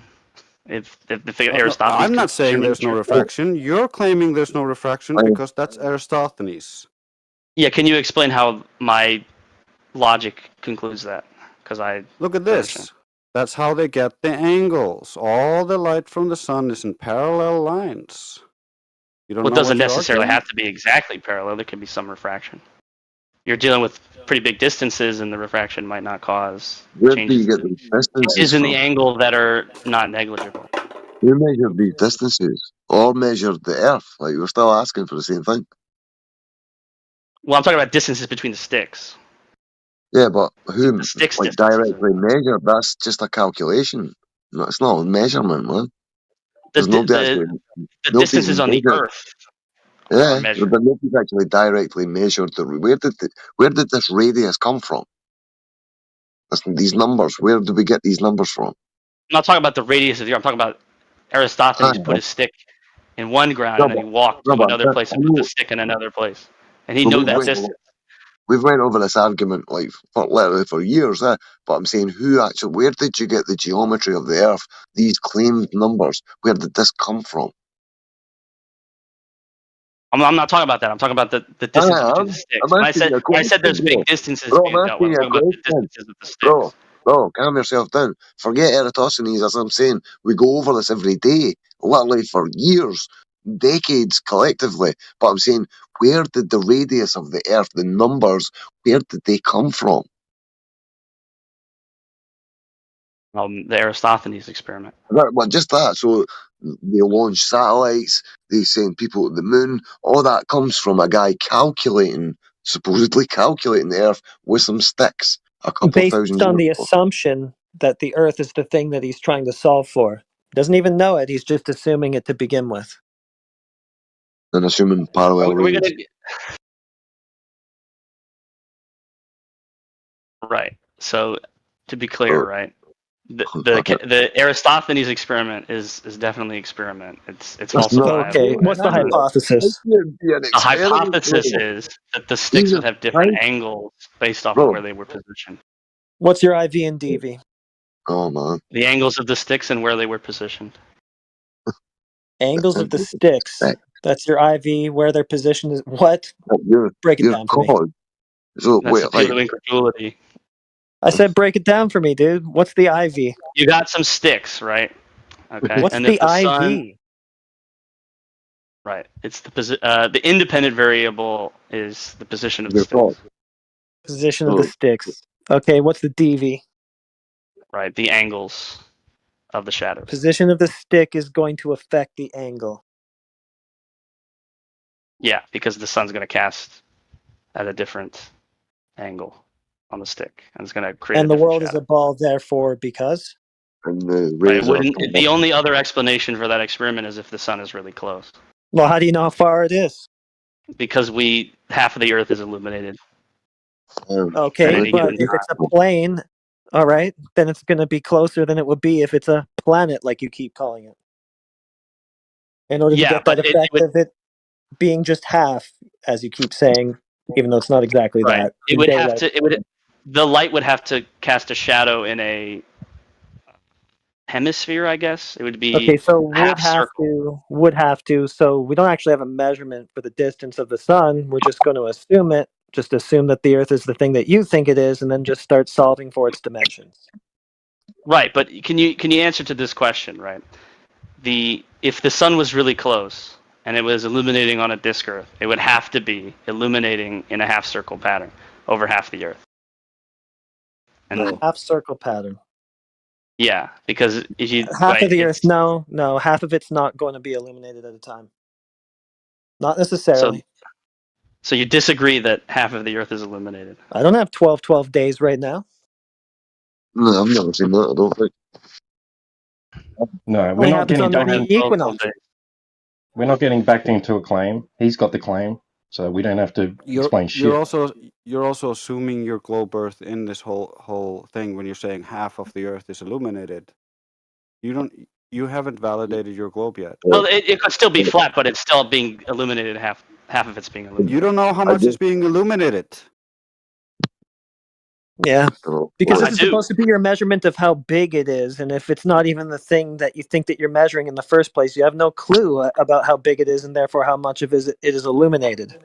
The you have no way of knowing how much is illuminated. All you can do is look at Google, and Google tells you this much is illuminated. That's all you can do. Well, I can drive, right? Like I can go to these places. Yeah, but can you confirm all of the Earth? I can Check call the somebody that's illumination there. Where we? How about the ocean? Yeah, there's plenty of places in the ocean that you don't know. Well, I could just take a person that's at that's at sunrise and then at sunset and measure the distance, right? Right. So if I'm having sunrise, about 12 hours away there'll be sunset. So I could call somebody, and I guess it would be Russia. No, I guess it would be in Russia, and then I could ask them. And you're going to get the distance to the sun out of this somehow without assumptions? Well, I would know that half of the Earth is illuminated, and if I know half the Earth is illuminated, Well, how do you know how big it is? That's what you're trying to figure out right now, but you haven't figured out what it is to start with. right? Well, I know what the size of, I know what the distances on the Earth are, right? How? You can walk them and measure them, right? No, but what? So who measured the whole thing? Who gave us the entirety? Like, Right. So if I start in where I'm at in America, and I get on a boat, right? That boat's moving at some miles per hour, and then I could just, knots. Well, I'd be moving at miles per hour too. You can convert them all between each other. So, and then I could get off the boat when I get to, like, I don't know, I guess I would get to France, and then I could drive in a car at some speed till Vladivostok, and then I could get back at a boat, and I could go back to the west coast, and then drive back to the east coast, and I could calculate how long it took me and how fast I was going. Right. And that would give me the measurement of what? And then of how much the distance of the Earth is. Well, it sounds like you got a lot of legwork to do before you can start making your other assumptions to figure out how far away the sun is. Well, people have already done that. Good luck sailing in straight lines. Doing anything in straight lines. The Earth's not moving in a straight line either. You can go to that if you want. So you guys disagree about the distances that are on planet Earth, right? Is that what you're saying? What no, planet? the curvature, the drop over distance. We see too far. Okay, how about this? Do you have a measurement for the planet that doesn't involve presuppositions? Yeah, I just gave it to you. You can. No, you didn't. You just go around the planet and measure it. Okay, that's begging the question. That is a presupposition in itself. It's not begging the question, man. Yes, it is. You just said go around the planet. You're already assuming the very thing in question. You can measure the distances between things. Okay, that doesn't what begging the question planet. fallacy means. If your conclusion is in your premise, It's a begging the question fallacy, and you cannot use that argument to try to get closer to the truth. It means you have an error in your attempt at reasoning. You're being irrational. Alicia. So just to be clear, you're saying that if I were to drive, right, across Europe, I couldn't measure the distance that I was going? Yeah, just to be clear, you're essentially saying that distances can't be measured on plane surfaces. Well, you're also begging the question. I'm not asking you to measure the distance. I'm asking you to measure the planet in the first place, i.e., curvature, drop over distance, the shape that you claim. That's what we're looking for the measurement for. Yeah, and the Aristophanes experiment proves that. But then we went through a bunch of other things to get to It doesn't prove it because you had to make assumptions. One of them being the planet in the first place. No, one of them being the distance between the sticks, which is what we're talking about, right? No, that's not an assumption. Well, actually, take a look in live stream voice text. I posted it while you were talking a minute ago. But Eratosthenes. Well, I thought I didn't want to derail though. No, well, it's the same thing. Neil deGrasse Tyson himself says it works on either quote unquote model. It works with a vast local, distant sun, or a close, smaller and local. It works on both. It's kind of a moot point. It's a moot argument. Like it's pointless talking about that. Go to the Black Swan if you want for an observation that proves that there is no geometric horizon. Yeah, well, unless you we're just gonna have to take care of your. We're gonna just have to take care of your interpretations of shadows on the Earth now. 1 sec. Yeah, just to be clear, we were talking about that, right? And the only other explanation for that is if the sun was local. Okay, right? So listen, if your interpretations, if the sun's local, it wouldn't be able to. If your interpretations of shadows on the Earth, right, it would. Are You just say it wouldn't. True. You have this no is proof a that it would. No, it's so not. You haven't even heard what I'm going to say. If your interpretations about shadows on the Earth are true and it's therefore a ball, right, then we must have a geometric horizon distance of 1.2 miles times square root of observer height in feet. Do you think that that's what we have on Earth? Well, there's refraction as well. Okay, so you're already getting your excuse in there. You didn't even answer. You just went straight to the excuse. Do you know about Mick West? No, he's been in here a couple of times. So it sounds like no, we're not going to Love have Mick that West. geometric horizon distance that your ball that you think you measured with shadows necessitates. It doesn't necessitate it because of refraction. Mick West has been in here twice, and both times he got racked. Destroyed. Completely. According to you.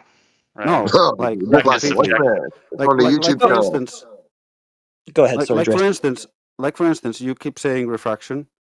Do you understand that different wavelengths refract at different rates? And the different kinds of refraction there are? Yeah, I would say so, yeah. Okay, so you understand that different wavelengths refract at different rates, so we would be able to prove if there's any refraction, like you say. Yeah, Mick West made a reflection calculator. That's what I was going to bring up. No, he made a refraction assimilator. It's not a calculator. It just allows you to move a refraction bar until it matches your observation. It only increases the radius of the globe until it matches. That just makes the globe more flat. Yeah, you're just varying the radius. Right, so he uses the temperature of the air, right, which is a known. So if you had... Actually he doesn't. He doesn't use the temperature of the air from any of the pictures that he takes. He doesn't get that data. It just assumes... He does. No, he doesn't. And then he just assumes based on the slider. And the worst part is that you haven't actually shown that can cause refraction. There's no evidence of that. He did show There's that. no boundaries. Actually, they don't. He did the sugar experiment. Can I post the sugar experiment? Yeah, I know what you're talking about. That is a homogeneous isotropic medium that's been let stay for long enough until everything settles in it. That's not the air that you live in. That's inhomogeneous anisotropic. And when they stir that little pot or piss tank or whatever they're using, all of a sudden there's no bending of any beams.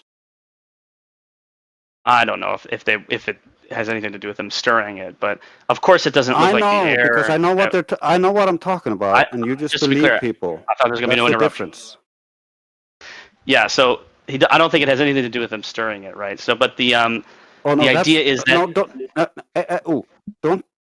Spake, you told me that there wouldn't be interruptions. Don't hand wave what I'm saying. Like, Yes. you don't think it has anything to do with it. You can watch them play with it, and then stir it, and then the laser stops acting like that.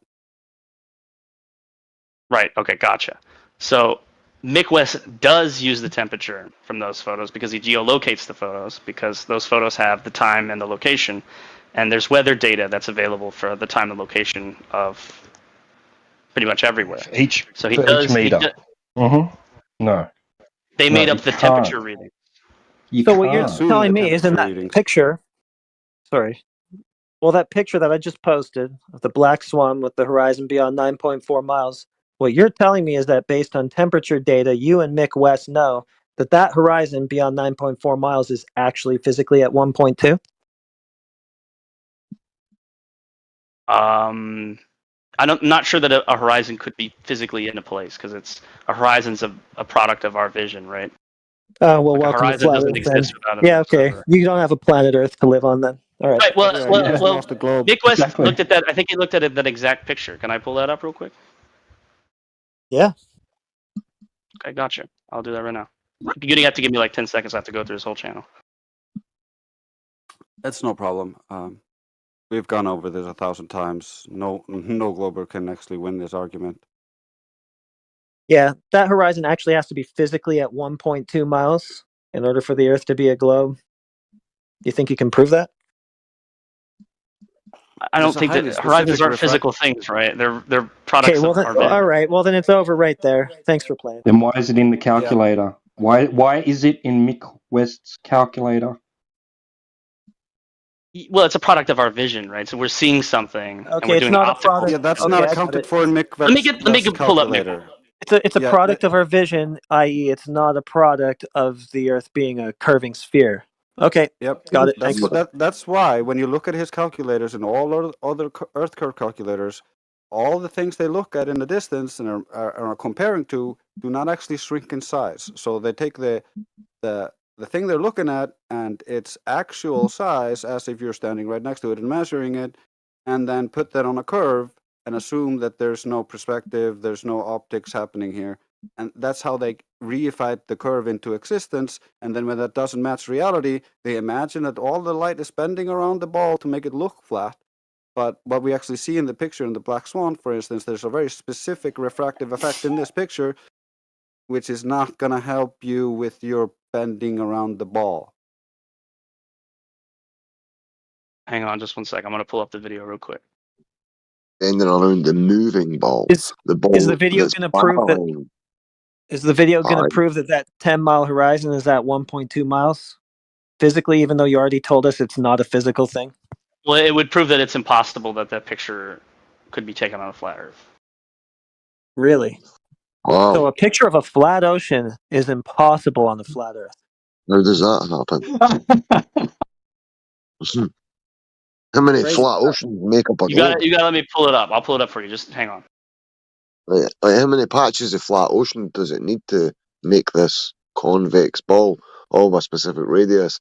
Never measured, calculated by some sticks, and gravity proven by some balls, and the vacuum of space literally resting on a couple of balls in a shed and a couple of sticks in the ground. It's a bit shaky ground that you've got, bro, do you not think? And I think your evidence quality is quite low for the globe. You guys say that we're the archaic ones. I love that he threw away the geometric horizon, and they derived literally the size of the ball from looking at the horizon with the eyes. Like that's how retarded this is. Exactly. It cannot not be based on the radius. We should get into the Black Swan, boys. Let's do it. So, Sub, have you heard of an image called the Black Swan, my friend?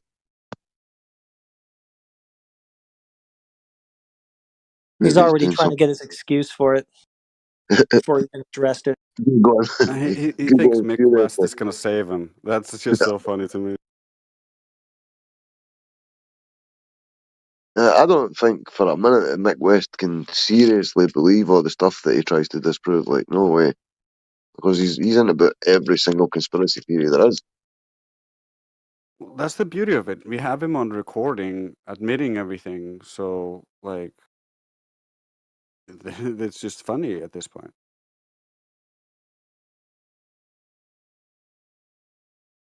I think he was in once in the other server and once in this server. When I come to think about it, I don't think it was twice here. Well, yeah, it's same server, but we had to refresh it basically. Fucking thank fuck, bro. It's a million times better. And then once it was fucking lost, like it was a journey, man. I was an emotional wreck. I'd only got my mod a few months before it, 6 months or something. And I was in the mod room, like, not even wanting to speak when the fucking hostile takeover was happening. It was crazy. I woke up the next morning and the mod chat was still going. I was like, holy fuck. But yeah, now complete control. We've done well, Hey, man. what's going on, guys? Oh, good evening. I'm back. I posted Yeah, the man. video. So, if you're up for it, man, have you heard of an image called the Black Swan? Is it the image with the oil platforms? Yeah, man. Yeah, that's the one, bro. Yeah. I mean, if you went over this before, are you going to claim Well, refraction? it's in this. Huh? It's in the video. I Yeah. posted. That's what we were Well, just talking could you about. just summarize the argument from your video? Can you tell us basically what it is? Well, so what he does is he takes the location of the image being taken, and then he gets the temperature along the path from the camera to the oil rigs, and he determines How did he do the that? refraction. Well, he's got weather data, right? So you can Yeah, get but the weather data. does not have accurate data between the platforms and the observer. It has pretty close to accurate. No, it comes from the weather stations, which are not between the in the line of sight. This is The differences would be nonsense. negligible. But the important part is that he takes that camera and he takes So the picture. he has and one temperature point, and how is that going to extrapolate to something? I don't think he has just one because he takes it from different parts of the atmosphere. But he takes. you need to get the location. Can I just get through? Can I get through my whole argument? No. This is an issue because you need to first get the locations of where Spake, he's you said there taking wouldn't his be temperature interruptions. measurements, because we know he's not getting them between the line of sight that he's claiming it's all bent out of shape. But at the end of the day, bro, we're not even talking about the oil rigs. We're talking about the horizon. The Black Swan's nothing to do with the oil rigs. The oil rigs are just mile markers, man. Like, when you look at the horizon, that's not distorted in the slightest. And it's a lot more than what it should be. I mean, the horizon should be before the first oil platform. You're telling us that we can't really see that that's refraction that's causing us to see that. But it's beyond the second one. But true, it is actually before the first one. Can I go basically- through the whole thing? You're real telling quick? us that. Can I quickly try to go through it just to see if I got it? I think I got it. So basically, I haven't even begun to. Well, to- I think to I think say I it. already understand what you're saying pretty much. So he checked the weather that day, therefore concluded that the 10-mile horizon was physical, and at 1.2 miles, even though you already told us it's not physical. Right. Let me actually Right. go Okay, through I it. got it. Cool. No, you're wrong. But I say right after everything. Okay, so he demonstrates that it's totally possible for the refraction rates on a globe Earth, but then he does it in a flat Earth. So he shows what the model would have been in a flat Earth. Right, and the answer is the only way you could get that picture is with extreme rates of refraction that weren't present in the weather data. But you have to have refraction So in could you order to define- see that on a all right, flat Earth. Can you define refraction for us real quick? It's called The a straw bending man of light. argument. Which kind of refraction was it? The bending of light. But which kind of refraction was it? There's multiple. You just say I'll let Mick West speak for himself because I'm not a. He doesn't. Yeah, he's an idiot. Okay, there are 5 refractive effects. Which refractive effect is happening in this picture? I don't know. I'm not a physicist, but I'm sure Mick West does. Yeah, you don't And I know think what he you're watched talking the about, and video. you're arguing stuff you don't know about, and you're using Mick West, which is an idiot who came in here and we've already wrecked totally, and he admitted. Even if you wrecked him he about admitted, that, he he admitted, should still be right about this. He admitted everything we're telling you, and you're denying on the record. Okay, well, send me what he said. Yeah, I'll get the video. All right, cool. So But at the you end of the don't. day, we're talking about the horizon, bro. We're not talking about oil rigs. You don't know what effect of refraction is going on there, but you know that whatever it is, it distorted the physical 1.2 mile horizon, which you also said wasn't physical and made it appear at 10 miles instead. Yeah, there is no physical horizon. Okay, then there's no globe. What the hell are we talking about then? Yeah, it's a product of our vision, right?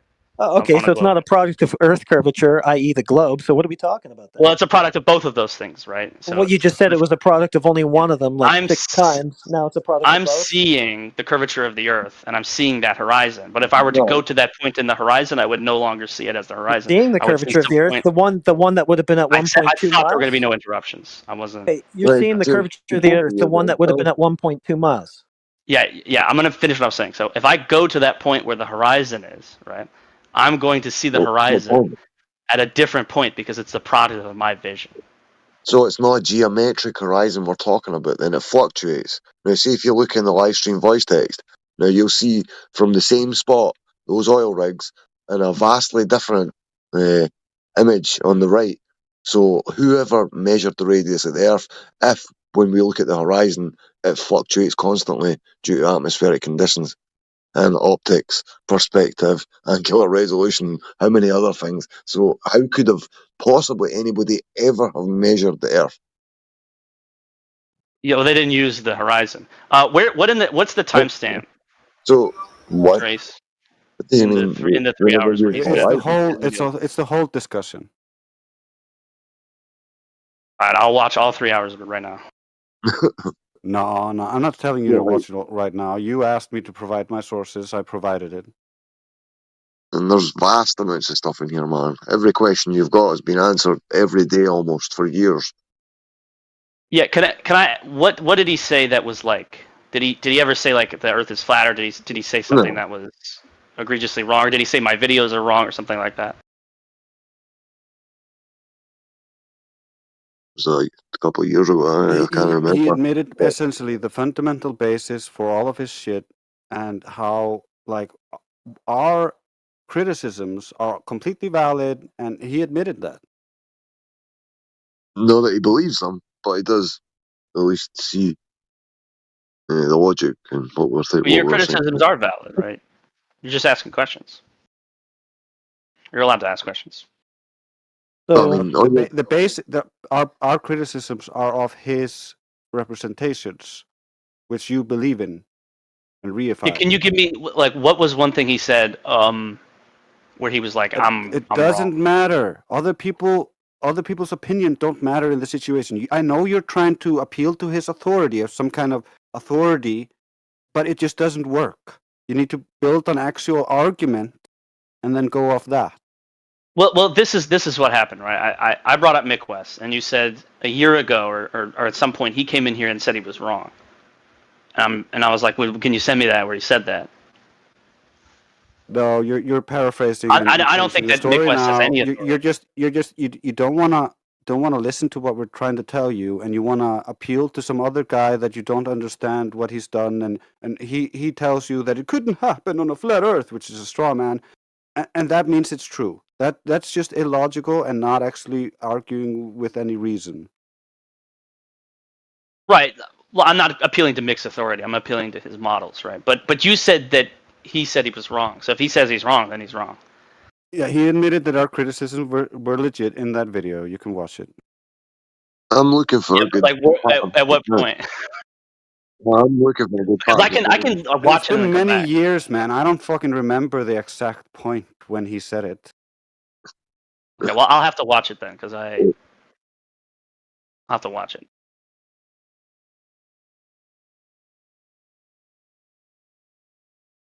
So do we have any evidence yet of the physical horizon that you said was not physical, then changed it back to physical? How can I have any physical evidence of that if I don't think it's physical? So now, okay, you're back on not physical. Okay, so back to no globe. Okay. Well, there gets to be a globe if there's a non-physical horizon. No, it'd be a physical sphere edge. The leading edge of a sphere. There's no edge of a sphere, man. It'd be the furthest can't part of even it you see. can see. Yeah, okay, well then No, that before it exists. If you and went to before that it point, dropped. you wouldn't see anything different That from that infinite. point's at 1.2 miles in that picture we keep showing you. No, it Well, would change because of the refraction. Okay, well, how do you know that? So it's physically at 1.2 miles, but it changes, so it looks like it's somewhere else. So how do you know it's actually at 1.2 miles? Well, I guess it wouldn't be at 1.2 miles, right? It would be at whatever Okay, wherever then the it's not a horizon globe. is. Because of the, All right, it's not a globe. Pack it in. well, it could be a globe, but with a horizon that's being changed position because of refraction. Oh, then how do you know where it actually is? You don't, unless you knew the refraction, Okay, so unless you you knew the don't know. temperature. You don't know it's a globe, then. Okay. Yeah, but my Yeah, proof of you it being a don't. globe doesn't rely on the horizon. I'm not. You're saying you Horizon don't know changes. where the. Geometric Are you saying? necessity.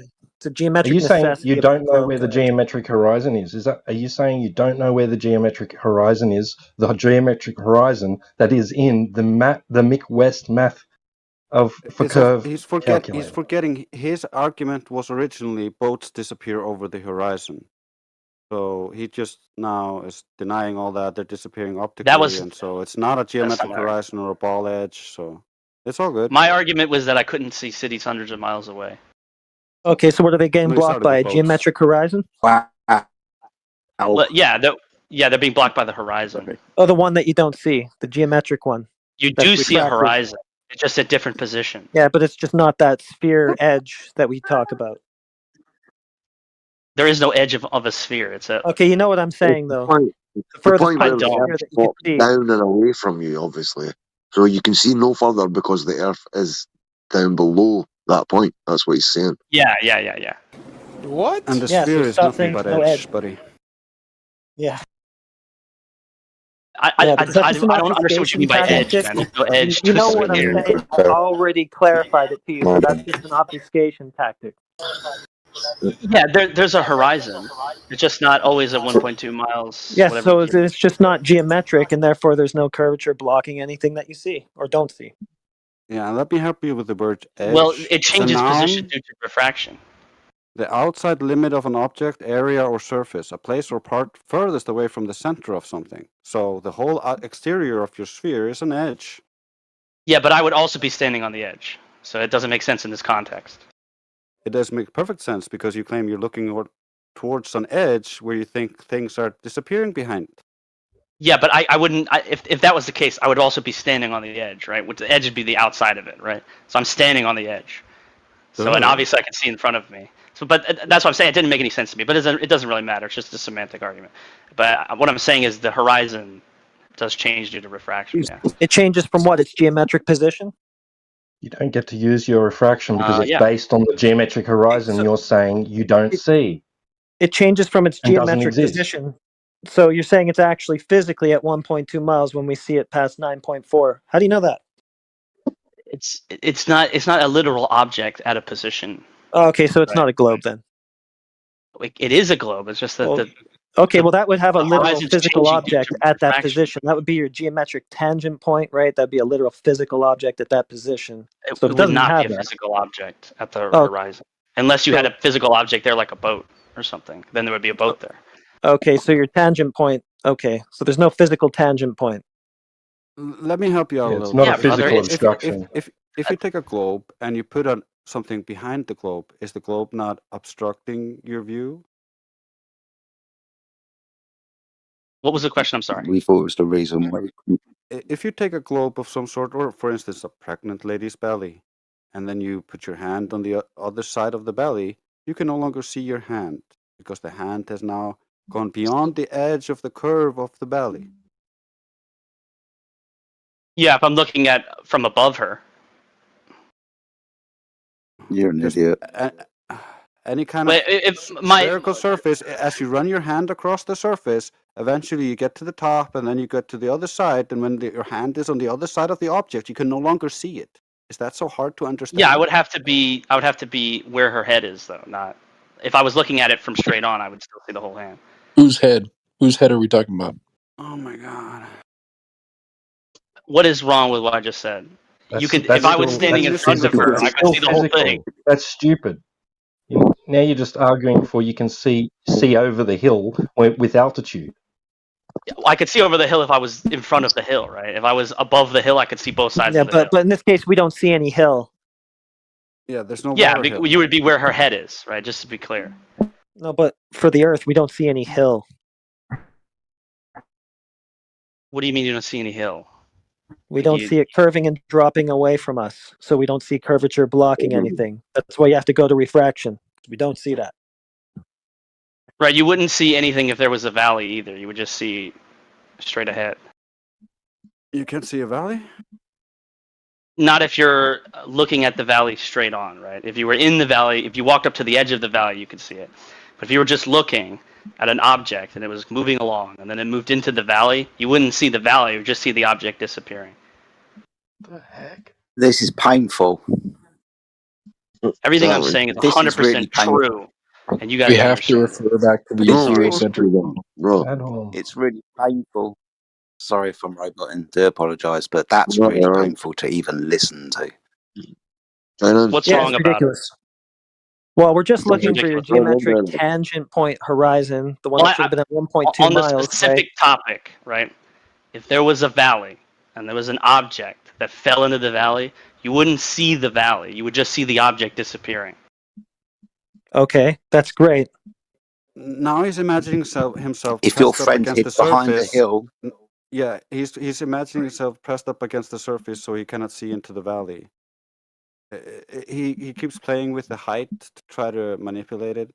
The problem here is, buddy, that if your imaginations of all the refraction were happening, then because different wavelengths refract at different rates and infrared refracts far less than visible light, whenever we can see much further than your geometric horizon, all we got to do is take out an infrared camera and see if the horizon appears to come closer. That's just not what happens. In reality, infrared is the camera we use to take pictures much further and longer distance because it cuts through the haze and allows us to see further. What did you say about the infrared camera? Can you repeat that? Yeah, infrared reduce refracts the amount of less refraction. than visible light. And so we should be able to see in infrared, like we have modified cameras for infrared, taking pictures in infrared, and the world record long distance photographs are all taken in infrared. And I can even show you a picture of Canigou or from the top of Canigou taken in visible light and then in infrared 4 minutes later. And the horizon is nowhere where the geometric horizon should be. And in the infrared, we can see 255 miles. You got to send that picture to me, brother. 255 miles is pretty far. Yeah, it's not 270. The Canigou one, huh? It's a Guinness Book of World Records. It's not a flat Earth photograph. Yeah, there's been better ones taken now, so there's more modern ones, but this is an older one. Somebody's roboting badly. I think it's Jedi. It's Jedi, your satellite's gone. Gotcha. I'm gonna pull up that link that's in that image. Yeah, that's the photographer. You can contact him and talk to him. We have talked to him as well. Here's Google Earth, the location where he took the picture from, and that's where the geometric horizon should start. But however, when you look at the actual pictures, you can see the coastline on the right. And if you zoom into that picture, we've done a bunch of little looks at the basically the coastline real close. And you can see everything there. You can see the windmills, the churches, and stuff that you shouldn't be able to see. Like, it's full of black swan, just this picture.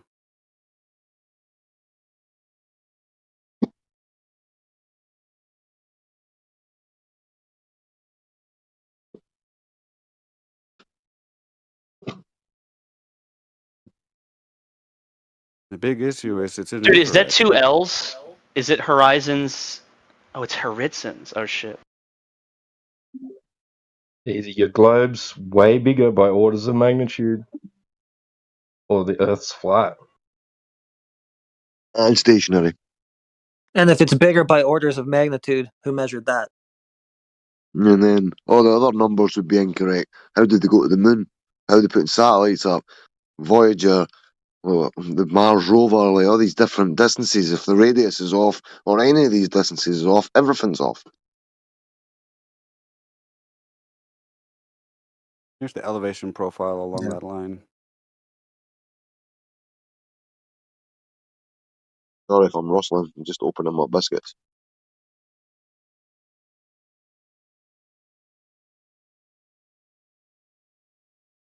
There's also another big problem with all this refraction claim, is that when you're claiming that we're seeing things 10 times further than the geometry, all of the light rays coming off of the front of the thing you're looking at would have been bent down into the ground, and you would be seeing the light rays coming off of the top of it. And so the angle to the things you're looking at would appear to change. We don't see that. We don't see any optical dispersion because all the white light coming off of the things at a distance is not dispersing into different wavelengths. They're not refracting at different rates. They're not being refracted for miles. Otherwise, they would disperse. We just don't see any evidence of this assumed refraction.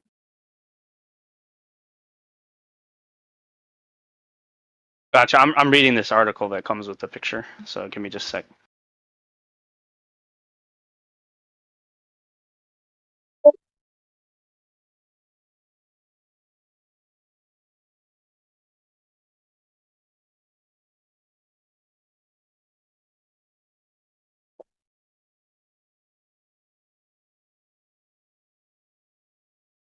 So, Sub, it's been a fairly well handled discussion. I'm glad you came over, mate.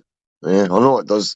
It gets a little bit hype. I mean, we're all passionate about the things that we discuss in here, so we're not trying to like offend you or like bully you or any shit like that, man. We do try and keep it as stable as we possibly can.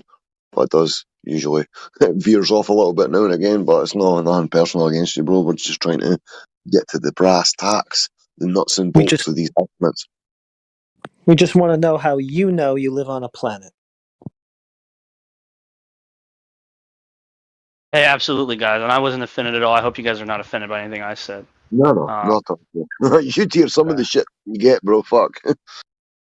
Yeah, it's I like it when things get crazy with arguments. I like arguing with people. So it's no good over. I'm gonna look this up and I'll come back as soon as I'm done with an explanation. Okay. Anytime, bro. And the Globe Earth will win. Just kidding. I love you guys. You guys are really nice too. Bro, I'm going to send you some resources. One of them's called Flat Smackers Playlist. He's an old Gold member who passed away. So there's a lot of files in there, a lot of information that will give you a lot of our arguments and why we accept the things that we accept and why we don't. So I'll send you a lot of that. There's a whack of stuff in it, man. Gigs and gigs. But as I said, scroll down below the VCs. Everything's alphabetized. We've literally terabytes of information in this server, bro. Sorry, my mic was off. Absolutely. Thank you guys. Thank you guys. I appreciate it. I'm gonna look this up. I'm gonna look up this picture because 255 is pretty far. I'll give you that. That is that's far away. But obviously, there's always going to be excuses, like the go-to responses that you've got. You're straight to refraction. You don't know what kind of refraction. You even say to yourself, "I'm not a physicist," or "I'm not this."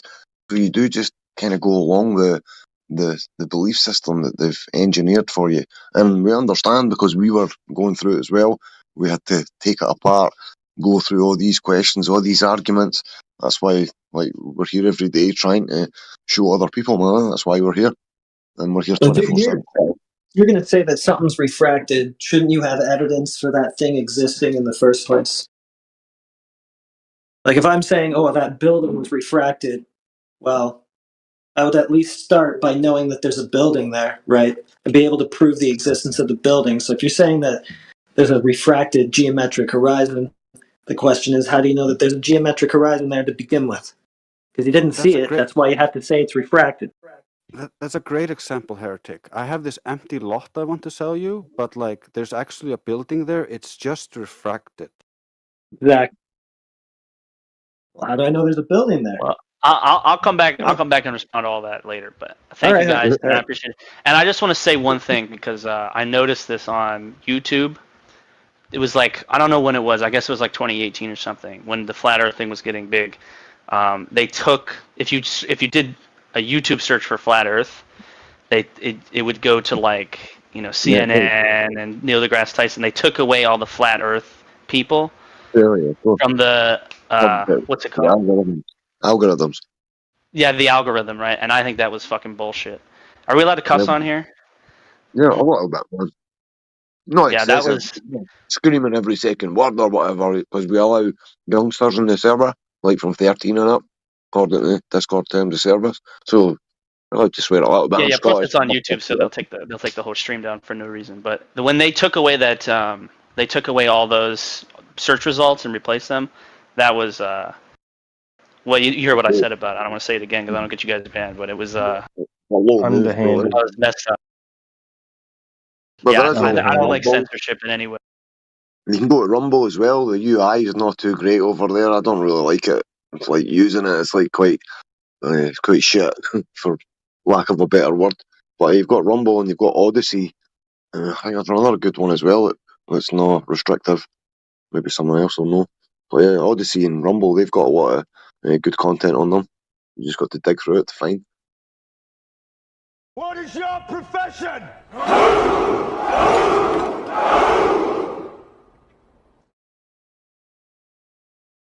Old friend, I brought more soldiers.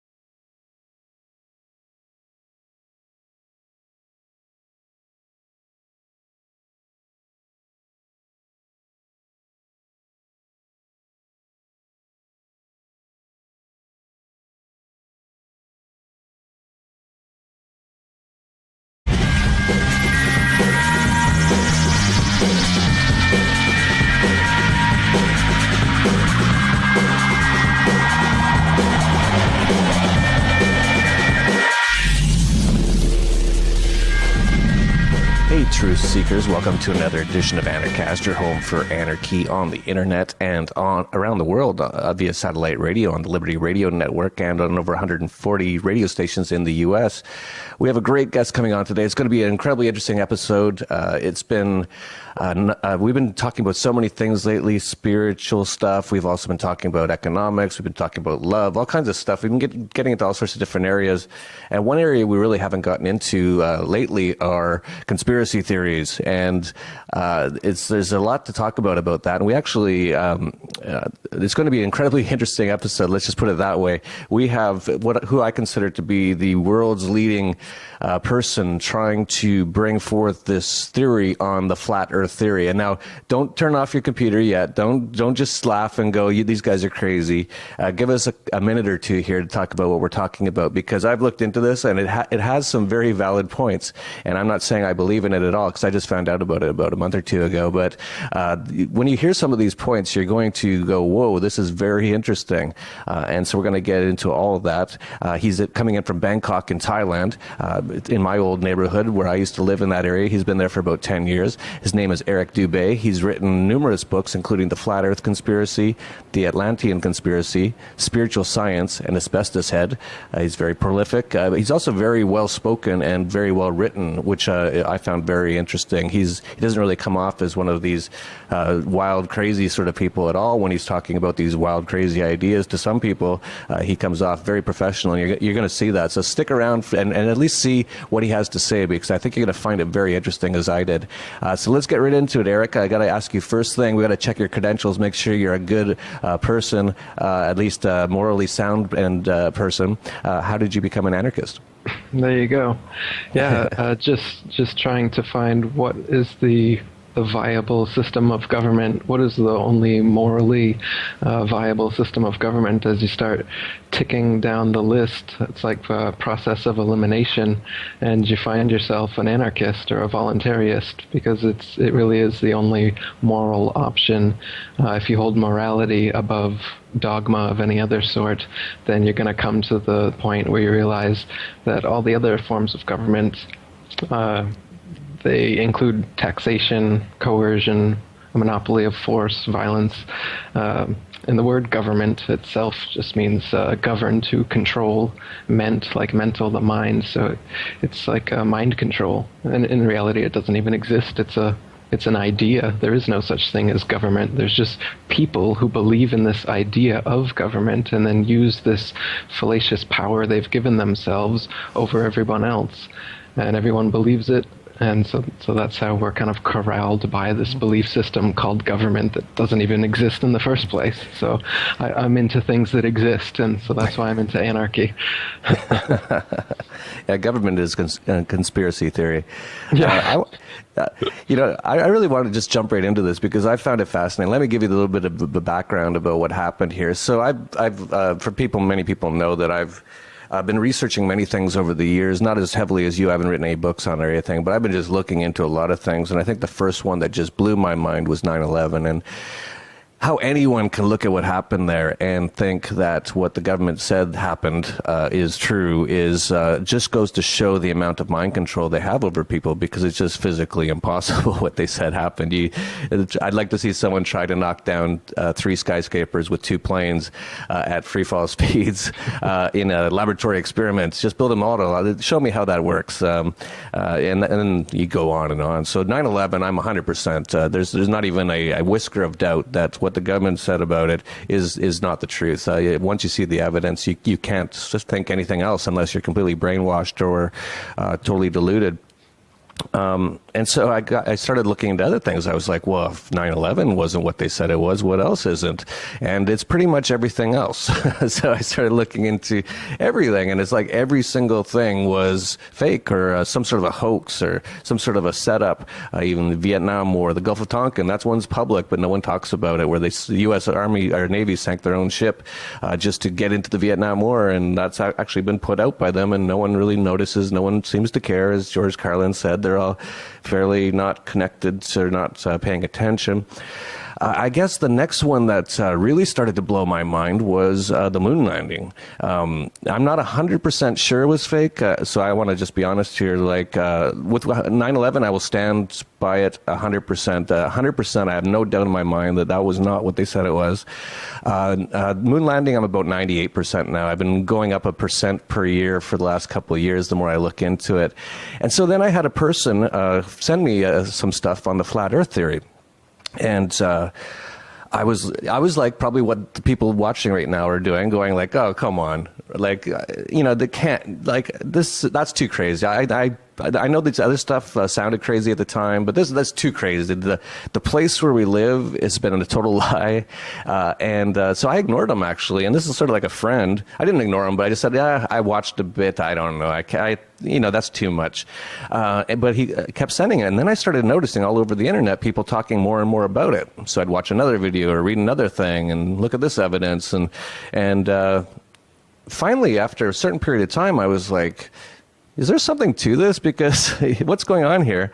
And then I came across you, and that's where this all started with me and you, is that I saw what you were doing. I watched a couple of your videos, your interviews, and you were the most well-spoken on it and the most rational. You've written a whole book on it, and you've got so much evidence on it. So I was like, well, and I found out you were an anarchist. I'm like, oh, well, that's interesting. He's actually a morally sound and a peaceful person, which is very rare. And that's a markup in my book any day. So maybe I should talk to this guy and see what's going on. So that's where we're at. I'm going to let you talk for as long as you want on this, and I know you're going to probably be giving us some images and stuff as you talk, if you'd like. I'd first just like to preface before you talk here that Aristotle said that it's the mark of an educated mind to be able to entertain a thought without accepting it, and that's all I'm saying here. I'm not saying that I have accepted the flat Earth theory. I'm just saying I'm entertaining it. I've seen they've got a lot of good information on why this could be true.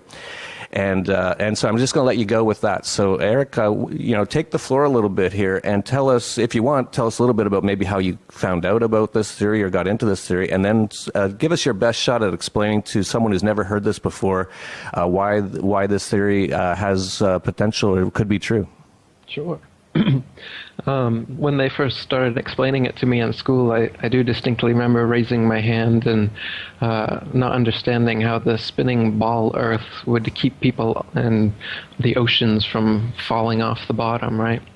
And they tried to explain gravity and, okay, I'm shaking my head and writing down the answers. And, over time you see the NASA images and you just go along to get along. But it was always a nagging doubt in my mind, so I brought that into my 20s when I started to actually get into conspiracies with 9/11 as well. That was the first kind of breakthrough, unplugging me from the Matrix kind of event that got me into the whole conspiracy scene in the first place. So I definitely learned how to suspend judgment while you look at evidence like you were talking about, and you got to do that for this flat Earth thing, because you think you've got so much evidence and proof and that the Earth is a spinning ball. You've seen it from NASA, you've heard some proofs that your teachers have given you, you've seen the globe on the desk for years, but in fact the horizon, for instance, is always completely flat. And you don't feel any motion. So if you were just born today and looked out, you wouldn't assume that you're standing on a spinning ball. You'd assume that you were on a flat, motionless plane. So to assume that we are on a spinning ball is actually contrary to our common sense and our everyday experience. And there's also experiments that have been done to test whether we're on a spinning ball or not. For instance, amateur balloons have been sent up past 20 miles, amateur rockets as well, and the horizon rises all the way up with the camera up to 20 miles up, and it's flat all the way around.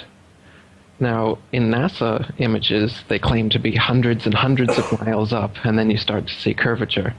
But if you notice, these images are often clearly CGI, computer graphic images, sometimes not so clearly.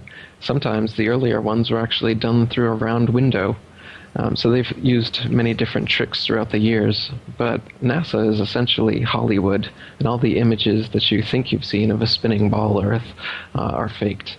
And all the amateur balloon and rocket footage that we've sent up there shows a flat horizon that rises all the way up. And that's impossible on a ball. No matter how big a ball is, as you rise up, you would have to look down to be able to see the horizon. The horizon would not rise up with you. That's a characteristic of an extended flat plane. And it's, when you're in an airplane, you can see out both windows and you can see the horizon at eye level at 35,000 feet and higher, both windows. But think about it. If you're on a ball, over a ball, no matter how big that ball is, you shouldn't be able to see the horizon out your plane window. Now, some people think that they see the curvature of the ball out their plane window, but in fact they're just seeing the curvature of the glass because the windows are all slightly curved to fit with the fuselage. And when you look at the horizon through a window like that, it does give a slight effect. And GoPros and traditional cameras, wide-angle fisheye lenses, they also give this kind of effect. So a lot of footage you'll see of the horizon, it'll warp, and sometimes it'll be convex, sometimes it'll be concave, but as the camera stops moving and stops tilting, it will always pan out to completely flat and on level with the camera. Again, this is just impossible on a ball. It doesn't matter how big the ball is. The ball could be 10 times larger. They tell us it's 25,000 miles in circumference.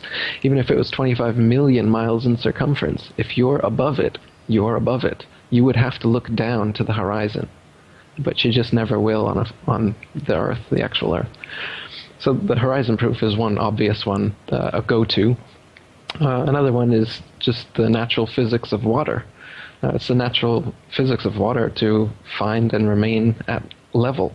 If water is dammed up and then released, it will flow out in all directions until it becomes level again. But on a spinning ball Earth, we would have to have oceans that were hundreds of miles of curved water. And this is impossible. I mean, they can't show you any example of this happening, but they claim this is what's happening on the Earth. And then they claim that there's a force called gravity that holds these oceans in just so, you know, that it's strong enough to hold the oceans in, but weak enough to allow, you know, bugs to take off and smoke to rise out a chimney. So the magical force of gravity, which was created by knighted Freemason Sir Isaac Newton, is basically their go-to answer that explains away anything they have a problem with. Gravity is what they say caused the Big Bang somehow. Gravity is what formed the planets and the sun. Gravity is what causes the planets to orbit around the sun and moons to orbit around planets. Gravity is what causes the water to stick to the planets. Gravity is what causes the tides from the moon. You know, you name it, gravity does it, as far as they're concerned. But in the flat Earth model, gravity is just density or buoyancy.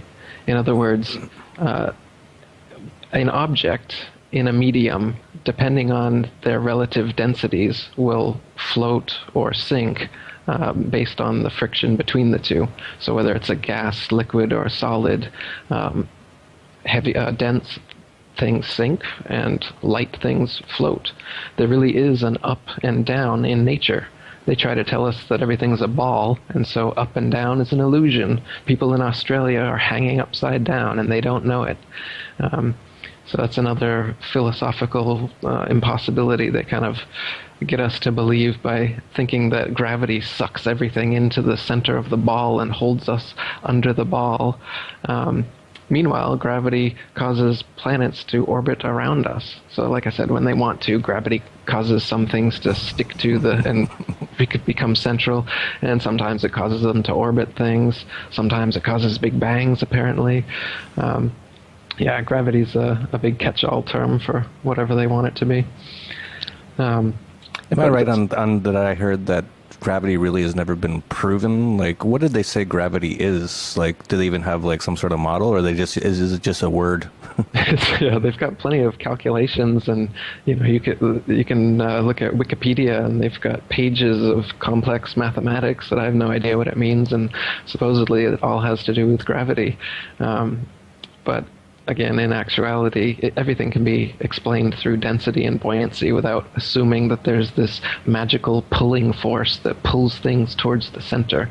They call it a mutual attraction of masses, and that a mass, by virtue of its mass alone, causes this force called gravity, which causes other smaller masses to orbit or stick to those larger masses.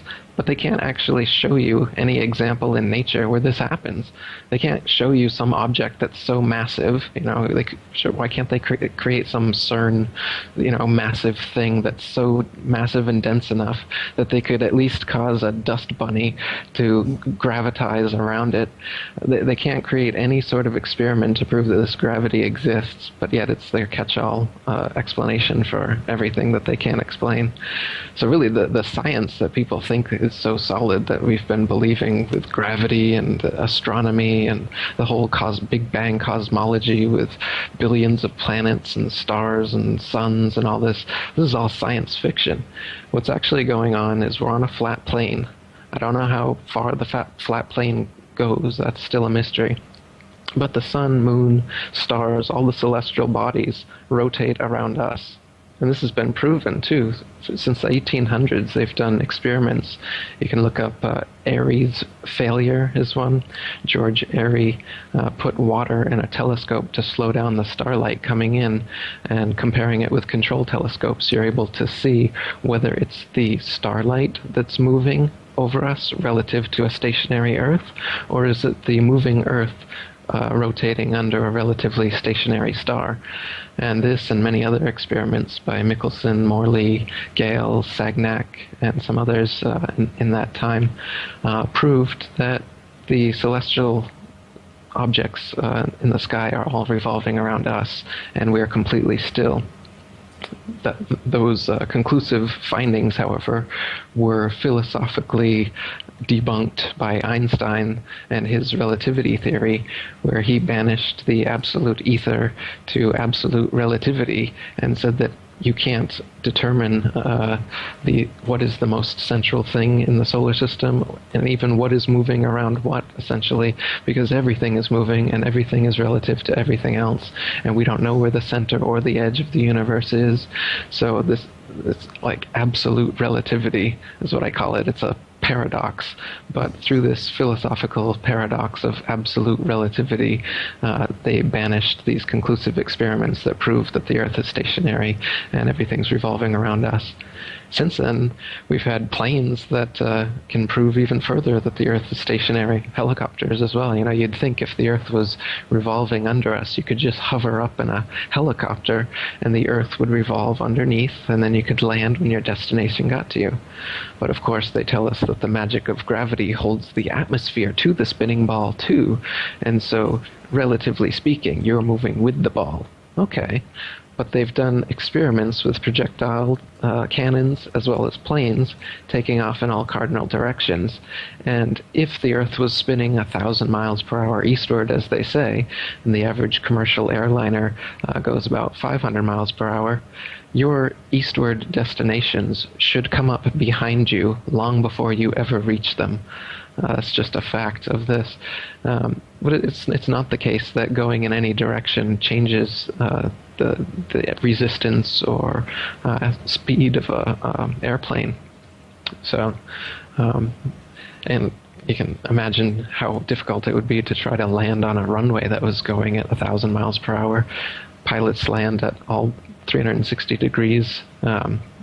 If the Earth was actually spinning tilted 23 degrees on its axis like that, the only way it would be able to come in on the runway would have to be on very specific angles, otherwise it would be totally off. But again, they just tell you the magic of gravity and the Velcro of the atmosphere somehow makes it so that that's all negligible. Another thing they say is negligible is that, if the Earth was a ball and you're flying over it, you'd have to descend gradually to stay at the same altitude. But it's not the case. Whenever pilots are flying, they go up to their desired altitude, they level off, and their artificial horizon remains level, and they just keep on going until they're ready at their destination, ready to come down. at 500 miles per hour, they would actually have to descend approximately a half a mile every minute just to stay at the same altitude. This just doesn't happen. If the Earth was a ball and they didn't descend, after a half hour you'd be out into outer space just from going straight, right? I can go on. Like I said, Yeah. I've written a book about it. Maybe what I should ask you instead, which is more fun, is why do you think you're on a spinning ball, Jeff? Well, I don't. I'm glad you asked me a question on that because I have a lot of thoughts on that. I was just thinking as you were writing or talking. Sorry, I was writing, trying to take some notes. What I've found in my life is that, okay, I'm going to give you an example. I started off more the economic side of things when I started to wake up. So my first introduction to, hey, maybe we don't need government, maybe government is evil, was after the tech bubble burst in 2000, and there seemed to be no explanation for it. So I started looking into how the money system worked, and the very first book I read was The Creature from Jekyll Island, and I was like, whoa, this is not what you're told. And then I just kept looking into it, and the further I looked into it in Austrian economics and stuff, and, back then, especially, I was like, hey, I've got to learn this economics because, I have to understand how this system works. I'm quite involved in the financial monetary systems, investing, things like that. If I don't understand economics, that's crazy. And I looked at, what they teach you in school, and it's all these formulas and craziness and Keynesian sort of craziness. We add up all these numbers and then that tells you what the economy will do. It's like, okay, so I was like, well, I'm not smart enough for that kind of stuff.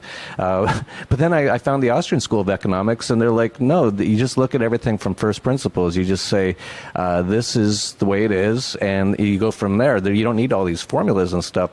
And so what I've discovered over time is that in the economics profession, there's a ton of garbage they just teach you in school, and it actually makes it look really confusing. And like you have to be this super genius in math to even think about becoming a really serious economist.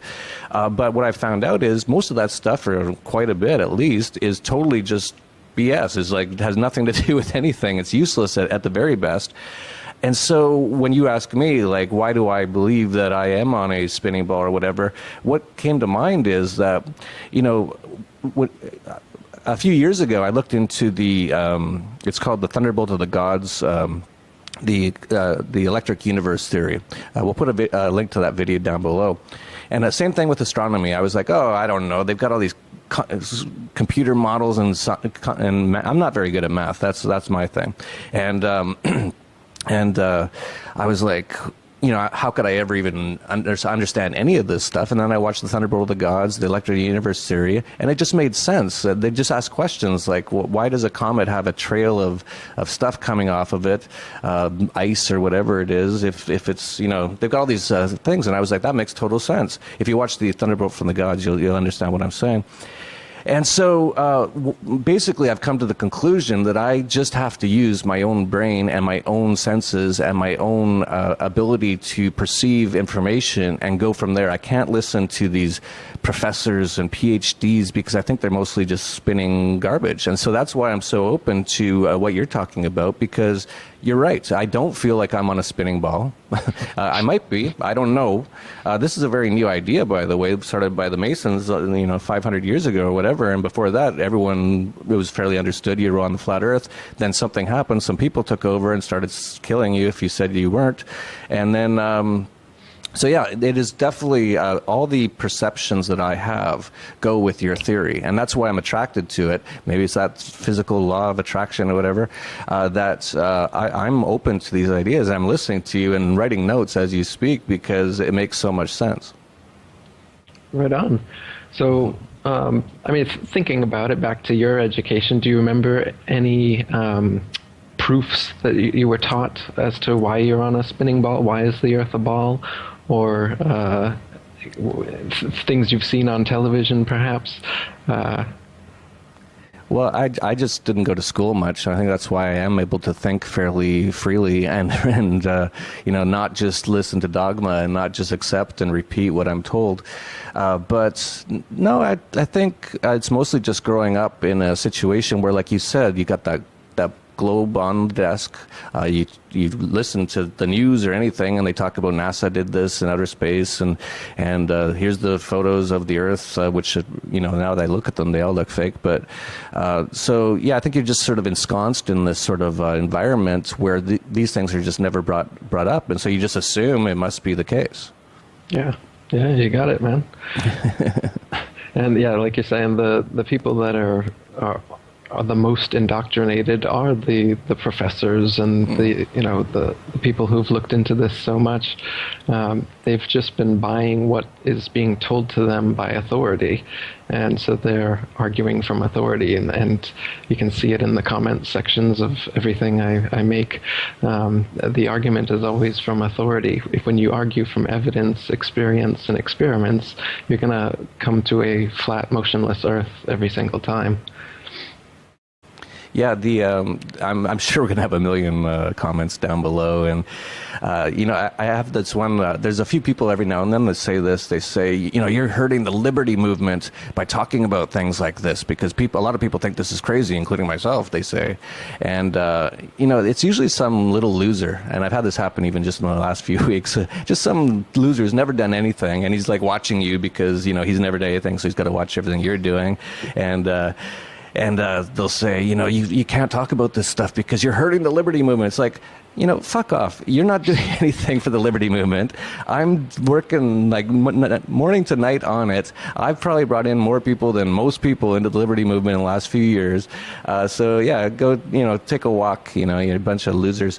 So we'll see that down in the comments down below. But let's talk to the people that are really into science, or as I'm starting to call it, scientism, after I got that word from Mark Passio. There's going to be a lot of people who are really into the science. And hey, don't get me wrong, I think it's possible that the science stuff is right. I don't know. I have to see with my own eyes more to see it. But they're going to say stuff like, what about when they, there's all these scientific sort of reasons why, that this can't be right. Maybe you can talk about a few of those sort of things that you debunk a little bit from the flat Earth theory, how some of these, what the people are going to say about how science proves this is wrong. Like, for example, some experiments or something like that. I'm sure you know more about it than me. Sure. Yeah, this is what I was trying to get out of you in the first place. So, so for instance, people will usually come at you with, well, what about circumnavigation? That's one you learn in school. We can circumnavigate the globe, so it must be a globe. You can go all the way around it. So if the Earth was flat, you couldn't go around a flat Earth. But the flat Earth model, what we're looking at here is, imagine a disk with Antarctica being an ice ring all around it, and the oceans being held in, and the North Pole at the middle. So with this model, circumnavigation just means east to west, like a compass point, set it in the middle. You can trace a circle. And Magellan's journey, for instance, basically was that, with a few inlets and outlets along the way. All he did was go around from east to west, the flat Earth. This doesn't prove that you're on a globe or a flat Earth either way. It can go either way. So basically, the circumnavigation proof is not a proof at all. It could happen regardless of whether the Earth was flat or a ball. Another scientific proof that they'll come at you with is that ships, as they're disappearing on the horizon, as they get further and further away, the bottom, the hull, will start to disappear before the masthead. And so what's happening is it's slowly going over the curvature of the Earth. It's going over the ball. And this is, Aristotle used this. This has been a proof of the ball Earth for a long time. The ball Earth has been theorized back as far as Pythagoras 2,500 years ago, but it didn't really pick up steam until 500 years ago. But so anyway, yeah, this one is one they use a lot. But in actuality, if you use binoculars, a zoom camera, a telescope, after the ship has completely disappeared over the horizon, you can bring it completely back into view, proving that it hasn't descended over a wall of convex water. But in fact, it's just gone beyond your perspective. The horizon line is not the curvature of the ball Earth, as you're told. the horizon line is the vanishing line of perspective from your point of view. And that's why as you raise altitude or on a clearer day or with a zoom camera, you're able to see further and further along the horizon. It's not a fixed point as it would be on a ball, as they tell you.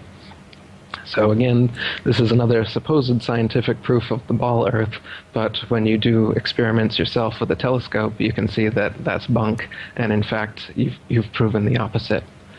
And just, I know there's going to be a lot of people who are going to be devil's advocating, watching this. So I'll do it for them because I've asked these questions as well. So my question was, why, if it's a flat Earth, why couldn't you stand on the coast of California with a telescope and see Japan or Hawaii or something? And I think you know the answer to that. I'll let you answer that. Yeah. You can't see an unlimited distance, regardless of whether the Earth is flat or a globe. And the lowest layer of the atmosphere is the densest and not transparent. So if you imagine like a hot, humid day, the haze over a road, all telescopes will eventually blur out in that same kind of way due to the air. So no, you can't see an infinite distance. And the reason people think this, again, is they think that when they point their telescopes up, that they're seeing starlight from trillions and trillions of miles away, because that's what they've been told by NASA. Now, in fact, you can measure with sextants and plane trigonometry how far away the sun, moon, and stars are, and they figure to be only a few thousand miles off the surface of the Earth. But they tell you that they're, like, the closest star is 25 trillion miles away, 4.2 light years away. Their science fiction term they created to make it sound more plausible. And the reason they give these ridiculously long distances to the stars is because they have to for it to fit their model. Because day after day, year after year, the fixed stars stay fixed in their constellations as they revolve over and around us. But what they say is that the Earth is spinning, and it's spinning around the sun, and the sun is spinning around the Milky Way, and the Milky Way is spinning around the known universe. And so you've got spinning upon spinning, and it's faster and faster, all these multiple spins happening. But if this is the case, you'd see movement in the stars. So the only way they can claim that you don't see movement is to use this ridiculously huge mathematics to make the math fit. So if you say the closest star is 25 trillion miles away, then you can still say that, oh, there's no parallax change between the fixed stars every year because they're just so far away. But no, you can't see that far through even the best telescope. And by the way, the Hubble telescope doesn't exist, and all the images supposedly coming from the Hubble telescope are wonderful CGI Photoshop. Look again. Yeah, I was just looking that up yesterday. So, I'm just like looking at, okay, let's go look at what the Hubble telescope things are. I've never looked at them. I don't care that much. I'm busy doing my own thing. So I said, well, what's this Hubble taking anyway? So I went and looked at the images, and these images are, wow, these are amazing. Like, how are they getting such amazing images? Like, why don't they turn it back around on the Earth and get some really amazing images of the Earth? Like, they don't really have any images of the ball Earth that's ever been taken, right? Like, that was my question. And I actually had another one too, was about Antarctica. This is a really interesting one in my opinion, and I want to hear your answer. It appears like no one has ever crossed Antarctica from one side of the Earth to the other side of the Earth, even in a plane. Which seems insane to me, and maybe you know of some evidence that they have, but I don't know of any. Or at least someone's claiming that they have. And so I was sort of chatting with a friend the other day, because I've been so interested in this, I've been looking it up, and I said, well, if, we really just need to get a plane and fly it over Antarctica, like just to see what's going on. And my friend who doesn't know anything about your theories or anything, he said, oh, no, it's just way too cold. And I'm like, well, they fly over the North Pole pretty much all the time. And he said, no, it's just way too cold. It's too big, too, down there. And I said, well, in the 1960s, they had the technology to fly to the moon, which is way colder and way hotter, play some golf, drive around in a golf cart, and come back. Why can't we ever get a plane to fly over Antarctica? So I'll let you respond to that one. Absolutely, exactly. That's exactly what they say. They say that it's too cold, and that's why there aren't these flights. But there's flights from Australia to South America, for instance, that if the Antarctica is a little ice continent underneath the ball, as they tell us, then you should take the most direct flight. But they don't take the most direct flight in all these cases. They go around, the long way around, and the excuse they give is that it's too cold. And like you said, well, that doesn't make any sense because it's way colder and hotter out there on the moon and on the way to the moon that they supposedly went. So why is Antarctica giving them such a problem? And they haven't gone to the bottom of the ocean yet. The more you think about it, it's like a lot of things don't make any sense. It's like, well, if they can do this, why can't they do that? And if they can do that so easily, why can't they just fly over the Antarctica? And then, of course, as you know, and you mentioned, Antarctica is pretty much a no man's zone. It's a militarized zone. If you try to get in there, you'll probably be turned back. So they don't want you to know what's there, from what I can tell. That's right, yeah. People like Jarl Anderhoy have been turned away when you try to just go there on your own without one of their pre-approved tour groups. They will turn you away at gunpoint, fine you, and put you in jail. They don't take kindly to that at all. And yeah, they don't want you to expose the hoax. There's a UN treaty that's been going on since the 50s there, so they don't let anyone in there other than their pre-approved guided tours that they take people to the fake South Pole. They've got a ceremonial South Pole there at an arbitrary point along the Antarctic ice, and they take people there. It's a little barbershop red and white pole, and there's a ball earth on top of it. And they take photos there and tell people that they're at the South Pole. And it's interesting, though, you can hear on a BBC clip them talking about how, well, it's not actually the South Pole. The real South Pole is somewhere, several meters away. And so they tell us that this spinning ball earth model is that the magnetism of the ball earth happens from the molten metal core in the middle of the ball, and it causes the geomagnetic poles to constantly shift, so the north and south poles are constantly moving. So this is their perfect excuse that they can give for when people go to the South Pole and break out a compass and see that north isn't in every direction as they go around the pole. They can just say, oh, well, the pole's constantly moving, so there's no way that you can find it. And in the North Pole documentaries, they never break out a compass there either, nor do they give any star readings to prove that they actually are at the North Pole. So I'm quite skeptical of all the footage I've seen claiming to be at the North Pole or the South Pole. Whether they're actually there. They just show a Garmin, which is GPS, Global Positioning System, which is created by the U.S. military. And I'm not trusting the U.S. military just to show me 90 degrees north latitude on a Garmin, and I believe that they're where they say they are. So yeah, I have some serious questions about why people can't go to the North Pole or to Antarctica and independently explore it. Pilots are also not allowed to go over there independently. They have some polar routes, they're called, but they don't go directly over the North Pole, and nor do they ever circumnavigate under the supposed ball from one side of Antarctica to the other. They always go around. You can check for yourself on all these flights. If the Earth was really a ball and they can survive the cold of outer space, they should be able to fly a straight route across Antarctica. Yeah, you'd think we'd have the technology for that, to just fly a plane from South America to, I guess, what's on the other side in their theory, Africa or something. I think we should push for this. Let's do like a crowdfund or something to try to do the first manned aircraft flight over Antarctica. We probably need about at least I don't know what we need because if your theory is right, they probably won't be coming back because they'd get so far that they wouldn't have any gas to get back. And I don't know what's out there, but probably not anywhere good to land. Right.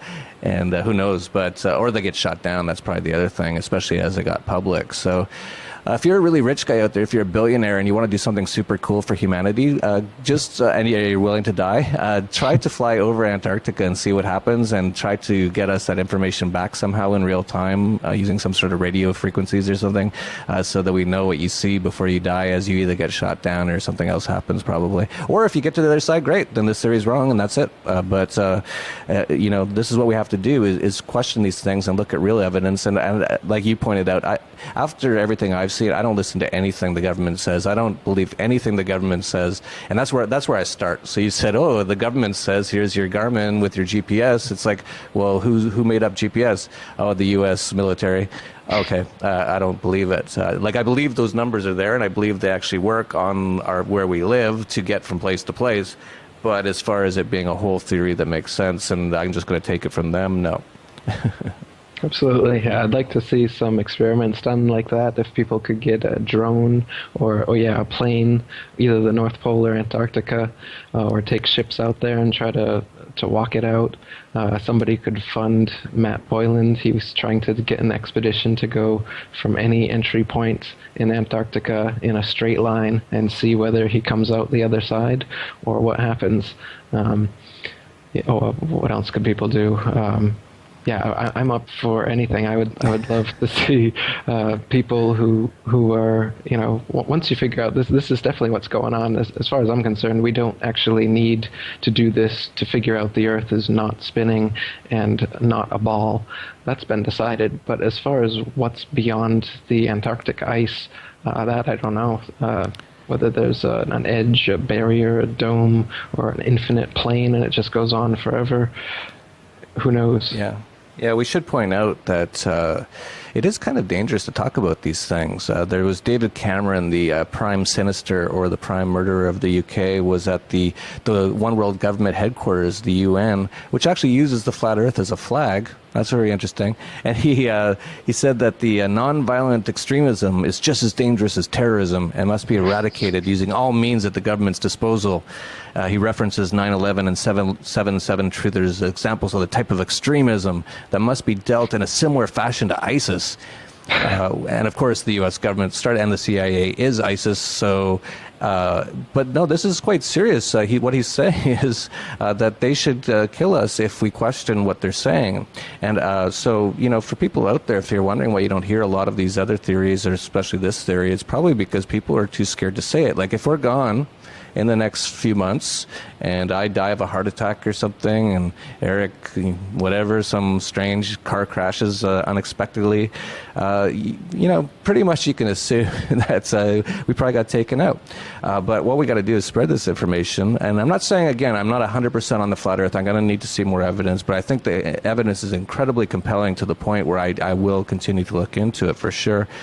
I think it is a point, though, as well, that David Cameron said that us people who are questioning what they're saying essentially is what he's saying, and actually rationally looking at the evidence. He's saying that we're as dangerous to them as terrorism. And that's actually right, because if enough people wake up and look at all the evidence and listen to their own senses and what they're seeing, and not to some professor on TV who's got all these charts and numbers that you don't understand and probably no one understands, and if anyone understands it, they probably don't even get that how it relates to anything. They're just like math freaks or something. This actually is dangerous to the government, and he's right. And so they're going to try to shut it down any way they can. So we have to just get this information out there. I'm not saying, again, that I'm a flat earther yet. Man, the more you look into it, I'm going to have to see some real solid evidence that I can see with my own eyes to prove one way or another at this point, I think.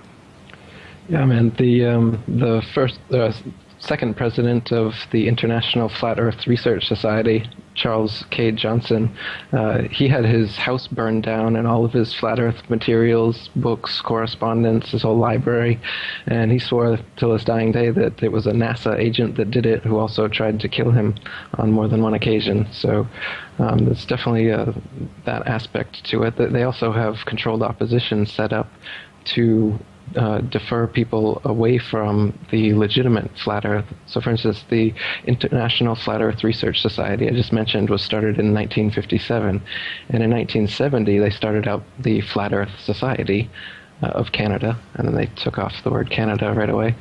And this one was a satirical society set up to control the opposition, to make it look ridiculous. And they did a wonderful job. Their president, Leo Ferrari, would go on television interviews claiming to be a flat earther, but then doing ridiculous things like taking on a big rock and saying, I was just at the edge of the earth and I almost fell off. I lost all my shipmates, but I held on to this rock and I saved me. And so I just brought this here from the edge of the flat earth to show you. And he'd say things like this. And nowadays, the Flat Earth Society promotes false flat Earth arguments, such as the flat Earth disk constantly rising to account for gravity. They say instead of the force of gravity pulling us down, the flat Earth disk constantly rises up. And they claim that this is what flat Earthers believe. But as I said earlier, we don't take gravity as being real in the first place. We just take experience and experiments, the zetetic method as it's called, just common sense. You don't need to, Occam's razor, you don't need to make unnecessary assumptions and call something gravity when it's completely explained with the already existing laws of density and buoyancy.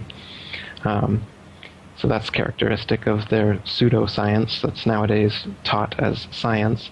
And when somebody presents you with ideas of a flat Earth or a geocentric system, that's thought of as ancient pseudoscience that our ignorant ancestors believed, when in fact the experiments, experience, evidence, common sense is actually on that side, and we've been fed a bill of lies, pseudoscience, for so long that we believe it to be science. Yeah, they always try to flip everything like to be the opposite of what it really is. And when I say they, I don't know exactly totally everything about all this stuff, but it appears to be Freemasonry seems to be a big one involved in what they call the occult, the hiding the knowledge. Occult just means hidden.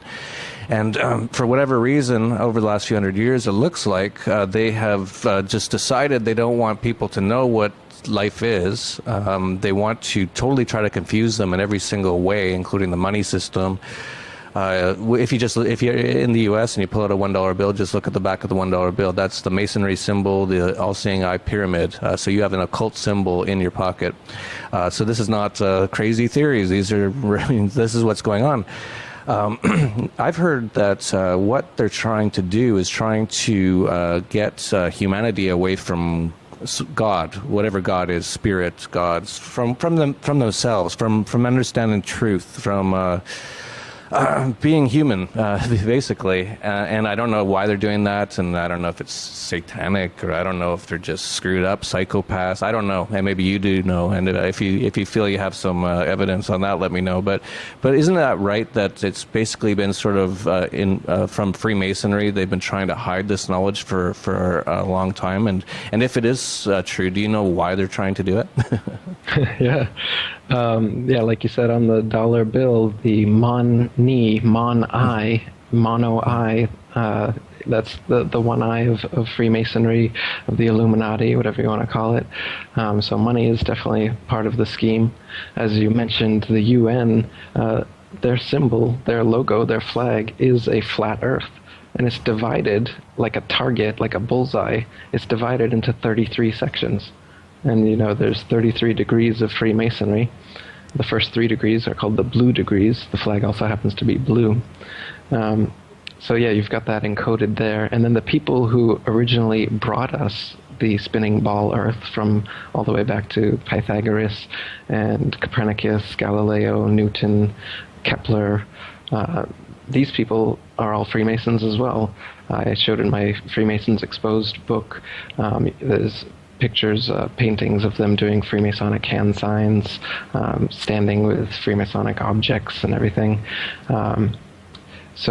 And of course, nowadays, the NASA astronauts are unabashed Masons. You can just look online and find that literally every astronaut that claims to have walked on the moon, and every astronaut that even claims to have been in Earth orbit, is a Mason, or their father was a Mason, and it's openly admitted. So this deception has been orchestrated by and acted out by these actor-nauts or astronauts, depending on how you look at it. They're Freemasons, on the mathematical, astronomical side, as well as the exploratory astronaut side, the whole thing. Even the Hollywood side, Hollywood is run by Freemasonry as well. So the special effects, everything they're using, right from their gravity, think of the G in the compass and the square, another possible meaning for that G. You've got God, geometry, gnosis, and perhaps gravity, their biggest deception. And you can see even Masons today, like Neil deGrasse Tyson and Carl Sagan, they're always given their little Masonic hand signs and whatnot. So it's definitely part of the big boys club that's given us every other deception, and it's worth looking into based on that alone. And the more you look into it, the more you're going to find that, like you were saying, the reason they've done this is to position themselves as the authority. Once they tell you that because of their special telescopes and their special rockets and all these technologies that they have that you don't, that are able to see out into the cosmos and determine all of these things, that they are the authority, and so you have to go to them, you have to watch their documentaries, you have to go to Neil deGrasse Tyson, and you gotta prostrate yourself at his feet and ask, "Oh, mighty NDT, tell me please, what is the universe like?" And you give up your own common sense and your own experience to him, and he tells you that you're on a spinning ball, and he tells you all the, he weaves quite a nice story, and he does a lot of nice little NLP stuff. I don't know how he does it. Well, you got the Mason hand signs going, you got the little NLP, you got the flat earthers over here, and the ball earthers over here, So they've got all their little magician tricks that they're using, from CGI to zero-G planes to underwater pools, to make you think that they're floating in outer space. But in reality, what goes up must come down. There is no point where you can just go up in a rocket and suddenly pop out into the nothingness, the vacuum of infinite space, they call it, which is a paradox if I've ever heard one.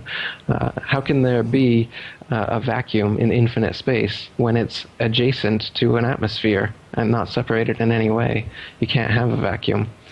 And how does gravity pull you back to the Earth, but then get less and less to the point that you float? How does that happen? And they said that the atmosphere is spinning because the gravity is sticking it to it. So if you figure that, the Earth is spinning at 1,000 miles per hour, but then as you go up higher and higher, the atmosphere must be spinning even faster because it's further away from the point of the center of rotation. So as you're going up in your rocket, you're going through layer after layer of constantly faster and faster spinning atmosphere hitting your rocket until finally you pop out into non-spinning vacuum of infinite space, says NASA. Interesting that we all buy this and just accept this, even though it's physically and philosophically impossible. We just watch a little CGI image and a little camera trickery. You splice a rocket launch together with something else, and then you think that they're in outer space. But again, if you use your eyes and you watch those rockets, you'll see that they don't go straight up. Every single rocket forms a parabolic curve, just like every amateur rocket, just like any projectile that you would send up. It couldn't just go straight up and keep on going until you go into outer space. It comes right back down. So, but what does NASA tell you when you ask them the question, well, why is there a parabola formed by all of your rockets? Well, that's because it's going to spin around the ball Earth before it reaches escape velocity, and then it will go out into outer space from there. Right.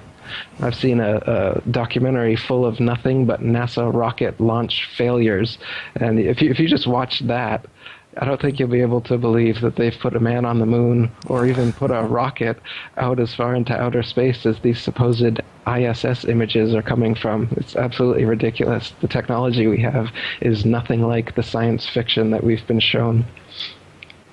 Yeah, it's amazing. So much deception. I was talking, we could talk forever about this. I don't want to keep you too long. And if people really like this, we can have Eric back on another time to do it and maybe answer your questions or whatever. And if you don't like it, then that's the last time he's on because I need ratings. So I'm just joking. So I was chatting with a friend who again was because he's a very science guy, which is fine, whatever, whatever. And he said, we started talking about the space station. And I said, why do they even have the space station? Why don't they just put it on the moon? And he was like, well, no, they want to have it there because they want to study orbits or whatever. And I said, okay. And I said, well, why don't they just put one on the moon? It was so easy like 45 years ago just to fly up, drive around a go-kart, play golf, take some really awesome, amazing pictures and then just, hop in like this little tinfoil thing and then float in outer space and then come back and then it was really easy back then. I don't know what's changed since then, but why don't they put like something on the moon, like, because now I'm hearing they're starting to talk about Mars, and they're like, we want to do put humans on Mars and start a colony. It's like, why don't you do it on the moon? It's so much closer, according to what you guys say. It's like, and it'd be so much easier. And if it's so easy to get to the moon, the guys on the space station should, just every weekend go to the moon. Why not? They're already out there. It's just like, bloop, hop in that little tinfoil thing and just, land down, no problem, go, drive around a bit, have some fun, then come back. It'd be like a nice little weekend getaway, because the hard part's really, according to them, getting outside of the atmosphere, right? So once they're out there, just take off to the moon for the weekend, but they never do. No one's ever going there. I don't know why. It's strange. That's a good point. Yeah, why haven't they been back there in 45 years? Then, if you look at the moon on a clear night during a waxing or waning cycle, you can see through it. Especially if you look during the afternoon, you'll notice that the supposed craters on the moon, you can see the blue sky right through those craters. Just look up, type in moon afternoon or something in Google and take a look. Or when you can see the moon sometime around 4 or 5 o'clock, when it's still, the sky is still blue, the sun's still out a little bit, but you still got the moon there, you'll notice that what is called craters is clearly not craters. And the supposed solid globe-shaped moon that they've presented us with cannot be the case, because you're seeing right through it.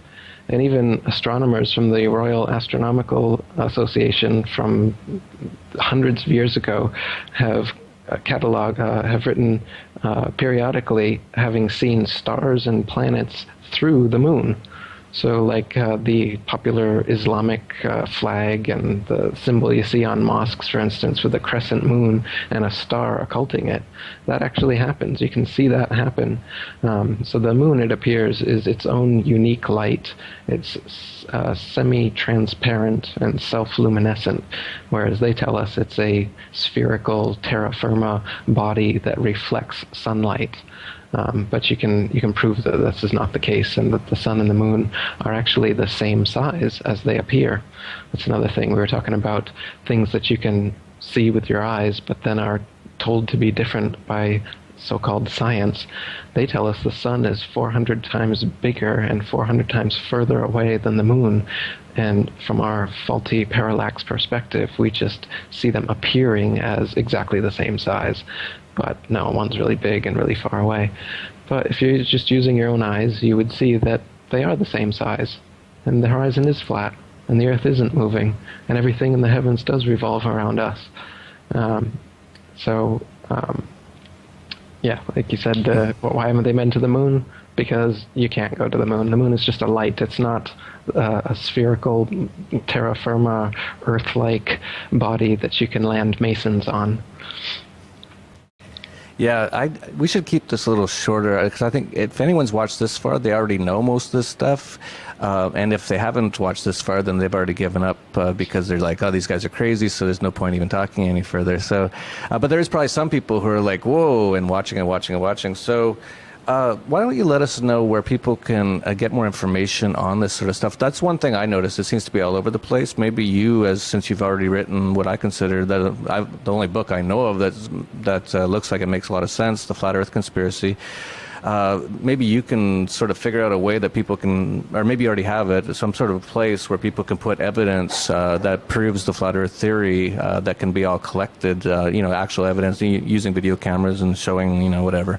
It obviously could be fake, but some sort of repository for this information that you can build off. But anyway, let people know where they should go if they want more information on the flat earth and about your books and everything else. Yeah, I actually just restarted the International Flat Earth Research Society that I was talking about earlier that ended after he died and his materials were all burnt down. So I started it up again as a forum, and I've put on all the materials that I have on there, and everybody on there is collecting their own experiments and evidence as well. So I definitely recommend going over there if you're interested in learning more about the flat Earth. It's ifers.boards.net, which is ifers.boards.net. My website is atlanteanconspiracy.com. I have a flat Earth section on there. You can see a bunch of research I've compiled there. And my book, The Flat Earth Conspiracy, you can get from the website as well. I have a documentary called The Flat Earth Conspiracy you can see on YouTube. Go to my YouTube channel, Eric Dubé, and actually I have a lot of documentaries on the Flat Earth and other related subjects. That's a good place to go if you're wanting to look into some more of this information. Check out Eric Dubé, ERICDUBAY, on YouTube. That's great. And I have to say, after talking to you in person, I'm even getting closer to pretty much being a flat Earth person. I think I'm going to hold that still because I haven't done enough research on my own to be totally comfortable. But just the way you are and the way you talk and how you're on the same wavelength as me on 9/11 and all these things says to me that either we're both crazy, which a lot of people are going to say, or I should listen to you because you're on the similar track to me. So you can bring me a lot more information, which I can decipher and figure out for my own self, make my own decision on what I think is correct. But fascinating stuff. I'm really glad to have had you on. I think we're probably going to end up having you on again if you're open to it because, already we're up to an hour here and we want to make this quite a good video as well. So we're going to put in some graphics and stuff. So this could be quite a bit of work for a lot of people involved here to kind of show you what Eric's talking about. So let's keep this one to about an hour now. And like I said, if you like this, if you're interested, you want more, please comment anywhere you see this on Facebook or on YouTube and just say, yeah, I want to hear more about this. And if not, no big deal. It was just information. We're just trying to figure out what's real and what's not. And there's a lot more unreal out there than we appear to know. So we're just digging into all that kind of stuff. And now we're the terrorists. So welcome to 1984. And so, if you like this information, share, like, subscribe to this channel, download this may get taken off YouTube, and that should be a sort of a little bit of hint. YouTube owned by Google, I believe, with the slogan "Don't be evil." I think it's should be don't expose evil is really what it is. And so, yeah, like download this, put it on something that can't be destroyed by an electromagnetic pulse, which they could totally do at any time. All this kind of stuff. They want to hang on to their control of this reality grid. And the more that we can just get information out there, the better. So please like, subscribe, share, and download this video and keep it and re-upload it. I don't care. Re-upload it anywhere on any video channel because they will probably be starting to ban a lot of these pretty soon if people start talking about it. And so that's it for Anarchast, your home for anarchy on the internet. Peace, love, and anarchy.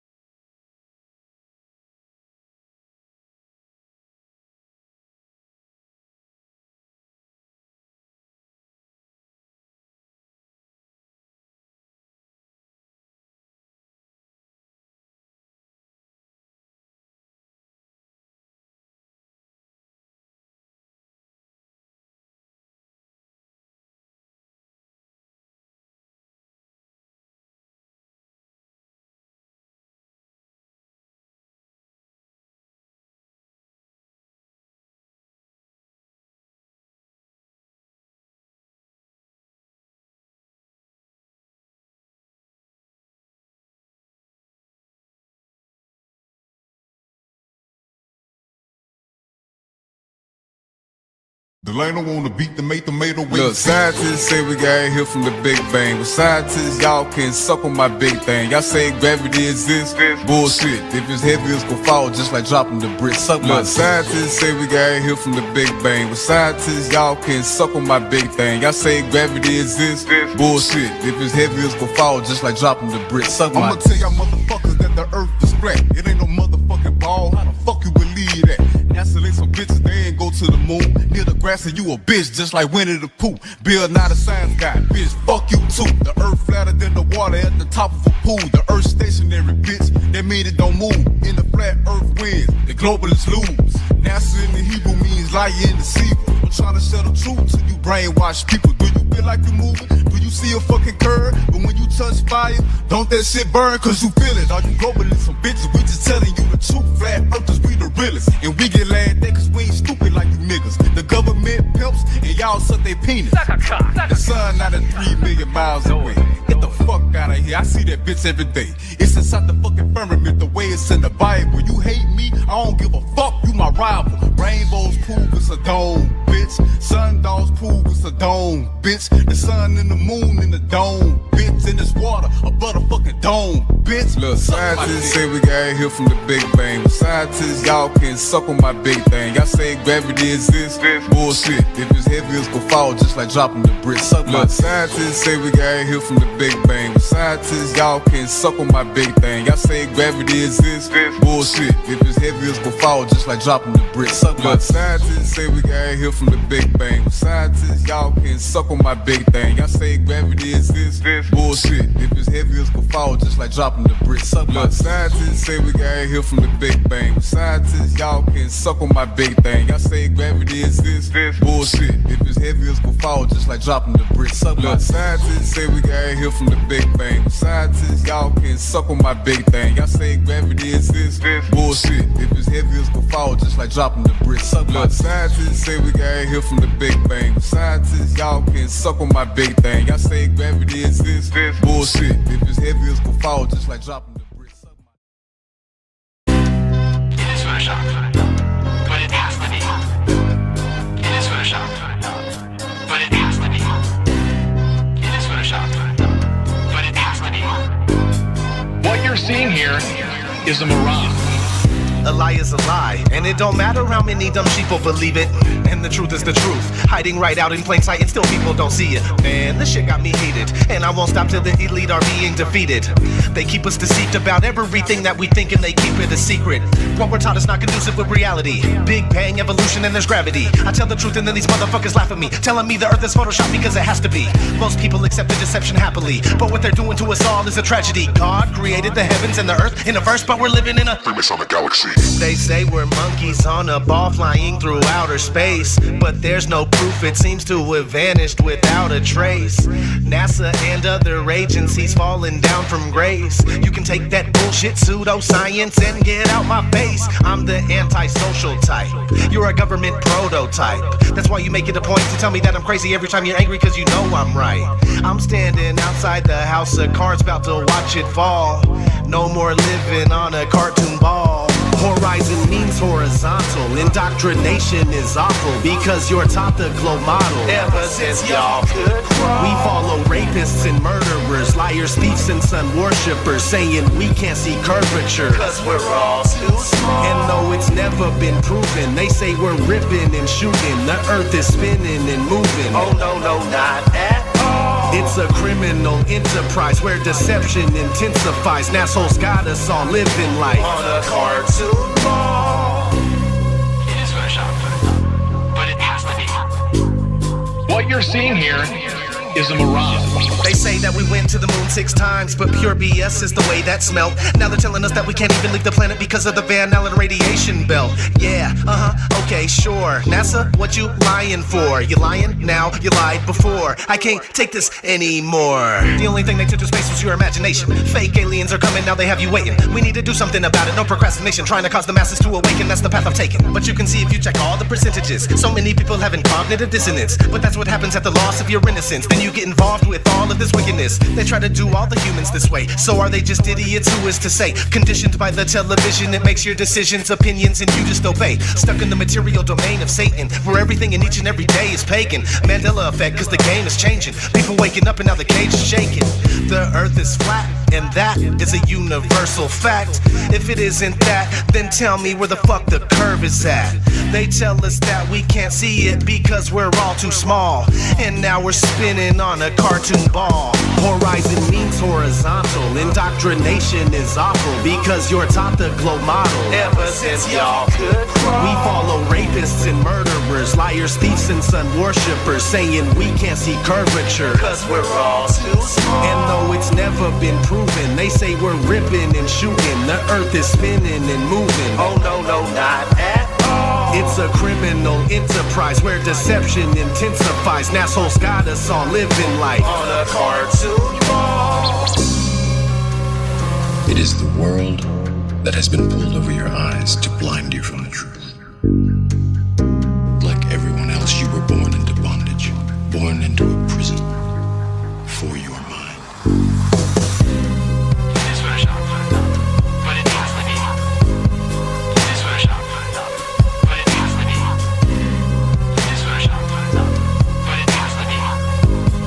What you're seeing here is a mirage.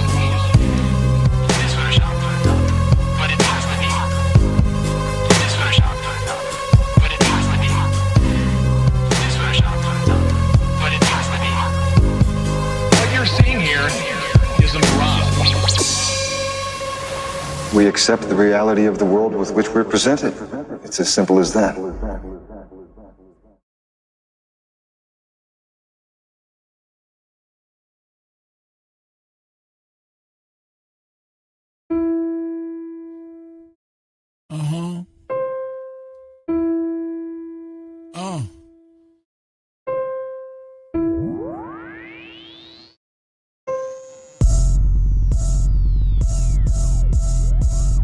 Why would they lie? Why would they lie? Why would they lie? Why would they lie? Why would they lie? Why would they lie? Why would they lie? Why would they lie? Why would they lie? Why would they lie? Why would they lie? Why would they lie? I know you've been hating this, but how about that radius, huh? What is he saying though? Broken geometry. Okay. I just pointed out, now you're at hominy. Went to your mommy be trucking and driving, Globers be wildin'. They went out of style. 8 inches per mile squared, never been measured out in the wild. Why would they lie? That's what they cry when it just can't be denied. Defending the government, slave till you die. You ain't got no reply. That stuff is flat. Who told you that? Like I can't trust my eyes? There ain't no curvature, and the swan is black. But nice try. Why would they lie? Why would they lie? Why would they lie? Why would they lie? Why would they lie? Why would they lie? Why would they lie? Why would they lie? Why would they lie? Why would they lie? Why would they lie? Why would they lie? What should go flat? Matter of fact, you never go back. You never go back. Why would they lie? Why would they lie? Why would you ask such a question? Coming here crying to ask why they're lying? Dude, may I make a suggestion? It seems to me in your mind that you could use some introspection. Instead of advancing your thinking, you're headed straight to a sad state of regression. People keep thinking it's our job to find them the model that they've been requesting. Meanwhile, they're walking around every day in the world never ever suspecting that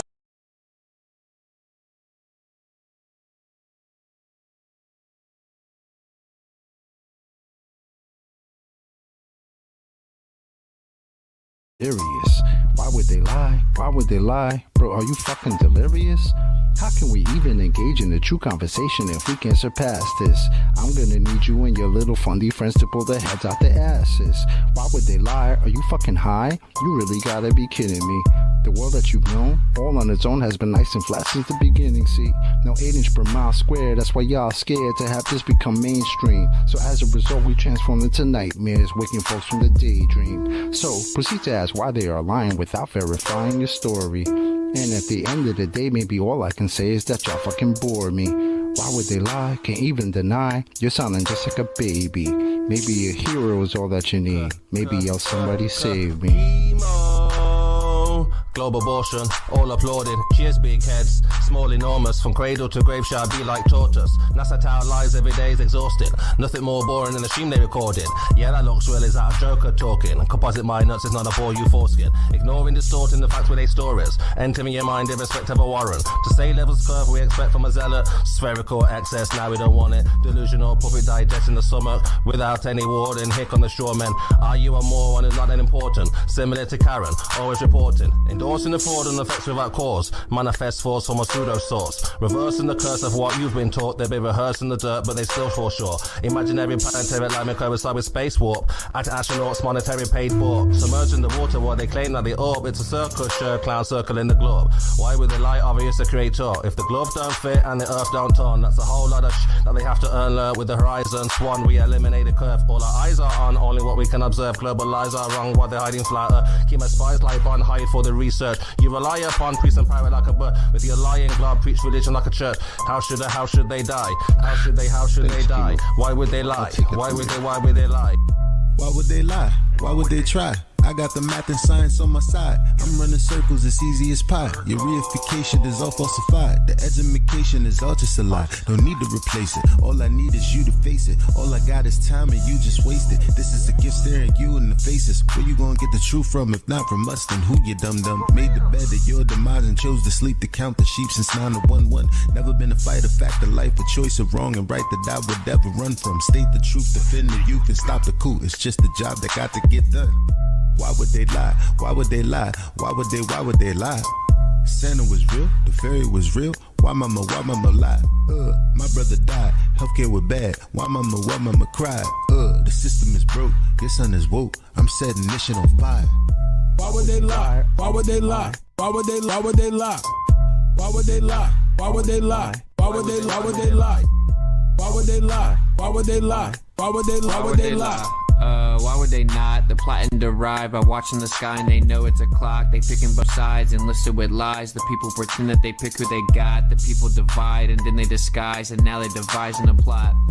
You ask why they lying from behind closed eyelids. You disguising an iris that's lifeless. You're denialist, but this lie is why you're a nihilist. Guess you're lying for the pride then. They enticing the brightest to get deprived in contrived confinement. Lie about what the meaning of life is. Get a degree in a 9 to 5 shift. Only way that you'll survive this. What's that mean? They have to bribe them. Yeah, it's tragic. Their only tactic when the model under attack is asking where a map is. If they lied about the earth, what you even asking? Weaving past them, leaving blasting. Everything you believe is backwards. Occult belief is practice. That's what they achieve in masses. Yeah, it matters. You believe what masses. Massive incoherent magnets have a weak attraction. That's electrostatics. They always invert it backwards. Wonder what's the verdict, pastors? Religious zealots preaching, talking past us. Sent a blitz right up the middle. Who can block the fastest? Falsify the radius. You cannot walk right past it. Yeah, they truly think they got the masses, but God's got the backing, so they can't stop what happens. Why would they lie? Why would they lie? Why would they lie? Why would they lie? Why would they lie? Why would they lie? Why would they lie? Why would they lie? Why would they lie? Why would they lie? Why would they lie? Why would they lie? OG. Why would they lie? I'll tell you why. They don't want to see you survive. They don't want to see you get live. Love on your queen till you have you some kids and provide. They don't want to see you revive. Take an L, they come back harder than ever besides. Packing that hammer on side. I cannot help it, bro. Second Amendment on mine. They won't label you a felon. That way you can't get your hands on protection. That way they come in and fake an election. If they want Caesar assets, you can't stop or arrest them. That way the hood is simply a reflection of the design that they predestined. If you don't like it, they pop off your top like your last name was Kennedy in Dallas, Texas.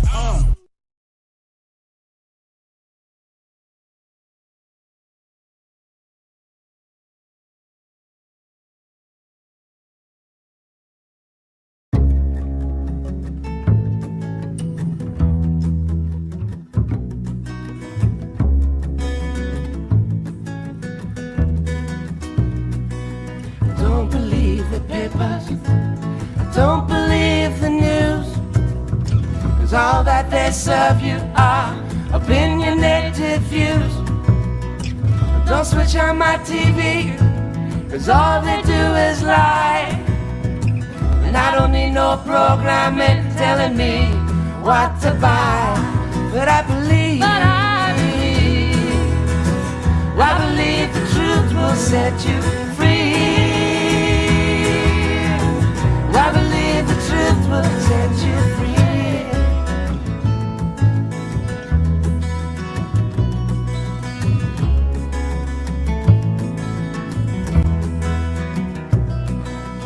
Don't believe in aliens. I don't believe in God. I don't believe in war. What are the reasons why they're for? Don't believe celebrities pretending to be what they ain't. Make poverty history, they say, posing as saints. But I believe,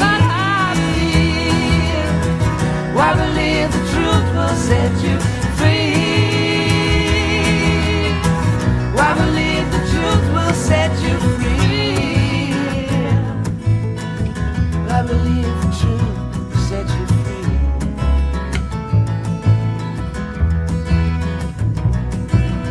Don't believe the justice system will give you what you deserve.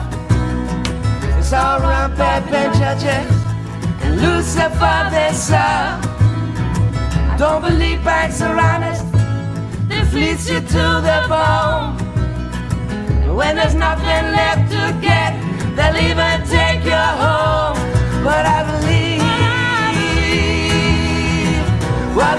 the truth will set you free. I believe the truth will set you free. I believe the truth will set you free. I believe the truth will set you free. I believe the truth will set you free. I believe the truth will set you free.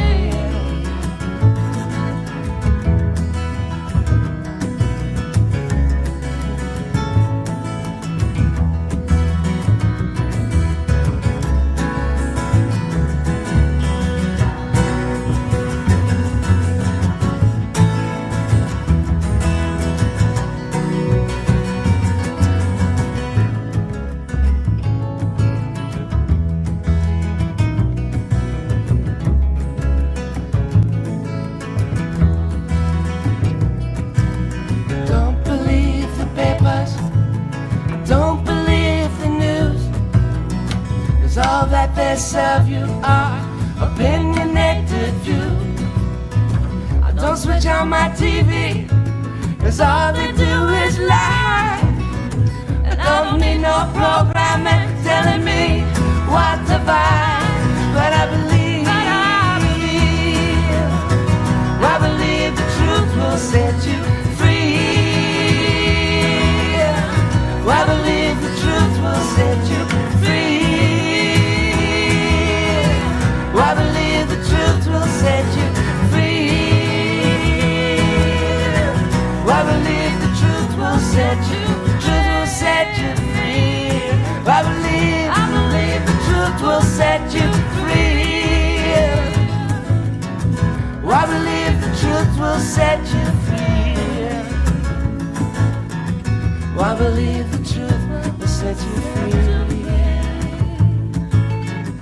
I believe the truth will set you free. I believe the truth will set you free. I believe the truth will set you free.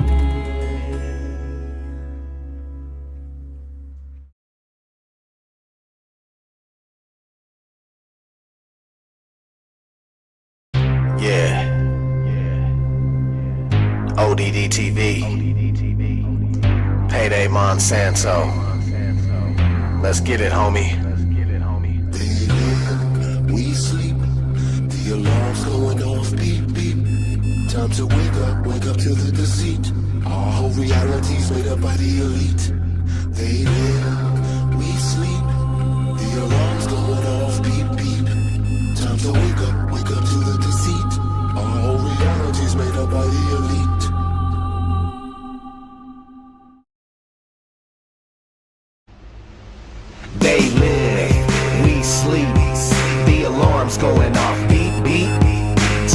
up to the deceit. Our whole reality's made up by the elite. They live, we sleep. The alarm's going off, beep, beep. Time to wake up to the deceit. Our whole reality's made up by the elite. I came here to kick some ass just like Roddy Piper. These motherfuckers that walk among us, they got me hyper. But don't be chewing that bubble gum, it's got aspartame. It's a chemical directly targeted at your brain, just like the fluoride that they put in the water supply and all the geoengineering we got in the sky. I'm trying to tell you, and I hope that you're hearing me clearly, this ain't no bullshit speculation, conspiracy theory. They live and they're controlling every move you make, from the apartment that you live in to the juice you drink. They give you television to help you ignore this prison while feeding you genetically modified organisms. They want us like the Walking Dead, just obey and consume. Don't worry about anything, keep awaiting your doom. To all my warriors out there, this is indeed my call. It's time to put a fucking end to this elite cabal. They live, we sleep. The alarm's going off, beep, beep. Time to wake up to the deceit. Our whole reality's made up by the elite. They live, we sleep. The alarm's going off, beep, beep. Time to wake up to the deceit. Our whole reality's made up by the elite. When they try to prove their spinning ball Earth, it's remarkable. All their arguments are absolutely fucking farcical. It's clearly been shown your problems aren't resolvable. Your theory has been blown into tiny little particles. The pharmacological drugs they got the masses on precludes them from putting their rowdy Roddy Piper glasses on. And even when they do, they're unable to gaze too straight, cause for most of them it's way too late for them to see past their conditioning. They will not be listening to anything outside their paradigm imprisonment. They are ensconced in a nonsensical certitude, brainwashed by devils to revel in their servitude. It's idiocracy, pure hypocrisy. Waking these dummies up, it used to mean a lot to me, but nowadays I wanna tip their canoes, and as they drown, tell them this is what you get when you snooze. They live, we sleep. The alarm's going off, beep, beep. Time to wake up to the deceit. Our whole reality's made up by the elite. They live, we sleep. The alarm's going off, beep, beep. Time to wake up to the deceit. Our whole reality's made up by the elite.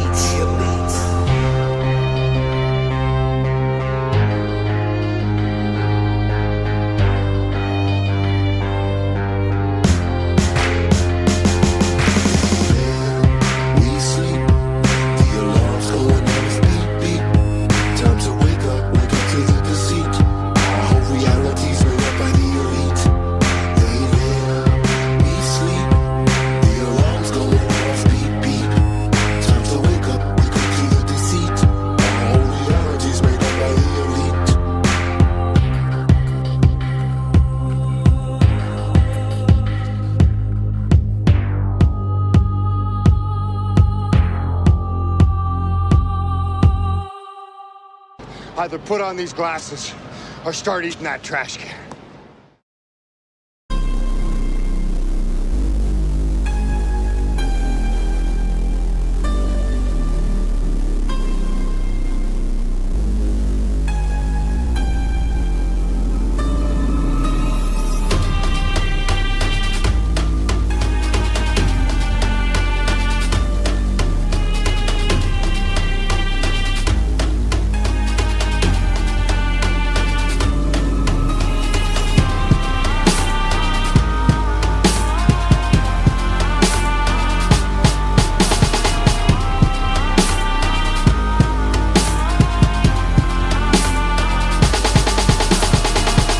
Time we find out what's real. Take the red pill and face our enslavement. But don't nobody wanna say shit. Without y'all, man, I can't do a thing and I hate it. Yo, there's gotta be a way we can change this and expose those who remain nameless. Illuminati agents, assailants with knowledge handed down from the days of the ancients. Got us living like vagrants, under surveillance while we're working for these minimum wages. Then go back to our cages, where we're late making payments on a regular basis, and just watch entertainment, where they could just rub the shit all in our faces. I'm so sick I can't take this, so I'm looking for ways to escape from the matrix. It seems death is the only option, but that doesn't doesn't mean I'm pulling out my shotgun. My body's locked up, but my mind is sovereign. I feel a little better being free of the doctrine.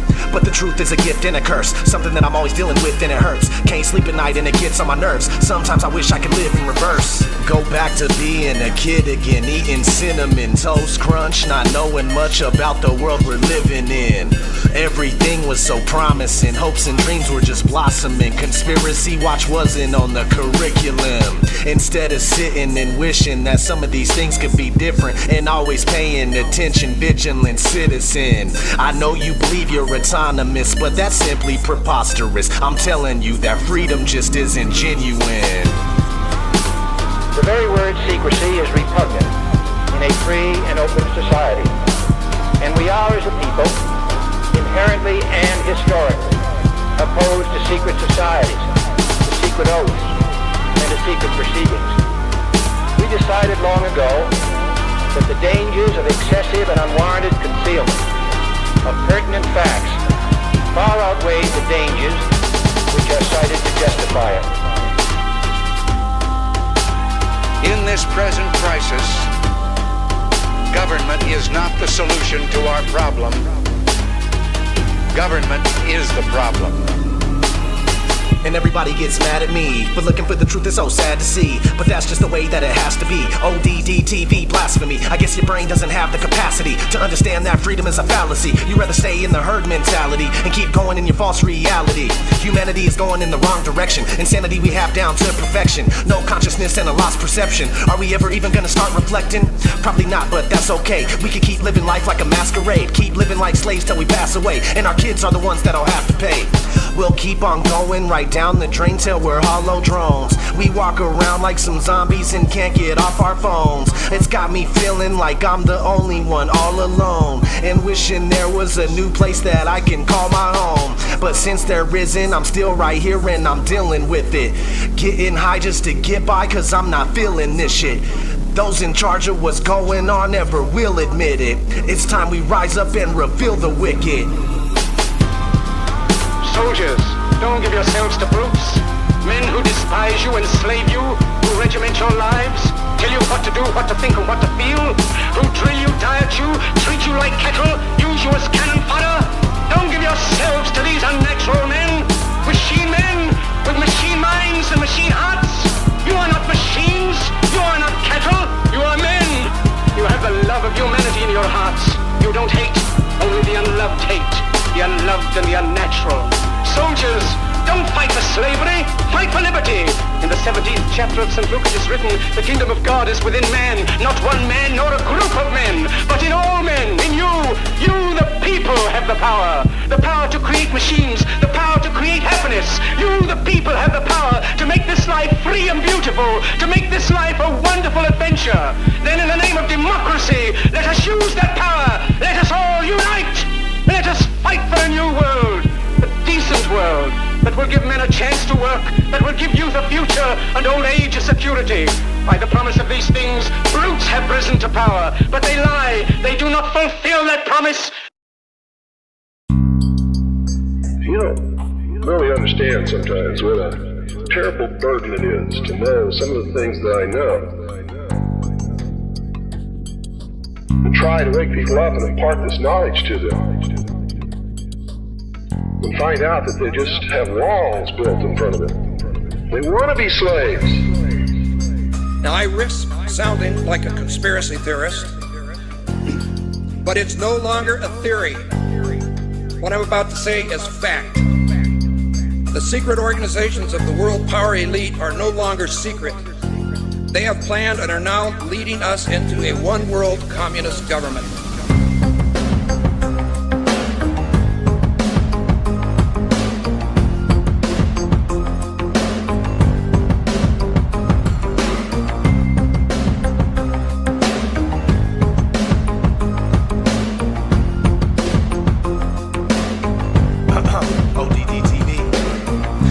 Journey with me deep inside the rabbit hole. Wake up, my friends, there's some things that you have to know. Everything you ever thought you knew, it has to go. For instance, NASA is the world's largest magic show. 9/11 was a planned demolition and Sandy Hook was a scam. Come on, man, are you tripping? Constant programming being crammed in your vision. Just take a step back and examine this prison. Turn on the news and they're trying to blind you. All they ever do is tell you lies and divide you. There's nowhere you can even hide, they'll find you. Illuminati, all-seeing eye right behind you. It's about time you find out we're being lied to. They're attempting to control the mind that's inside you. Hide you from the power that designed you. Does anybody have a problem with this? Well, I do. I want the truth, the whole truth, and nothing but the truth. They say they got it, but they're never coming up with proof.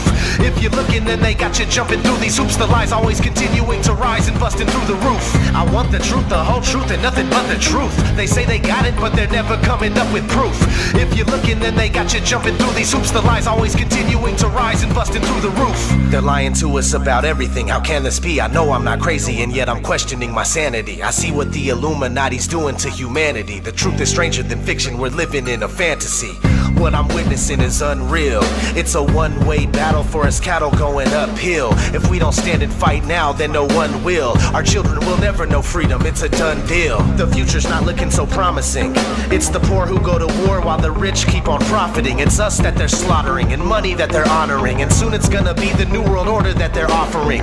It's mind-boggling how so many don't seem aware. And if they are, it's like they really just don't even care. Our world is broken and I'm hoping it can be repaired. But we'll have to fight for it, so just be prepared. I want the truth, the whole truth, and nothing but the truth. They say they got it, but they're never coming up with proof.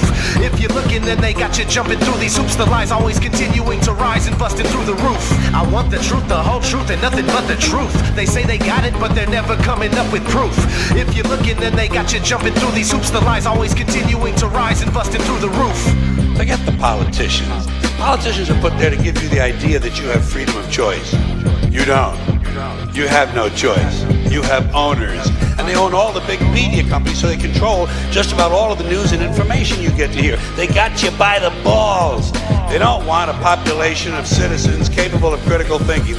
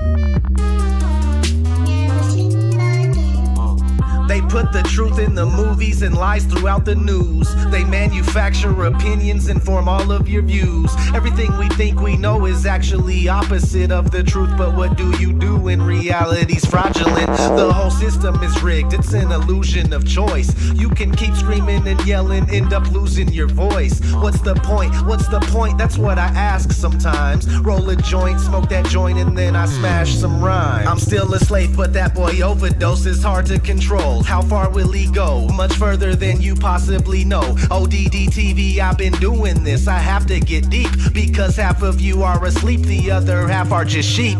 Wakey, wakey, wake the fuck up, man. I'm really sick of this. They rub the truth all up in our faces and it's ridiculous. They always keep the odds stacked against us and we can't seem to win. After seeing all the things I've seen, I'll never sleep again. Everything is a lie. Slave till the day you die. World full of boogeymen. I'll never sleep again. Rules that you must obey. Can't seem to get away. It's making my head spin. I'll never sleep again.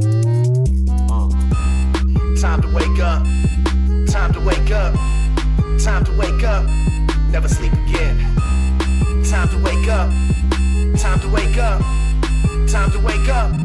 Never sleep again. We live in a prison cube, ruled over by the hexagon. Nothing but witchcraft and black magic spells in your lexicon. Search till the day you're dead and gone. There's gotta be some way out of here. Looking up at the sky, just watching chemical clouds appear. They got these toxic heavy metals filling up your body. You're a zombie, unaware that you serve the Illuminati. Man, how's your head feel after taking that red pill? When you learn the truth, it's scary. You can barely stand still. The Matrix is a computer-generated dreamland. Most certainly you're a worker bee for the queen, man. They lie to us about outer space and the earth is flat. They're killing us with the food they sell us. What's worse than that?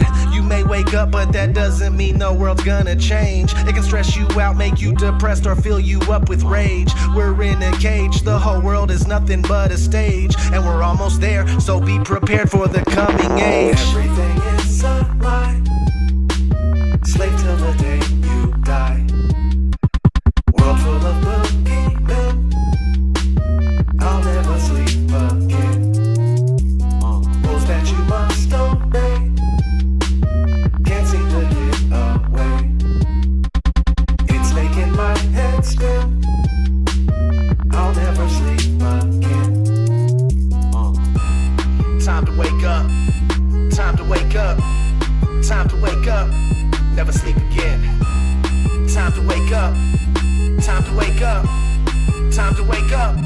Never sleep again. Everything is a lie. Everything, man. Slave till the day you die. There's no escaping it. World full of boogeymen. They live. I'll never sleep again. I'm an insomniac. Rules that you must obey. Obey, obey, obey. Can't seem to get away. No, I can't get away. It's making my head spin. It's not the world spinning. I'll never sleep again. Never, ever, ever. Chemicals in the sky. What the hell are they spraying, man? Nobody wonders why. Those are just clouds, bro. Organelles in my skin. This can't be happening. I'll never sleep again. I can't do it. Things are not what they seem. Everything is opposite. Wish it was all a dream. I'm wide awake though. When will this madness end? It's not looking good. I'll never sleep again. It's just not possible.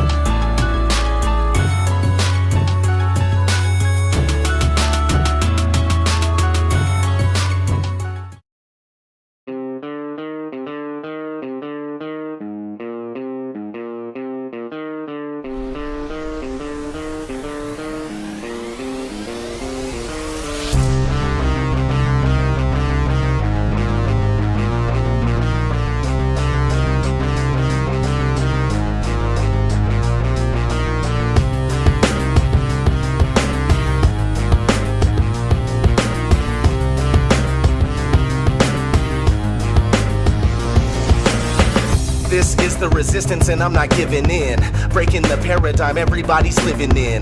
No more spinning on a ball, that shit was just pretend. And I'm not gonna say it is just for the sake of fitting in. The truth is different to people because illusions vary. The truth is hidden, the truth is missing, the truth is buried. The truth is beautiful, truth is ugly, the truth is scary. That's why telling the truth is revolutionary. The truth is something that these people just will not provide. That's why they gotta keep sheeple completely occupied. Now our food and our fruits and veggies are modified. And that's what happens when common sense is just not applied. They govern your mind, that's why it's called governmental.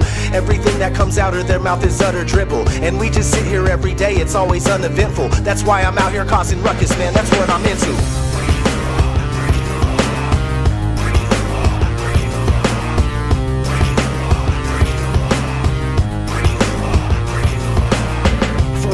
Defiant, remaining non-compliant. No, I'm not staying quiet, never remaining silent. Doing everything that I can just to create a riot. I want the truth and I'll do whatever it takes to find it.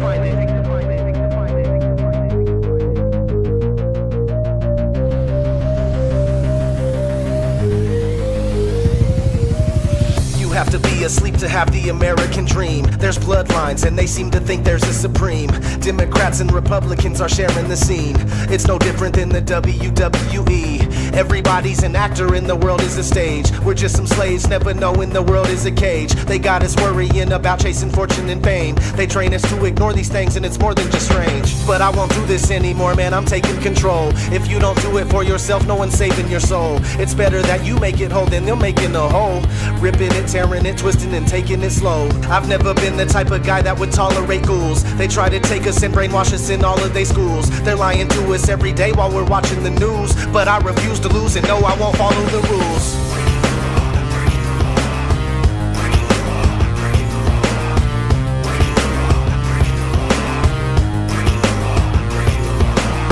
Forever I'm defiant, remaining non-compliant. No, I'm not staying quiet, never remaining silent. Doing everything that I can just to create a riot. I want the truth and I'll do whatever it takes to find it.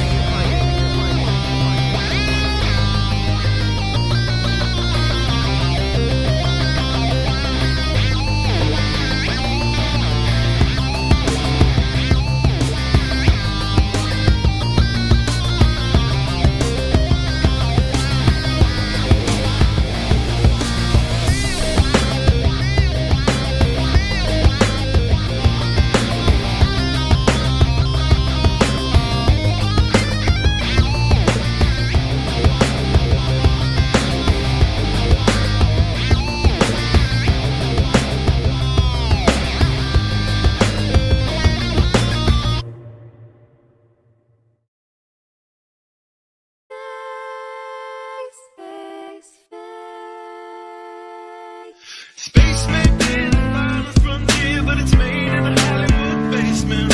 Space may be the final frontier, but it's made in a Hollywood basement. Space may be the final frontier, but it's made in a Hollywood basement. Space may be the final frontier, but it's made in a Hollywood basement.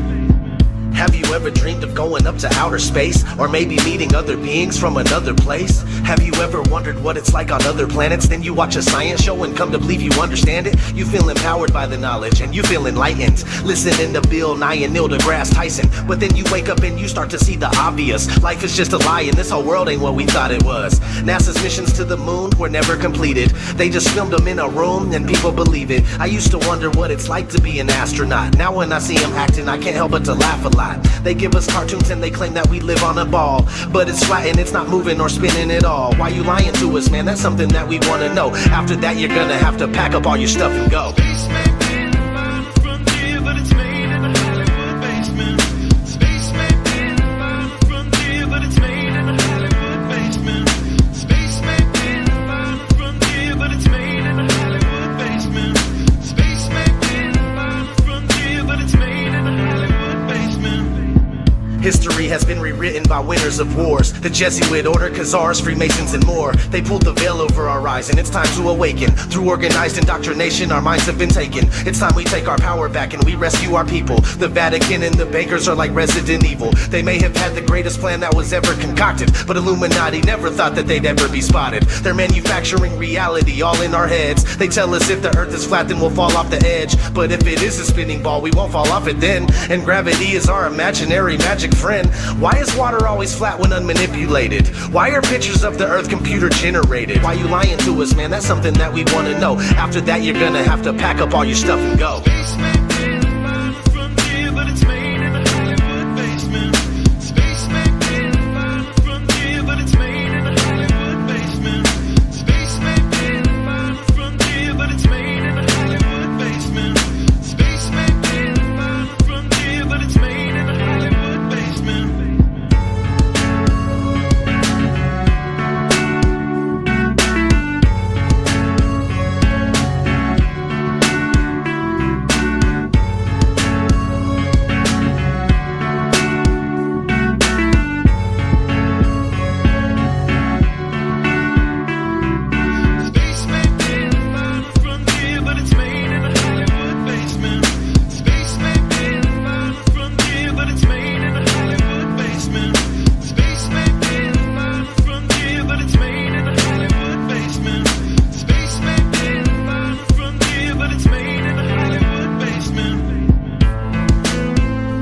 NASA.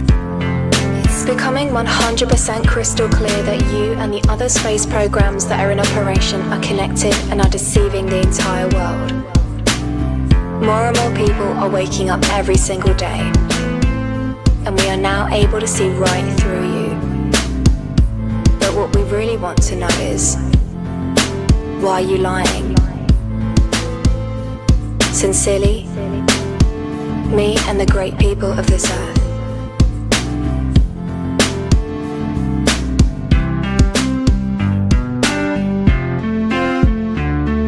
Space may be the final frontier, but it's made in a Hollywood basement. The captain thinks the world is round, see? But we all know it's a flat, right? Of course it's flat. Sure, I know the world is flat. Well, so do I. Everybody knows that. We do not consent to the wars you use to kill the poor. We do not consent to get taxes and mandatory vaccines. We do not consent to the GMOs that you grow. We do not consent to adhering your geoengineering. We don't consent to the floor and the water supply, blinding our third eye and keeping us compliant. We don't consent to the wars you wage every day, bombing innocent children hundreds of miles away. We don't consent to you hiding our true history, or your secret societies keeping it a mystery.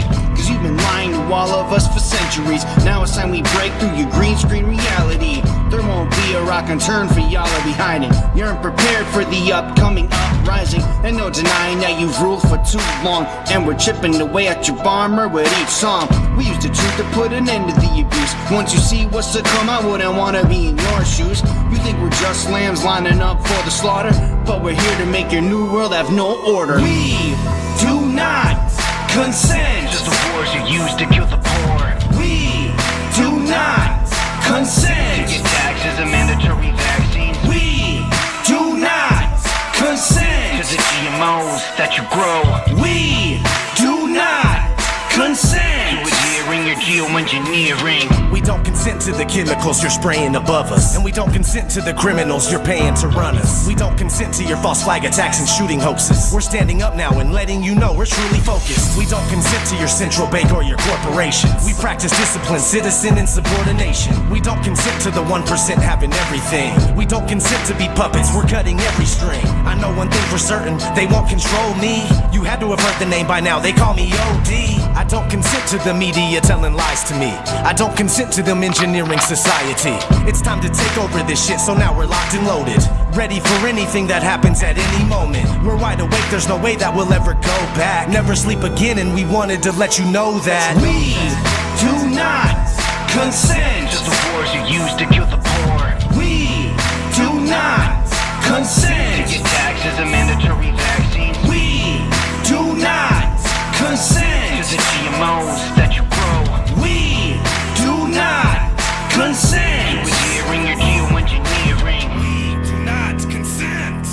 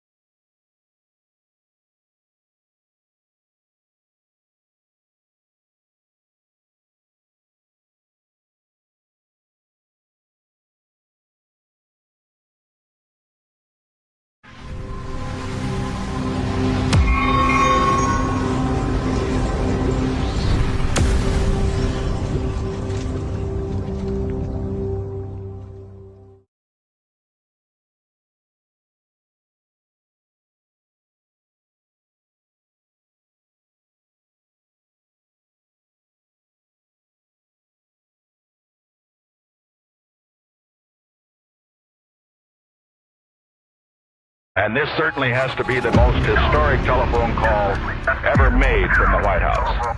Challenger, only seconds after leaving the launch pad, according to NASA, has exploded. It just has the same seats that like a normal car has. It's literally a normal car in space. And we're going back to the moon, back to the future, and this time back to stay. I should tell you that the first mission is scheduled to land on Mars on July the 4th, 1997. We will undertake extended human missions to the moon as early as 2015. We launched a new spacecraft as part of a re-energized space program that will send American astronauts to Mars. We will not only plant our flag and leave our footprint for an eventual mission to Mars. What you're seeing here is a mirage. It is Photoshop, but it's has to be. 5, 4, 3, 2, 1.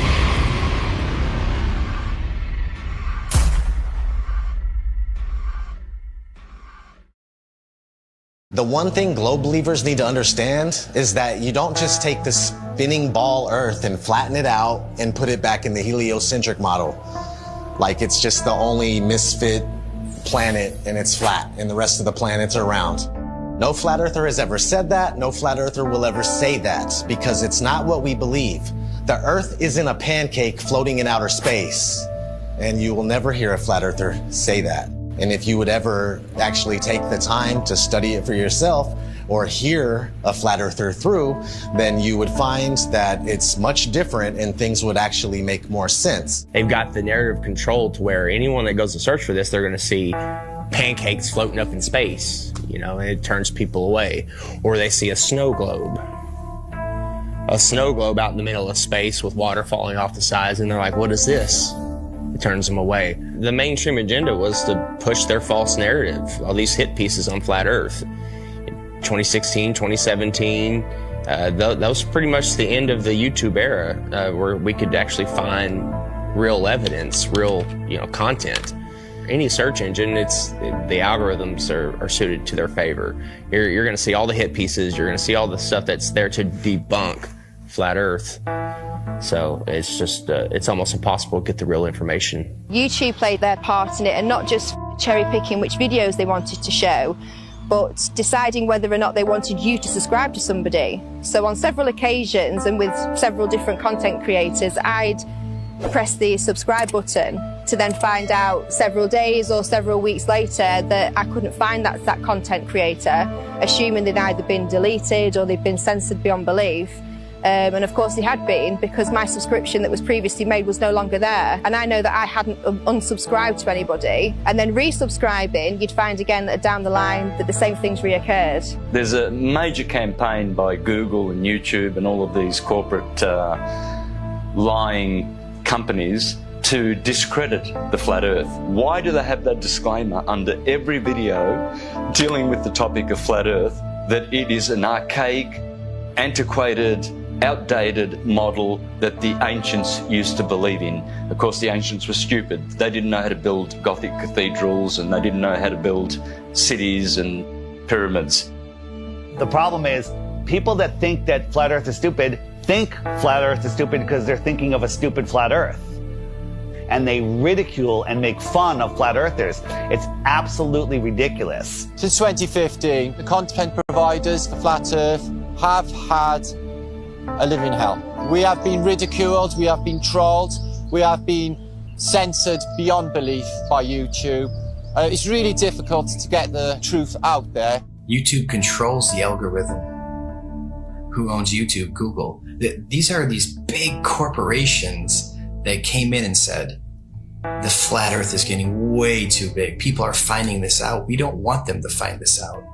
This will just completely destroy our agenda that we've worked so hard for. We're losing it because of our own technology that we created. So they had to get involved. Withholding information and knowledge is a form of control. Now, for new people coming into the subject, if you research Flat Earth, the Google analytic will give you government hate propaganda against the Flat Earth truth. If you go to Google and try to find anything Flat Earth related, then the first thing that's going to pop up is the Flat Earth Society. And that is something that has absolutely nothing to do with this movement. In fact, it's a completely made-up organisation in order to deter anybody looking for some sort of truth. So that you'd first of all get to that page, you'd see these ridiculous accusations and this spinning disc illusion that's going upwards in space that I can assure you nobody believes in. If the globe model was as strong as they claim to be, then there wouldn't be so much concern with anybody talking about a stationary Earth model. Now, everything's fine in court until somebody walks in with a load of shit on you. Everything's fine until somebody out there has evidence that's going to prove you guilty. And that's when you start acting suspicious. That's when you start panicking. That's when you start putting damage control out there, which is inevitably what these bots are, what these trolls are on social media, and of course the algorithms. This is just a new lie that was started in the 20s, and even before then they weren't really teaching anything about the world and where we were. It was just common knowledge. One of the main arguments that globe believers come at you with is we've known for 2,000 years. Aristophanes figured it out with his sticks and shadows. Well, Aristophanes may or may not have been a real mathematician. He figured out the shape of the earth. That would have made him the Michael Jordan of mathematicians, but nobody ever mentioned him in a book until the mid-1900s. What's crazy is I've talked to some elderly people, and they've told me that back in their day when they were in school, they didn't even learn about people like Copernicus or Galileo. Everything's up for grabs at this point. People like Christopher Columbus and any other figure in history could be totally false or created just for some sort of agenda. This is everywhere. We found somebody in Croatia. They said they were teaching flat earth through the 1930s. Most people think that this flat earth versus globe earth has been going back and forth for thousands of years. No, it has not. This is a brand new deception. They come up with these stories, these fictional stories, fictional characters, to reinforce that we live on a ball. All of our globe provers, Galileo, Aristophanes, Copernicus, the pictures of them show that they're Masons, but I contend that we don't even know if they're real. All of our history is a lie. I've met people that said that they were taught flat earth in the early 1960s in school. They were taught flat earth and globe earth, and then it kind of just went away. I interviewed Ruth, a 102-year-old woman, back in February of 2020, and she was taught flat earth in public school in Connecticut. Tell me your name. Ruth Heath. Ruth, and how old are you today? 102. 102. So you were born in 1918. 1918. And we were just talking, and I asked you what shape the Earth is, and what did you say? What were you taught in school in elementary school? I was taught in school that the Earth was flat. Where did you go to school? Elementary school? I went to Spruglin School in Hamden, Connecticut. So how does it make you feel to realize that you were right as a kid? It makes me feel better. It does make you feel better, right? Oh, it makes me feel alive. Oh my God, that is so true. My whole life, I believe, what I was taught. And then when I discovered the flat earth, you feel better about it. Because we are the center of creation. That's right. We are important. That's right. We are here. We are God's children. And when all the problems that are happening in this world today. I'll give you some good news. A lot of the problems that they report on the news aren't even real. That's right. That's right. They're just keeping us in fear. Keeping up. That's right. That's right. That's right. I understand that. I understand. They just say what they want people to know. That we never went to the moon? That was all fake? Is that right? That's correct. I saw that all happening. Yeah, so did I, and we all believed it, but that was just to reinforce that people to believe they can live on a ball and they can walk on a ball. It's such a lie. It's such a lie, but knowing the lie is like going to a magic show. I woke up. Yes. That's what we call it. We call it red. This is your moment of waking up. It's when you go to see a magician and you know how the tricks are done, and the magic no longer works on you, and you're free from the illusion. So knowing this is going to free your heart. Cry. Yeah, it's okay. It makes me cry. Happiness. Yes. Tears of joy. Yes. Thank you. All right, give me a hug. Here we go. All right. Rockefeller seems to have a role in this. He started the General Education Board and continued being involved with the educational system. The fact of the matter is, the people that have been in control, they're in control now, and they're going to continue to be in control, whether they pass it down or change the name, whatever it may be. But yeah, I mean, whenever Rockefeller's name is tied to something, it's always something to question, that's for sure. That's a huge red flag for me, that they can come in and change everything we know, all of history,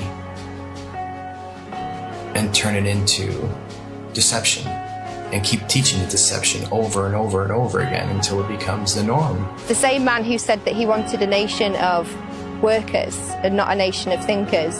This was the same person who was found guilty of antitrust violations around the turn of the 20th century, who then went on to get his fingers in all of the education systems, of course with the promise of, I'll give you money, I'll make sure that your school has everything that it needs as long as you push these textbooks, as long as you push these narratives and you push these ideas. I'm going to give you a nation of workers and not a nation of thinkers. And that's exactly what we've become. Now, this should tell you something, why we can't talk about literally the thing that we're standing on. Why is that? Knowing that there is a creator, absolutely. That is one of the main reasons to hide this. But, you know, at the same time, it's nowhere near comparison when 1 billion people find out that there's more land. It's about hidden land. I think there's possible they could be hiding land in here somewhere with us. And I think that the Antarctica Treaty is very, very, very sinister, and there must be something else going on. They went really, really, really tough with their implementation of the Antarctic Treaty and everything else, and just to keep people away from the truth. They didn't want people to know about more land. Haven't we been fighting over land forever? Isn't that what always happens? Countries fighting over land, but not on the outskirts of Antarctica. Oh, no, no, no. No fighting there. They're all in agreement. You can't go there. You can't explore any of it. That treaty was in effect in 1959. It can't even be questioned until the year 2041. The longest lasting treaty that all of the world signed on to at the same time and is still in place. Antarctica is the container of our world oceans. What is beyond Antarctica? Why is the government hiding Antarctica from us? Why is Antarctica completely off limits except for taking a tour of a little peninsula off of South America, which is nothing? And people go, well, you can go to Antarctica. We spent months trying to actually do it. Yeah. I was going to send a crew. They won't call back. You can't even go there. There's one peninsula where you look at penguins. Exactly. And then you think, I have some friends that went to fucking South Pole. Yeah. They put them in that little fucking island with penguins. You can't just saying you went to Antarctica and you walked around it. He's like being in New Jersey and saying you were chilling in California. It's fucking huge. There's about 100 different companies that you can spend a lot of money to go on a little guided tour of just that peninsula. But all of those companies are owned under one umbrella. One person controls them all. They don't let anybody explore Antarctica.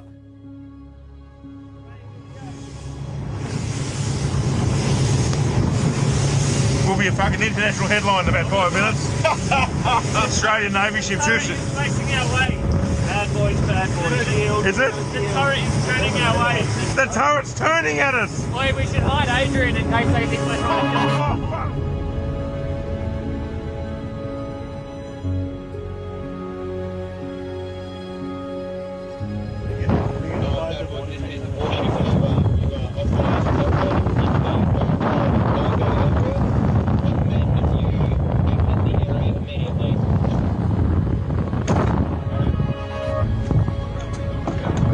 we're just traversing. Is there a helicopter coming at us? Are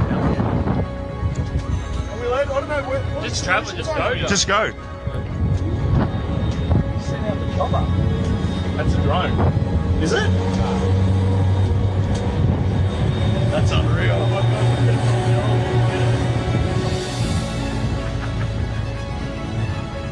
When people say, why the lie?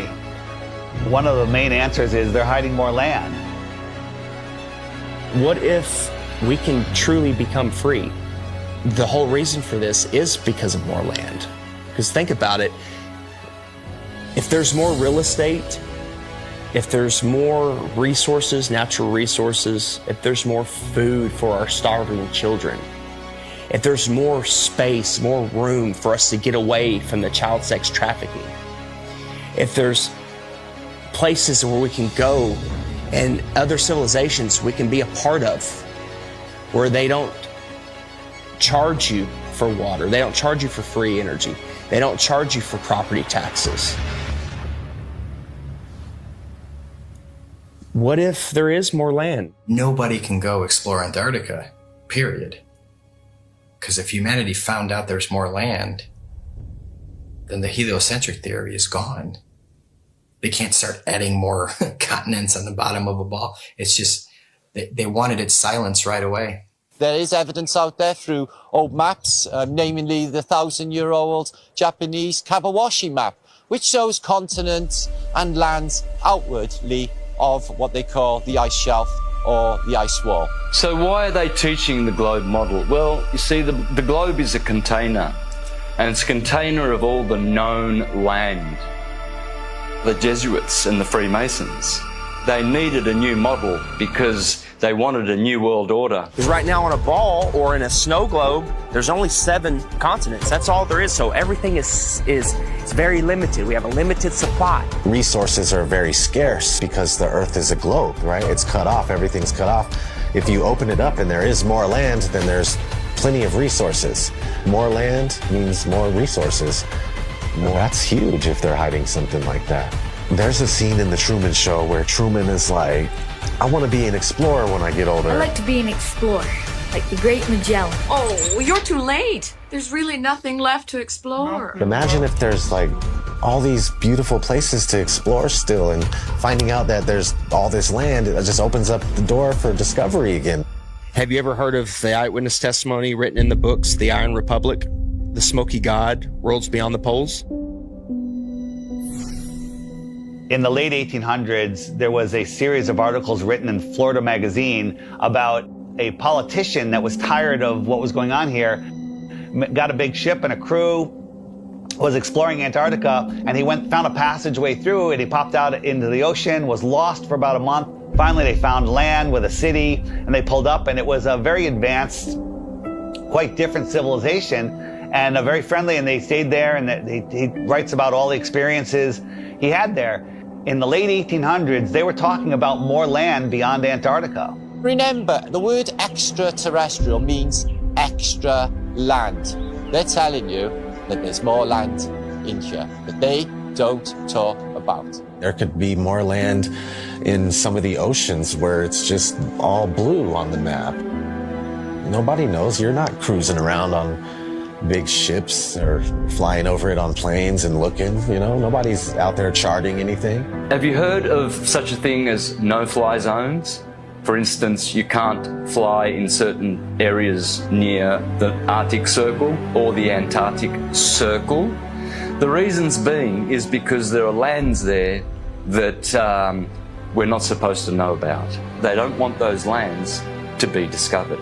All these corrupt systems that are stealing money from us, kidnapping our children, just doing horrible things. They rely upon the cattle staying on the ranch, the slaves on the plantation. That's why Flat Earth is the most important knowledge we can obtain. It's because there is more land. Don't look at us and say, go prove it. They won't allow us to go prove it. We're not the lazy ones here. We're being restricted from going to prove this to you. So because of that, of course we're going to speculate. It's a red flag. If that's not a red flag to you, I don't know what is. They won't allow us to go. Allow us to go. If we go and there's nothing there, I'll admit I'm wrong. But all signs point to that they're hiding more land. You have to have permission to do everything. You have to have permission to marry the love of your life. You have to have permission to travel down the road. When we have the inalienable right to travel from point A to point B, you people think you're free? You're not free. You're free-range chickens. That's what you are. You're free-range chickens held in an area you're not allowed to go past, and if not, you go to jail or you get shot. Stay on the plantation, do what you're supposed to do, pay your taxes, and shut up. Right? Well, if there is more land, and I sincerely believe that there is, then that's the perfect reason to lie to everybody. It's not just about hiding a place for more resources and where else we can go and dig for gas and gold. It's not about that. They're hiding freedom. They know that as soon as we all find out that there's another place to go without dictatorship, that we'd be gone. There's endless amounts of everything, and there's so much more land out there, and there's many places to explore, and they just want to keep us here in the middle of the pond, stuck here thinking that this is all there is. What happens to the price of gold and all natural resources if there's more land? Gold can't go to $1 an ounce. Gasoline can't go to 20 cents a gallon. We can all have, thousands of acres of land to ourselves. The whole system crumbles. The entire system crumbles. Period. On the other hand, we have the North, which is also off limits. I went on my first official trip. I was going with my father and my grandpa Sinclair up to the North Pole. It was a very glamorous destination. I figured I was finally going to be let into the reason for the existence of this high security Arctic base. It was exactly right. We drove slowly through and past the buildings on a special top secret mission. And that's when I understood just how powerful and wonderful my father was. The North Pole is a biggie. It's always been in my mind. I've juggled with the idea, is there hidden land? Could they have possibly hidden a continent in the Arctic Ocean, which is seemingly an ocean? They could hide land there. Many, many old maps will show you the Hyperborean, 4 continents, and in the center, Axis Mundi. And I think that's what's there. I think there is Mount Meru. And I think that gives off an acoustic device. There's definitely something special going on up there, and if you just think about that long enough, why do compasses point north? I mean, that's really wild in itself. What if we all took our compasses out and just followed them until it stopped? A compass will always point north, towards the magnetic north. There's some kind of force or some type of energy, frequency, vibration that's pulling that needle to the north. It's crazy to think that all compasses are pointing north to the North Pole. No compass points south. There is no South Pole. There's no compass that's going to be, go south. And no, it's come to the north. There's something there. I think we can all agree there's something there. And it's crazy that they cover it up. They've covered it up for so long. There's ancient civilizations, the Nordics, there's people have talked about, the Rupert Nigra, the Mount Meru, the giant magnetic mountain at the center. An entire magnetic mass or a mountain that is strong enough to make everybody's compass point north. When I was a kid in school, they showed us a National Geographic video of the guys getting to the North Pole, and they just basically made it look so horrible and miserable and dark and cold that no kid ever in his life would go, hey, I want to go to the North Pole. So if you watch any documentary about the North Pole or anybody venturing to the North Pole, all you're going to find is some dude mobbing on an ice sheet, and he's got a little device in his hand. He's like, 3, 2, 1, North Pole. And that's not the North Pole, man. That's bullshit. I just don't know what this is. It's a map. My father showed me a map like this once.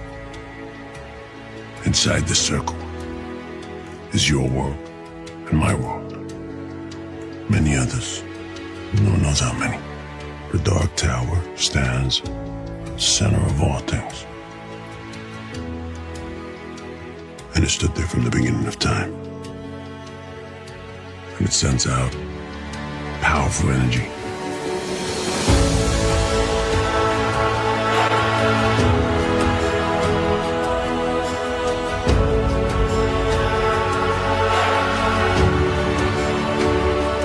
I think that there's possibly a North Pole part of the electromagnetic torus, which gives off a green light, which you see as the Northern Lights. The North Pole is the center of the Earth. It is a hyperbola. Because we live in a toroidal field solar system, there must be a plane of inertia intersecting it in the middle, and there must be a hyperbola, hourglass, in the middle. In the Srimad Bhagavatam, Canto 5, it calls this Mount Meru. And why are we not allowed to go anywhere near there? Well, simply because you cannot go there. It is a magnetic toroidal hyperbola. Therefore, there is no way that you can fly anywhere near the North Pole in the center of the Earth. Admiral Richard Byrd said he found more land in the north as well as the south. There's a book called The Smoky God of a father and son that ended up finding more land in a race of giants with technology beyond your wildest imagination. Cartographers have charted, maps with land in the center, where all compasses point. There's just a lot of evidence pointing to more land. So yeah, 100%, I would put my life on it that there's more land at the north. It's just as heavily guarded as the south. Can't like go check the north and yeah, let me go check. I'll take some pictures and videos and come back. You're not even gonna get that close. You're gonna be turned around, the same as the south. All the way up until the 1600s, they had 4 land masses around the North Pole region. And right after the 1600s is when it slowly started disappearing until finally it was all gone. And you can verify this for yourself if you just go back before the 1600s and look at maps of all sorts. You'll see these land masses on each one, and then sure thing, these land masses just started being deleted from history. So what are they hiding at the North Pole?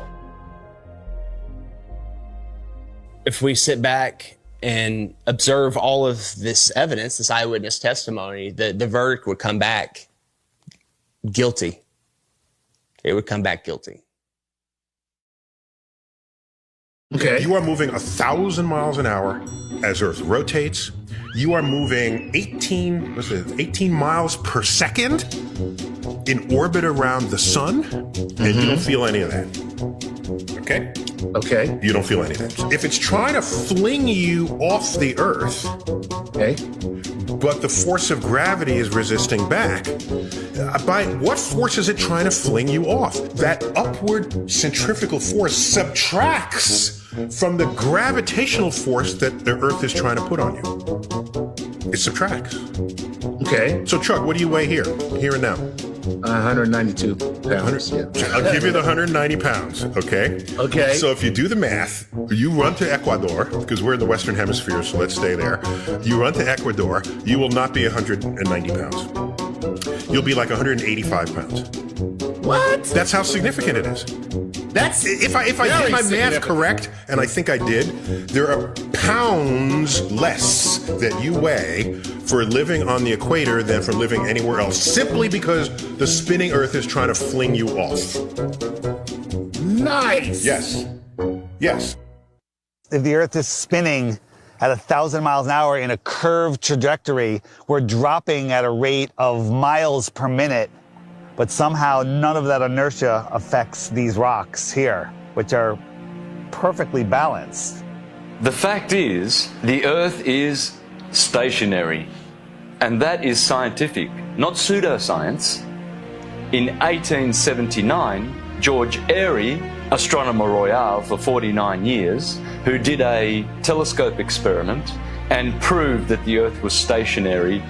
Then we have Parallax, also known as Rowbotham, who carried out an experiment in the late 1800s on the Bedford Levels experiment, where he went at a distance of 6 miles, which should have showed up some sort of curvature of around 16 foot. No curvature, was seen at all. Then we have Michelson, Morley and Sagnac in the early 1900s with their interferometers using light instead of telescopes this time. And with their interferometer experiments, they proved that the ether over the Earth, the field, is moving and the Earth is stationary. We also have Michelson Gale. They did an experiment in the 1930s and proved that the Earth is stationary. One of the greatest science experiments of all time, in my opinion, is from Marconi. Marconi in 1901 set up transmitters to send radio waves, like signals, wireless signals across the ocean, Atlantic Ocean, okay? So he has one set up in Europe and one set up in Canada, okay? And they're sending signals, I think the letter S was the first one, boom, and it worked. Almost 2,000 miles across the ocean, they got the signal. There's no curvature. You're talking about 600 miles of curvature between the 2 points. But it worked because all water's level. I don't even know if he was trying to talk about that at the time. It was just more about his technology that he was coming out with. And have you learned about that in school? No. Then we have Pierluigi Ghina, a colleague of Marconi. And before he died, he showed people in his laboratory how the Earth is stationary.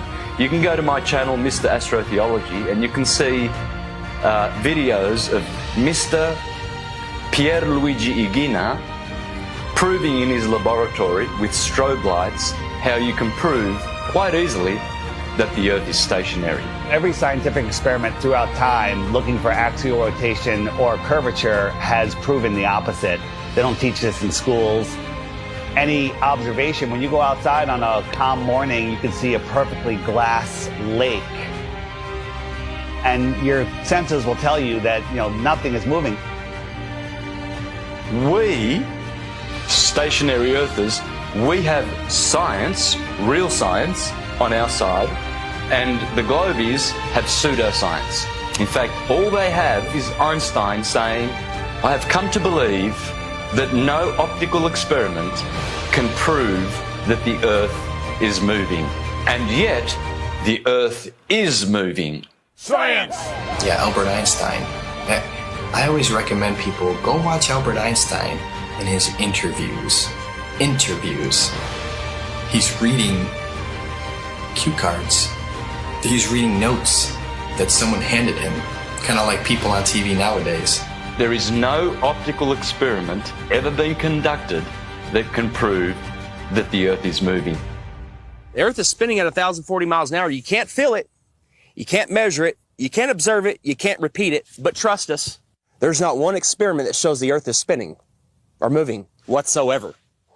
There is, however, an experiment that was proven in Behind the Curve. Bob Nodell was talking about the ring laser gyro, showing that there is a apparent 15 degrees drift throughout most of the day. When we turned on that gyroscope, we found that we were picking up a drift, a 15 degree per hour drift. And this was taken out of context. It was later, the experiment was done at a higher altitude and it showed a different rotation speed, which absolutely proves it's not the Earth that's moving, that it's the ether that is spinning above us. Netflix is mainstream. Netflix is the alternative mainstream narrative. Netflix can't go against the grain. They'll lose their contract. A documentary, like a mockumentary. I'm sure someone watched our movie and was like, whoever made this movie is a government shill, and they're just trying to hide it. Netflix is in on it, trying to hide it. Yeah, he accidentally proves that the Earth is round. It was the biggest mic drop. It was the biggest mic drop, and I love that you kind of cut it. The thing is, we have technology that is outrunning their lies. Now we have time lapse. Ooh, imagine that. We have time lapse where we can point at the sky, and year after year, day after day, hour after hour, the sky's spinning.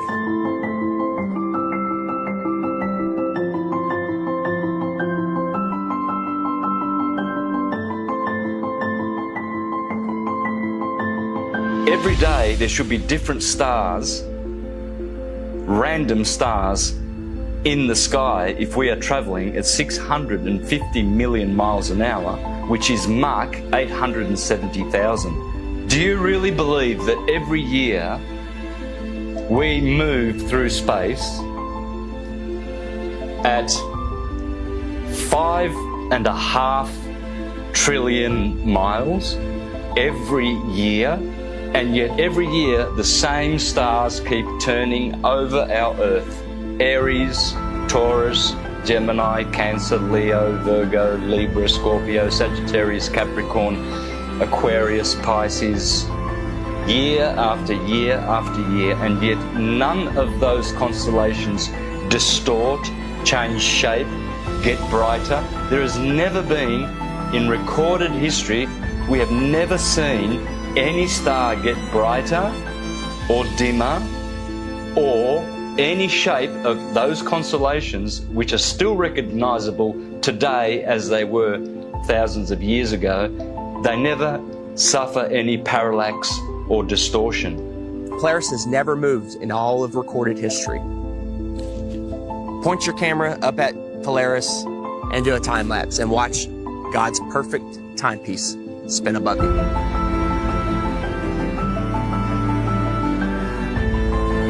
And we move 5,694,000,000 miles through space every year.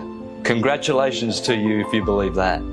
It's called education, indoctrination, and dumbing down.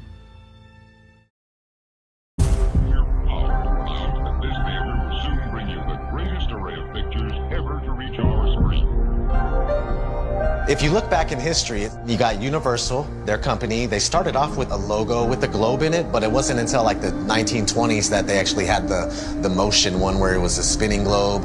And they actually had an airplane in the early ones, like leaving a chemtrail that said Universal, which is kind of funny. Nobody has been high enough to even see what it looked like. They were definitely trying to instill the image of a globe in people's heads, because obviously early on in the movie industry, they were one of the most popular companies to make movies, so people were going to the theater and seeing this globe. So they're showing you a globe before every single movie to program your mind. They were showing this globe before they even went up there to see what it was. I think the first man ever to go up and check is Picard going up there. I mean, that's a story we're not taught in school. From the practical point of view, Professor Picard's experiment is of the highest possible importance. These timelines, these dates, these are facts. We got August Picard coming out in the 1930s in an actual publication by a science journal saying that the Earth looks like a flat disk with an upturned edge. Besides Universal programming you, you had Walt Disney programming you with space documentaries for almost 15 years straight. Some pretty crazy propaganda in the 1950s. There was one called Man in Space. He's talking about taking men to the moon in a rocket. And then if we cruise on, we got Richard E. Byrd. He goes on Longines chronoscope, and he's sitting down and he's telling people... Strangely enough, there's left in the world today an area as big as the United States that's never been seen by a human being. Shortly after Richard E. Byrd did that interview, they put the Antarctic Treaty in place, and then 1 year later, NASA is established. Almost 0 hour at Cape Canaveral, and enlarged 16mm pictures show a monkey specially trained and conditioned for voyaging in space. 2 monkeys had been selected for the job. They called them Abel and Baker, A and B, of course.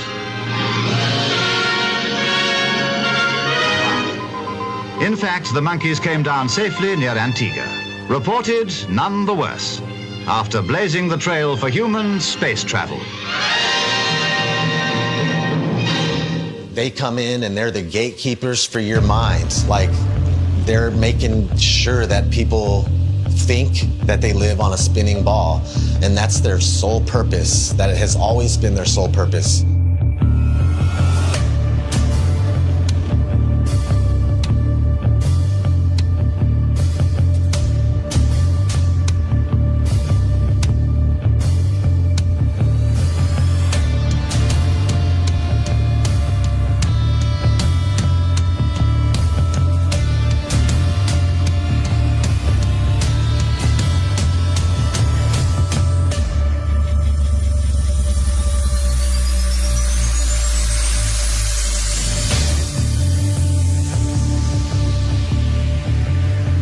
the magic of engineering. I would wear a mask on my face in a nanosecond, but unfortunately we lost the technology.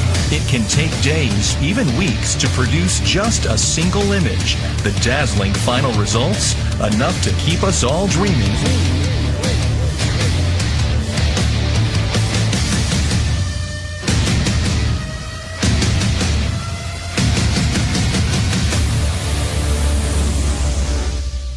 NASA is hiding the frickin' flatness of the Earth. Why?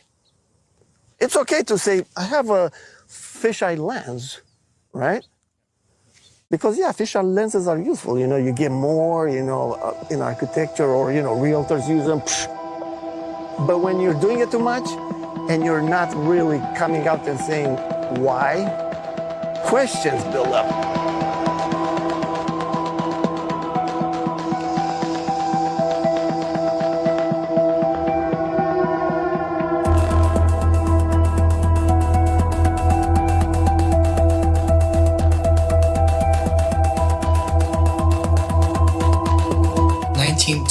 A fisheye lens was invented.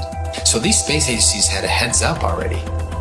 And the fisheye lens was originally, I think, $27,000 to purchase. And this is in 1923. I mean, today that's about, what, 100 grand, 200 grand equivalent in cost? And people would tell me, Hippler, I'll give you that. NASA is a lying government entity, right? But what about Red Bull? Red Bull is just an energy drink. And I saw Felix Baumgartner jump out of the space capsule. Flat Earthers did a great job of debunking that. Of course it's a fisheye lens, it's not even a question. What most people don't know is that Neil deGrasse Tyson, the science priest of modern day, that everybody loves and they listen to him. Oh, he's so smart. Oh. He is a smart man in the sense of he knows that we debunked the shit out of that. And that dude who jumped out of a perfectly good balloon, Felix Baumgartner, edge of space jump. Now, I don't. It's he wants to. I don't have a problem if he does it, but the honesty of it would greatly diminish what I think people thought he was actually doing. And not only that, they made sure to photograph him standing there with a really wide-angle lens, which curves horizontal lines.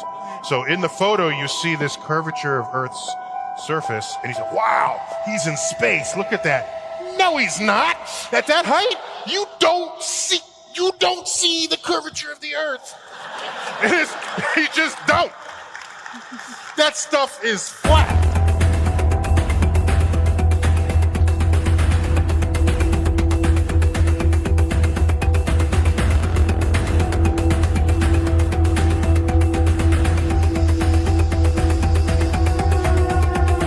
Put so much pressure on Neil deGrasse Tyson to come clean.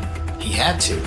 We exposed Felix Baumgartner. That's a complete fisheye lens. There's no curvature at all on this Earth, let alone they're trying to sell it as 23 miles up. There's curvature. Even though people will sit there and swear they saw curvature out of an airplane 10 miles high. Yeah, okay. So your priest Neil deGrasse Tyson admits 23 miles up, no curve. How do you feel about that? All right, maybe you say that's no big deal. Okay. Even though Felix Baumgartner himself said he could see the curvature of the Earth. It's almost overwhelming. When you're standing there in a pressure suit, the only thing that you hear is yourself breathing. You can see the curvature of the Earth. You can see the sky is totally black. You can see the curvature of the Earth.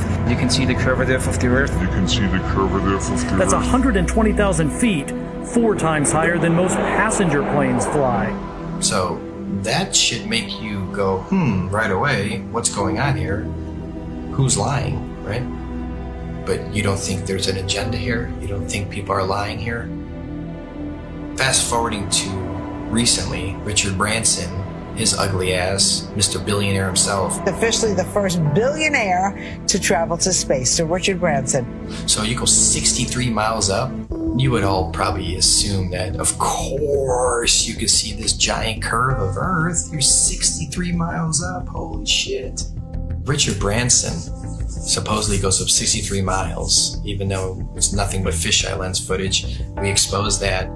Here comes Neil deGrasse Tyson again, damage control time. Oh, by the way, you didn't ask, but I'm going to tell you. Do you know how high up above the Earth he was? No. So if you take a 63 miles. Well, yeah, say right. So take a schoolroom globe, and that's how high above it is he? So he's about 2 millimeters above the surface of a schoolroom globe. So nobody has seen the curvature of the Earth from that height. I just want to make that clear. You can't see the curve out of an airplane, right? 10 miles. You agree? I hope you agree so far. Okay. So 10 miles up, no curve. Red Bull 23 miles up, no curve. Branson 63 miles up, no curve. So where is this curve at that you swear by? Because if you live on a ball, I don't care how big the ball is, it could be 4 times the size of what they told us, you would still see a physical curve at some point. That's what the horizon's supposed to be. That's how the sun is going. I mean, there's a curve of the Earth. All these theories involved with the curve of the Earth get thrown out the window. That's what happens with a new company. This is the fiction section. Fiction means it's a made-up story. Oh, hey, Elmo, I bet we can find your Galactic Gale comic book here. Oh, boy, Elmo, hope so. We all know who our enemies are. They are called the globalists, with their false idol that they give children on the teacher's table at kindergarten, the false globe of the global agenda. People are just deceived.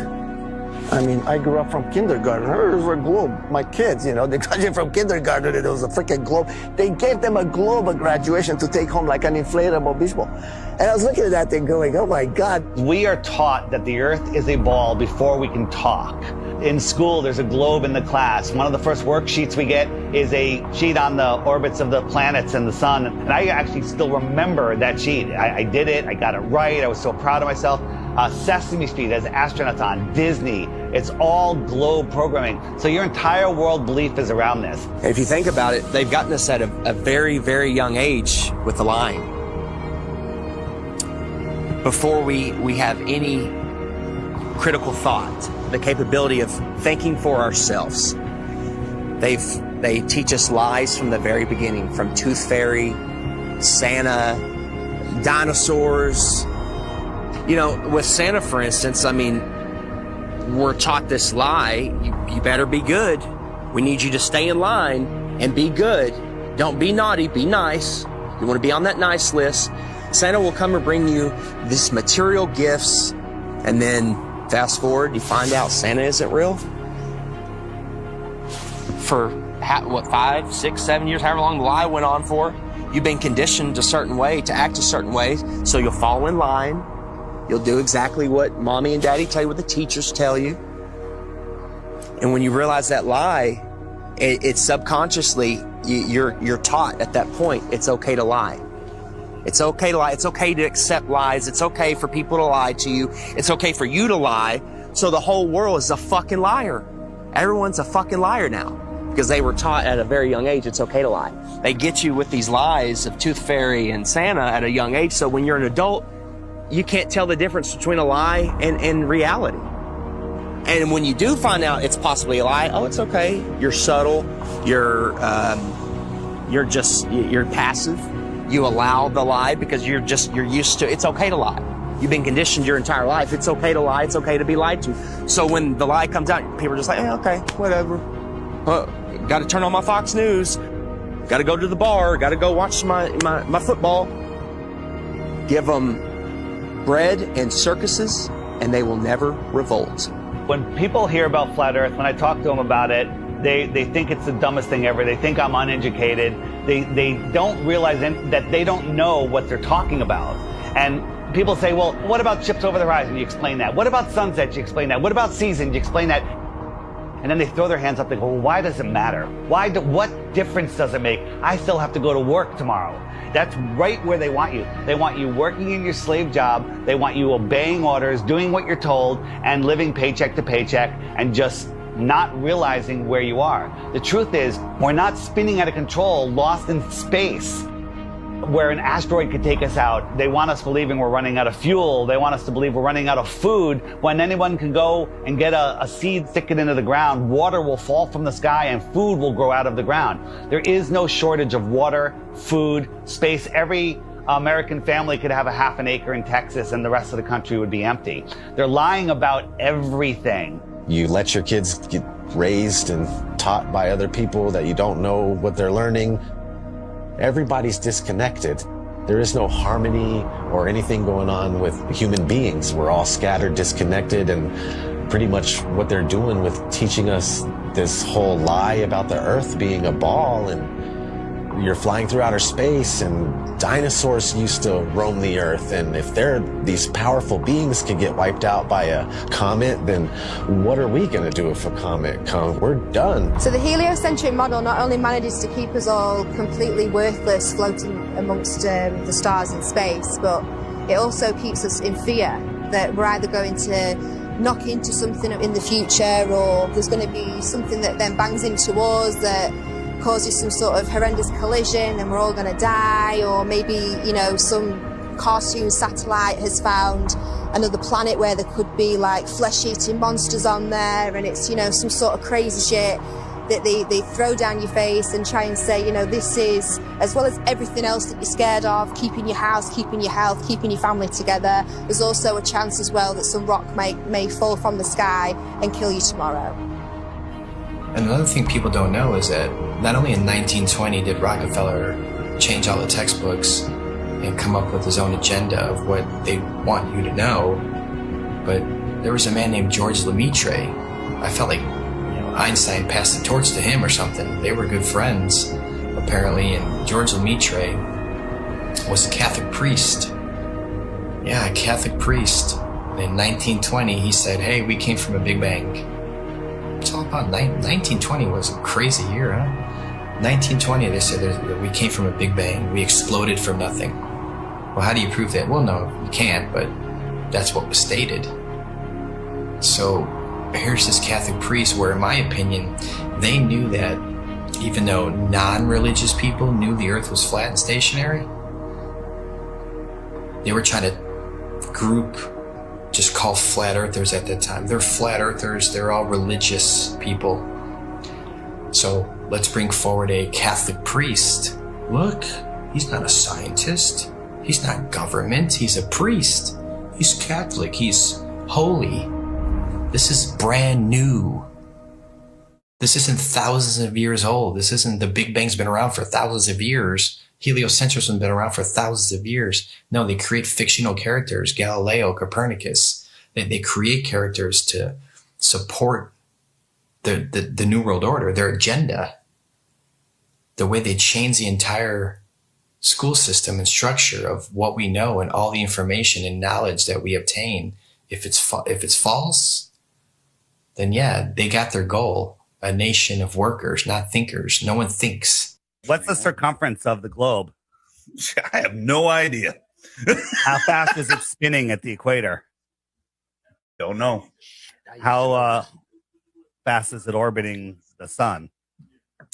Cody? You have glasses on. You should know this. How fast is the sun moving? Man, you're asking some questions I'm not ready to answer.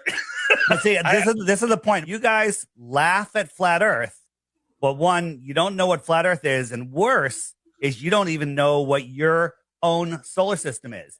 They don't know their own model. You can ask them, what's the radius of the Earth? How was it found? What's the speed of the Earth around the sun? How fast is the Earth spinning at the equator? How fast is it chasing the sun? How many miles does it go a year? How far is the sun? They don't know any of these things, but yet they defend this and they ridicule and make fun of flat earthers. All the things that I was patronizing and condescending and going, oh, sloughing off, that's not worthy of me. They rose up to eye level. And I remember saying, boy, the world is flat. I'm looking it in the eye. I see further, I see wider, I see clearer. I settled on near infrared, like some of these cameras can be converted to near infrared, you know? So then I started taking photos, and since I was doing a lot of flying, I started going up And boom, I was actually amazed to see the incredible flatness that you get from high altitude. Everywhere I looked, there was like clues that the Earth is flat. And I was like, this is blowing my mind. Everywhere I looked, the Earth is flat. And as I was lying about the curvature, so I said, something is eerily wrong over here, man.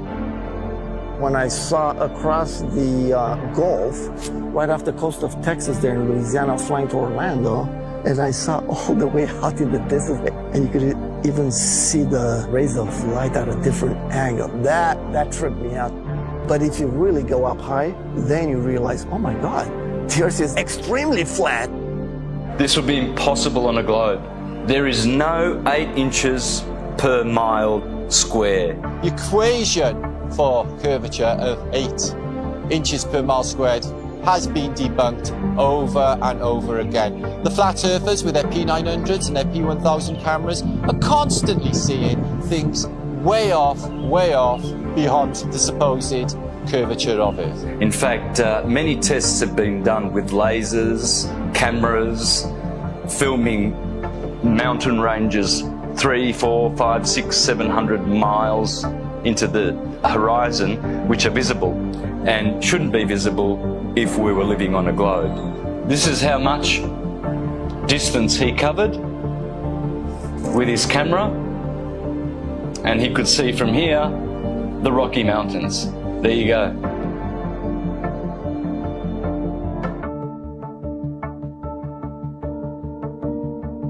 There is no 8 inches per mile square. There's no way you can see 500 miles on the other side of this ball. There's no buildings that are curving backwards. If point A to point B, you're on a ball, you know, they're not going to be flat up and down like on our flat Earth. They're going to be like this. There's no tilting. They've measured distances from the base of buildings to the top, level and flat. People look out at the ocean and you see ships and stuff, and it appears like these ships and boats, they go down, and that is a huge factor as to why people think the Earth is round. If you look at the ocean or a lake, it looks flat. Look at that. Look how straight and flat that horizon is. Looks flat, doesn't it? See, it looks like a table or a board. Now, once in a while, you might see mountains or hills, but those are just like little bumps on what looks like a flat Earth. As ships sail away, they don't disappear all at once. No, first, the bottom will disappear. See, the bottom of the ship is gone. Now we can see midway up, and then the whole thing disappears. So people realized that the world is curved. I mean, it's a big curve, but it's curved. That's what we call pseudoscience. You could buy a camera now that zooms times 100, and you could zoom in on these ships and boats leaving your view, your human eyeball's view, pull out a camera and zoom in on it, and suddenly you're back. It's on top of a level surface, still cruising. So the limit of your vision is where the sky meets the ground due to perspective. As they come together, that's the limit of your vision. That's called our horizon. The horizon is optical. If you had a super zoom camera, you can zoom in and make this angular size bigger to reveal small objects that you couldn't see. And then when you zoom out, it goes back together and things disappear into the horizon, not over. We see skylines beyond what we're supposed to see. I mean, the visibility from 100, 200, 500 miles away, it debunks the whole 8 inches per mile squared. Photogrammetry, I think, is one of the best way to convince yourself. You do multiple images of the ground, and then you put it in a software, and you realize how flat it is. You're seeing it yourself. It's your data. Nobody's lying to you. You've taken the data at yourself. It's not Jay Tolan that's trying to, troll you. Like some people, they're like, he's trolling people, man. And it's not SpaceX or NASA doing it either. It's yourself. Yeah, it's yourself. You're doing your own experiment. Many times when you're looking out over water, there's waves. Well, those waves will block entire city skylines. If this was a wave right near me, if my face was a city skyline, it blocks just the bottom. But if that wave was closer to you, it blocks much more of it. It's all perspective. And I thought I wasn't going to get anything that would beat this until I found this photo from Grandmere State Park. This is from Joshua Nowicki. And what you're seeing here is a mirage. Typically, we would not be able to see this. This image would be viewable from much, much higher in the sky, up in space. The story has been one of the most viewed stories on our website ever. They say my explanation is a cover-up. A cover-up to their belief that this picture is proof the Earth is flat. The one goal I had was to prove that what people are seeing from the other side of Lake Michigan is not a mirage, that they are actually seeing the city. What do you think, Steve? I think it's amazing, dude. It certainly did. It's not a mirage, I can tell you that. No. Our focal point was the Sears Tower. Which is also known as the Willis Tower, right? Yes, the Willis Tower. The Willis Tower, and we can see it the entire time. We can see it the entire time.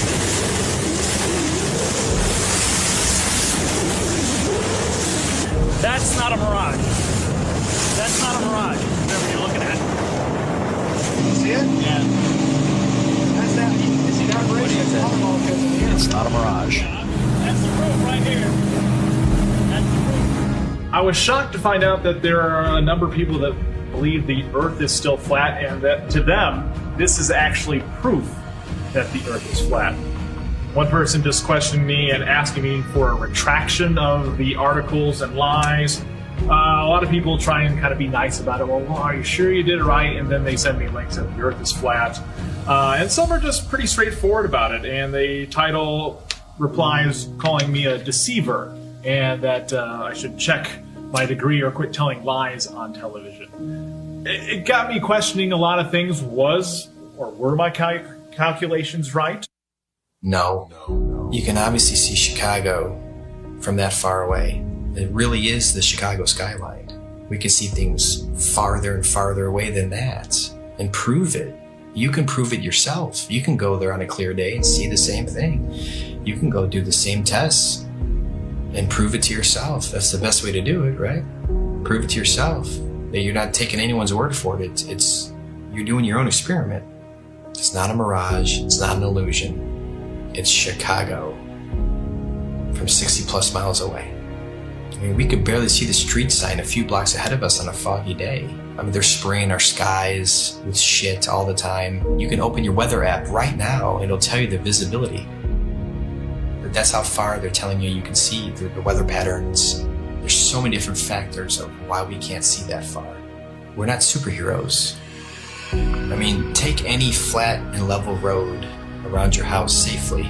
Test it out, make sure it's level. But you take your camcorder and you bring it all the way down to the ground and you zoom in and you see all this distortion and it kind of vaporizes and globe heads want to add like this bridge is bending around a curve and there's the curve. It's like, no, it's an optical illusion. That's all it is. This has been replicated many, many times. There is no curvature. Stop fooling yourselves. That even something like the sun, when it goes across this huge plane, it sets and it disappears due to perspective. So you're seeing it come and go on such a vast plane. It's so huge that the sun could come through and go so far away that it just goes out of your view and behind so many false horizons, i.e. mountains, trees, forests, city buildings, just really tall things. Keep in mind, the sun is much smaller and close.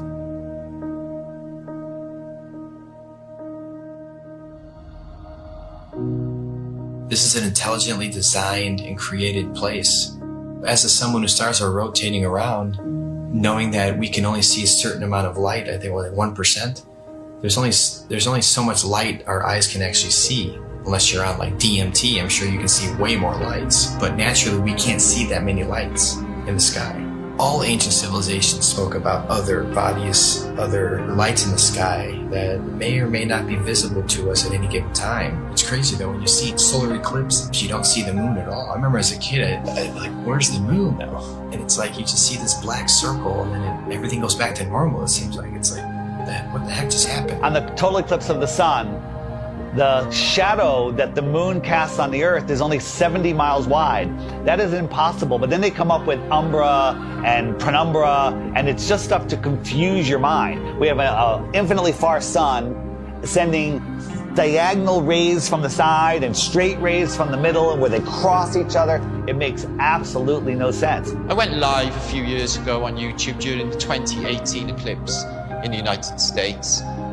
On a live event, and we were all waiting for the moon to actually show up to cause this elliptical, this eclipse, and all we found was no moon showed up.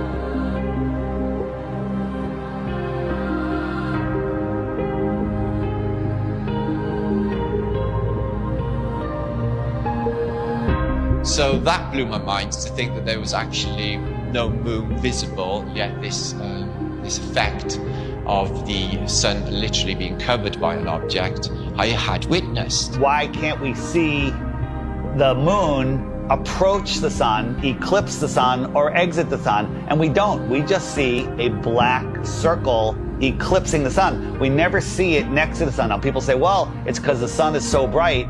When the moon is totally eclipsing the sun, you should be able to see the features on the moon. You should be able to with a regular camera, with your regular eyes, with an infrared camera, but it has never been seen. There's only been anti-flat earthers that will fake an image and fade it into a picture of the eclipse. There's no video of it.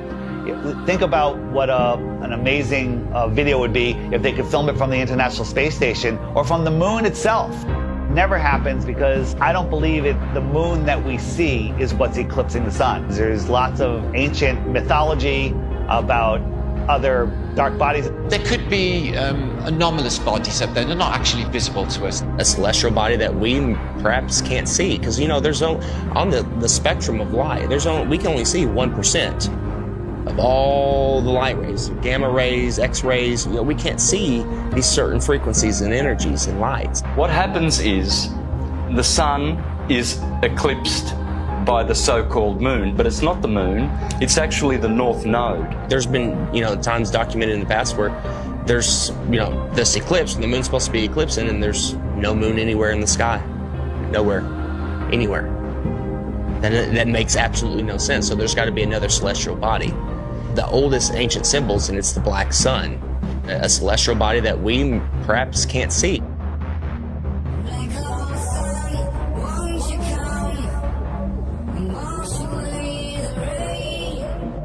A lot of ancient civilizations always spoke about a black sun. It's like, why are they talking about a black sun for hundreds, if not thousands of years?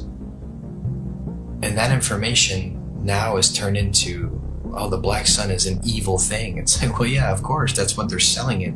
They're selling it to you as an evil thing to stay away from it. They already don't want you to like the real sun in the sky. They push it so far away. They want you to not care about it. There's a reason it's close to you. There's a reason it's here for us. There might be more suns and moons on the outskirts of Antarctica, on the outer lands. There might be more suns and moons. There might be more suns and moons in our world here, but we just can't see it. And you talk about the seasons itself. Seasons prove the Earth is a stationary plane with a local sun. When the sun is circling over the Earth over here in the Tropic of Cancer, these people here, they have summer. But 6 months later, the sun is over here. It's going around over here. So Australia down here, and South Africa, and South America, now they have summer because the sun is local. It's not 93 million miles away. And the sun and the moon revolving and springing into the center seasonally and then springing back out again. This makes perfect sense than a spinning ball hanging on an invisible skyhook at a degree of 6.66 of a supposed axis, which tilts the Earth. People need to stop defending a theory that they were taught in kindergarten. So at sunrise, every sunrise should be arctically cold because that is the most severe tilt possible. And to make it worse, in the northern hemisphere, in the heliononsensical model, the sun is 3.5 million miles farther away in our summer. But when the sun shows up on the horizon, I can feel the heat on my face immediately. I can get a suntan in June. But in December, at solar noon, when the sun is at its highest point in the sky, I can look up at the sun and barely feel the heat on my face. And also, it's 3.5 million miles closer. The whole tilt thing doesn't make any sense. And when the sun is on this side, it only illuminates this part of the Earth because it's local. And this part is dark, that will be night. So it's quite easy to understand day and night and the seasons and explain them on the flat Earth than it is with the globe model. The sun, moon, and stars are rotating around our heads like a perfect clock, and it goes out of your view as taking the light with it. This is an intelligently designed and created place. The sun does move about 15 degrees per hour through the sky, but when it gets close to the horizon, it kind of stops and it stays there and it moves at a different speed. I filmed this several times with my drone. No humidity and not over water. And it'll just stop and sit there. And then it kind of just fades away as it goes into the distance. But at the same time, because of perspective, I have friends that were down at the beach that saw the sun set 10 minutes earlier from the bottom up. And that's simply because they're looking across a span of water that has a hill with trees, a tree line on it, which is hundreds of feet over their heads. But from their point of view, it's at eye level. And as the sun moves away, it just gets eclipsed by the tree line, which they think is eye level, but it's high up in the sky. Water. It's always flat, always level. So starting at the northernmost point, as far as I can get, of Lake Michigan, and then traveling south, you can see that red line here, that the body of Lake Michigan is 574 feet above sea level, and it's level. There's no change in elevation, there's no curve. This cross-section shows what an undisturbed body of water looks like, and that's level. We know that to be true. There's three properties of liquids. They have mass, they take up space, and they always take the shape of their container. The physics of water is to find and maintain level. So if it's in a cup, to this lake behind me, to the seas, to the oceans, that's why I call it sea level, because it's flat and level. No matter who tries to sell you the idea that water's curving over a ball, it's just not happening. That's the number one proof right there, just water alone. Water alone proves that the Earth is flat, because water always finds and maintains level, period. Water does not curve. In its temporary state, it's finding its level. Once it hits the ground and finds its level, it remains level. I never even thought of the idea of water maintaining its level, and that alone just was like mind-blowing. Like, absolutely, water has to maintain its level. Like, it's always, if it's calm and there's nothing going on, you know, it's, you look at a lake, it's just chilling flat. It has to be. It can't curve. There's nothing you can say or do to ever show water bending or curving. Water needs to be contained. No matter what you do, it's going to remain level. The flat Earth proves beyond a shadow of a doubt the existence of intelligent design, a creator, and we are all important in the center of the universe. Yes, it is absolutely imperative that we know that there is a creator, that the sun, moon, and stars revolve around us, that we have a purpose. We are at the center of the universe. I didn't become a millionaire until I realized I was at the center of the universe. Now I have a purpose. Once you understand that you are at the center of creation, everything changes. And basically, we're unplugging from the matrix. We're unplugging from the heliocentric system. And when you do that, the rulers of this world, you unplug from them. You stop feeding them what they need. They want your fear energy. They want your labor. They want everything from you. And people unknowingly just keep giving it to them. I don't want my children to be lied to. And I don't want my grandchildren to be lied to either. So if this is going to stop, it starts with you and I. You know, they inherit all this stuff. You go to school and they teach you. When I was in grad school, man, I was shocked that most of my classmates were not really interested in learning. They were interested in passing the class. On the one side, tens and tens of scientists proven that the Earth is stationary, and we have nothing on the globe's side, so the Earth is stationary. No one thinks how easy it is to do this, and they pulled it off, unfortunately. But we're here now to completely reverse this, and people hate on us from the left and from the right. Everyone hates on us. Well, shut up with your flat earth stuff. It's not important. It's the most important thing. It opens the door for everything else. You want to know the truth? You have to know where you live.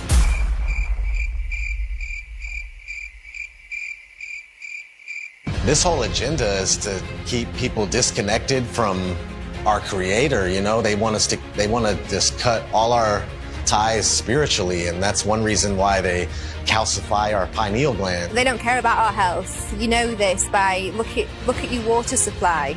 Even the water that you'll drink yourself when you go and buy bottles of it, it's got chlorine in it, it's got fluoride in it. These are all chemical waste products that they then rebrand and put in our drinks and tell you, oh, well, it cleans it. We'll also take away all of the medicine that's kept people alive and well for centuries. And they'll tell you, oh, no, that's not good for you, that's not safe for you. Here's our products, here's our petroleum-based medicine that they've been pushing on us for the past 100 years. And of course, look at people's health, look at the world's health. Are we a healthy nation? Is any nation a healthy nation? No. And who's in charge of healthcare? The governments, the corporations.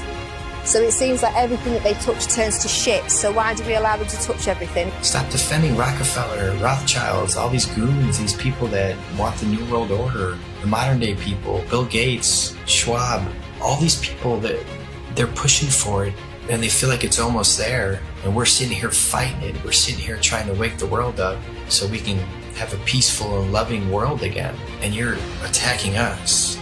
Whose side are you on? We're trying to take these evil entities down that suppress our knowledge. We're trying to give knowledge back to the world so we can become powerful again. If there's more land, if 1 billion people found out tomorrow that they can all go to outer land space and visit other tribes and civilizations and explore technology and animals, the whole system would crumble. And I know there's a lot of people out there, celebrities, people with big shows, big names, with big followings that know the truth of this world, and you're keeping quiet just to protect your little empire. Well, now it's time to say something because the empire is falling. If we don't do something now, all of this is going away, and they're taking over this world. So speak out. It just takes one celebrity, one person with a big following, and then it goes viral, and then the entire system collapses. All of this world control is based on the heliocentric lie.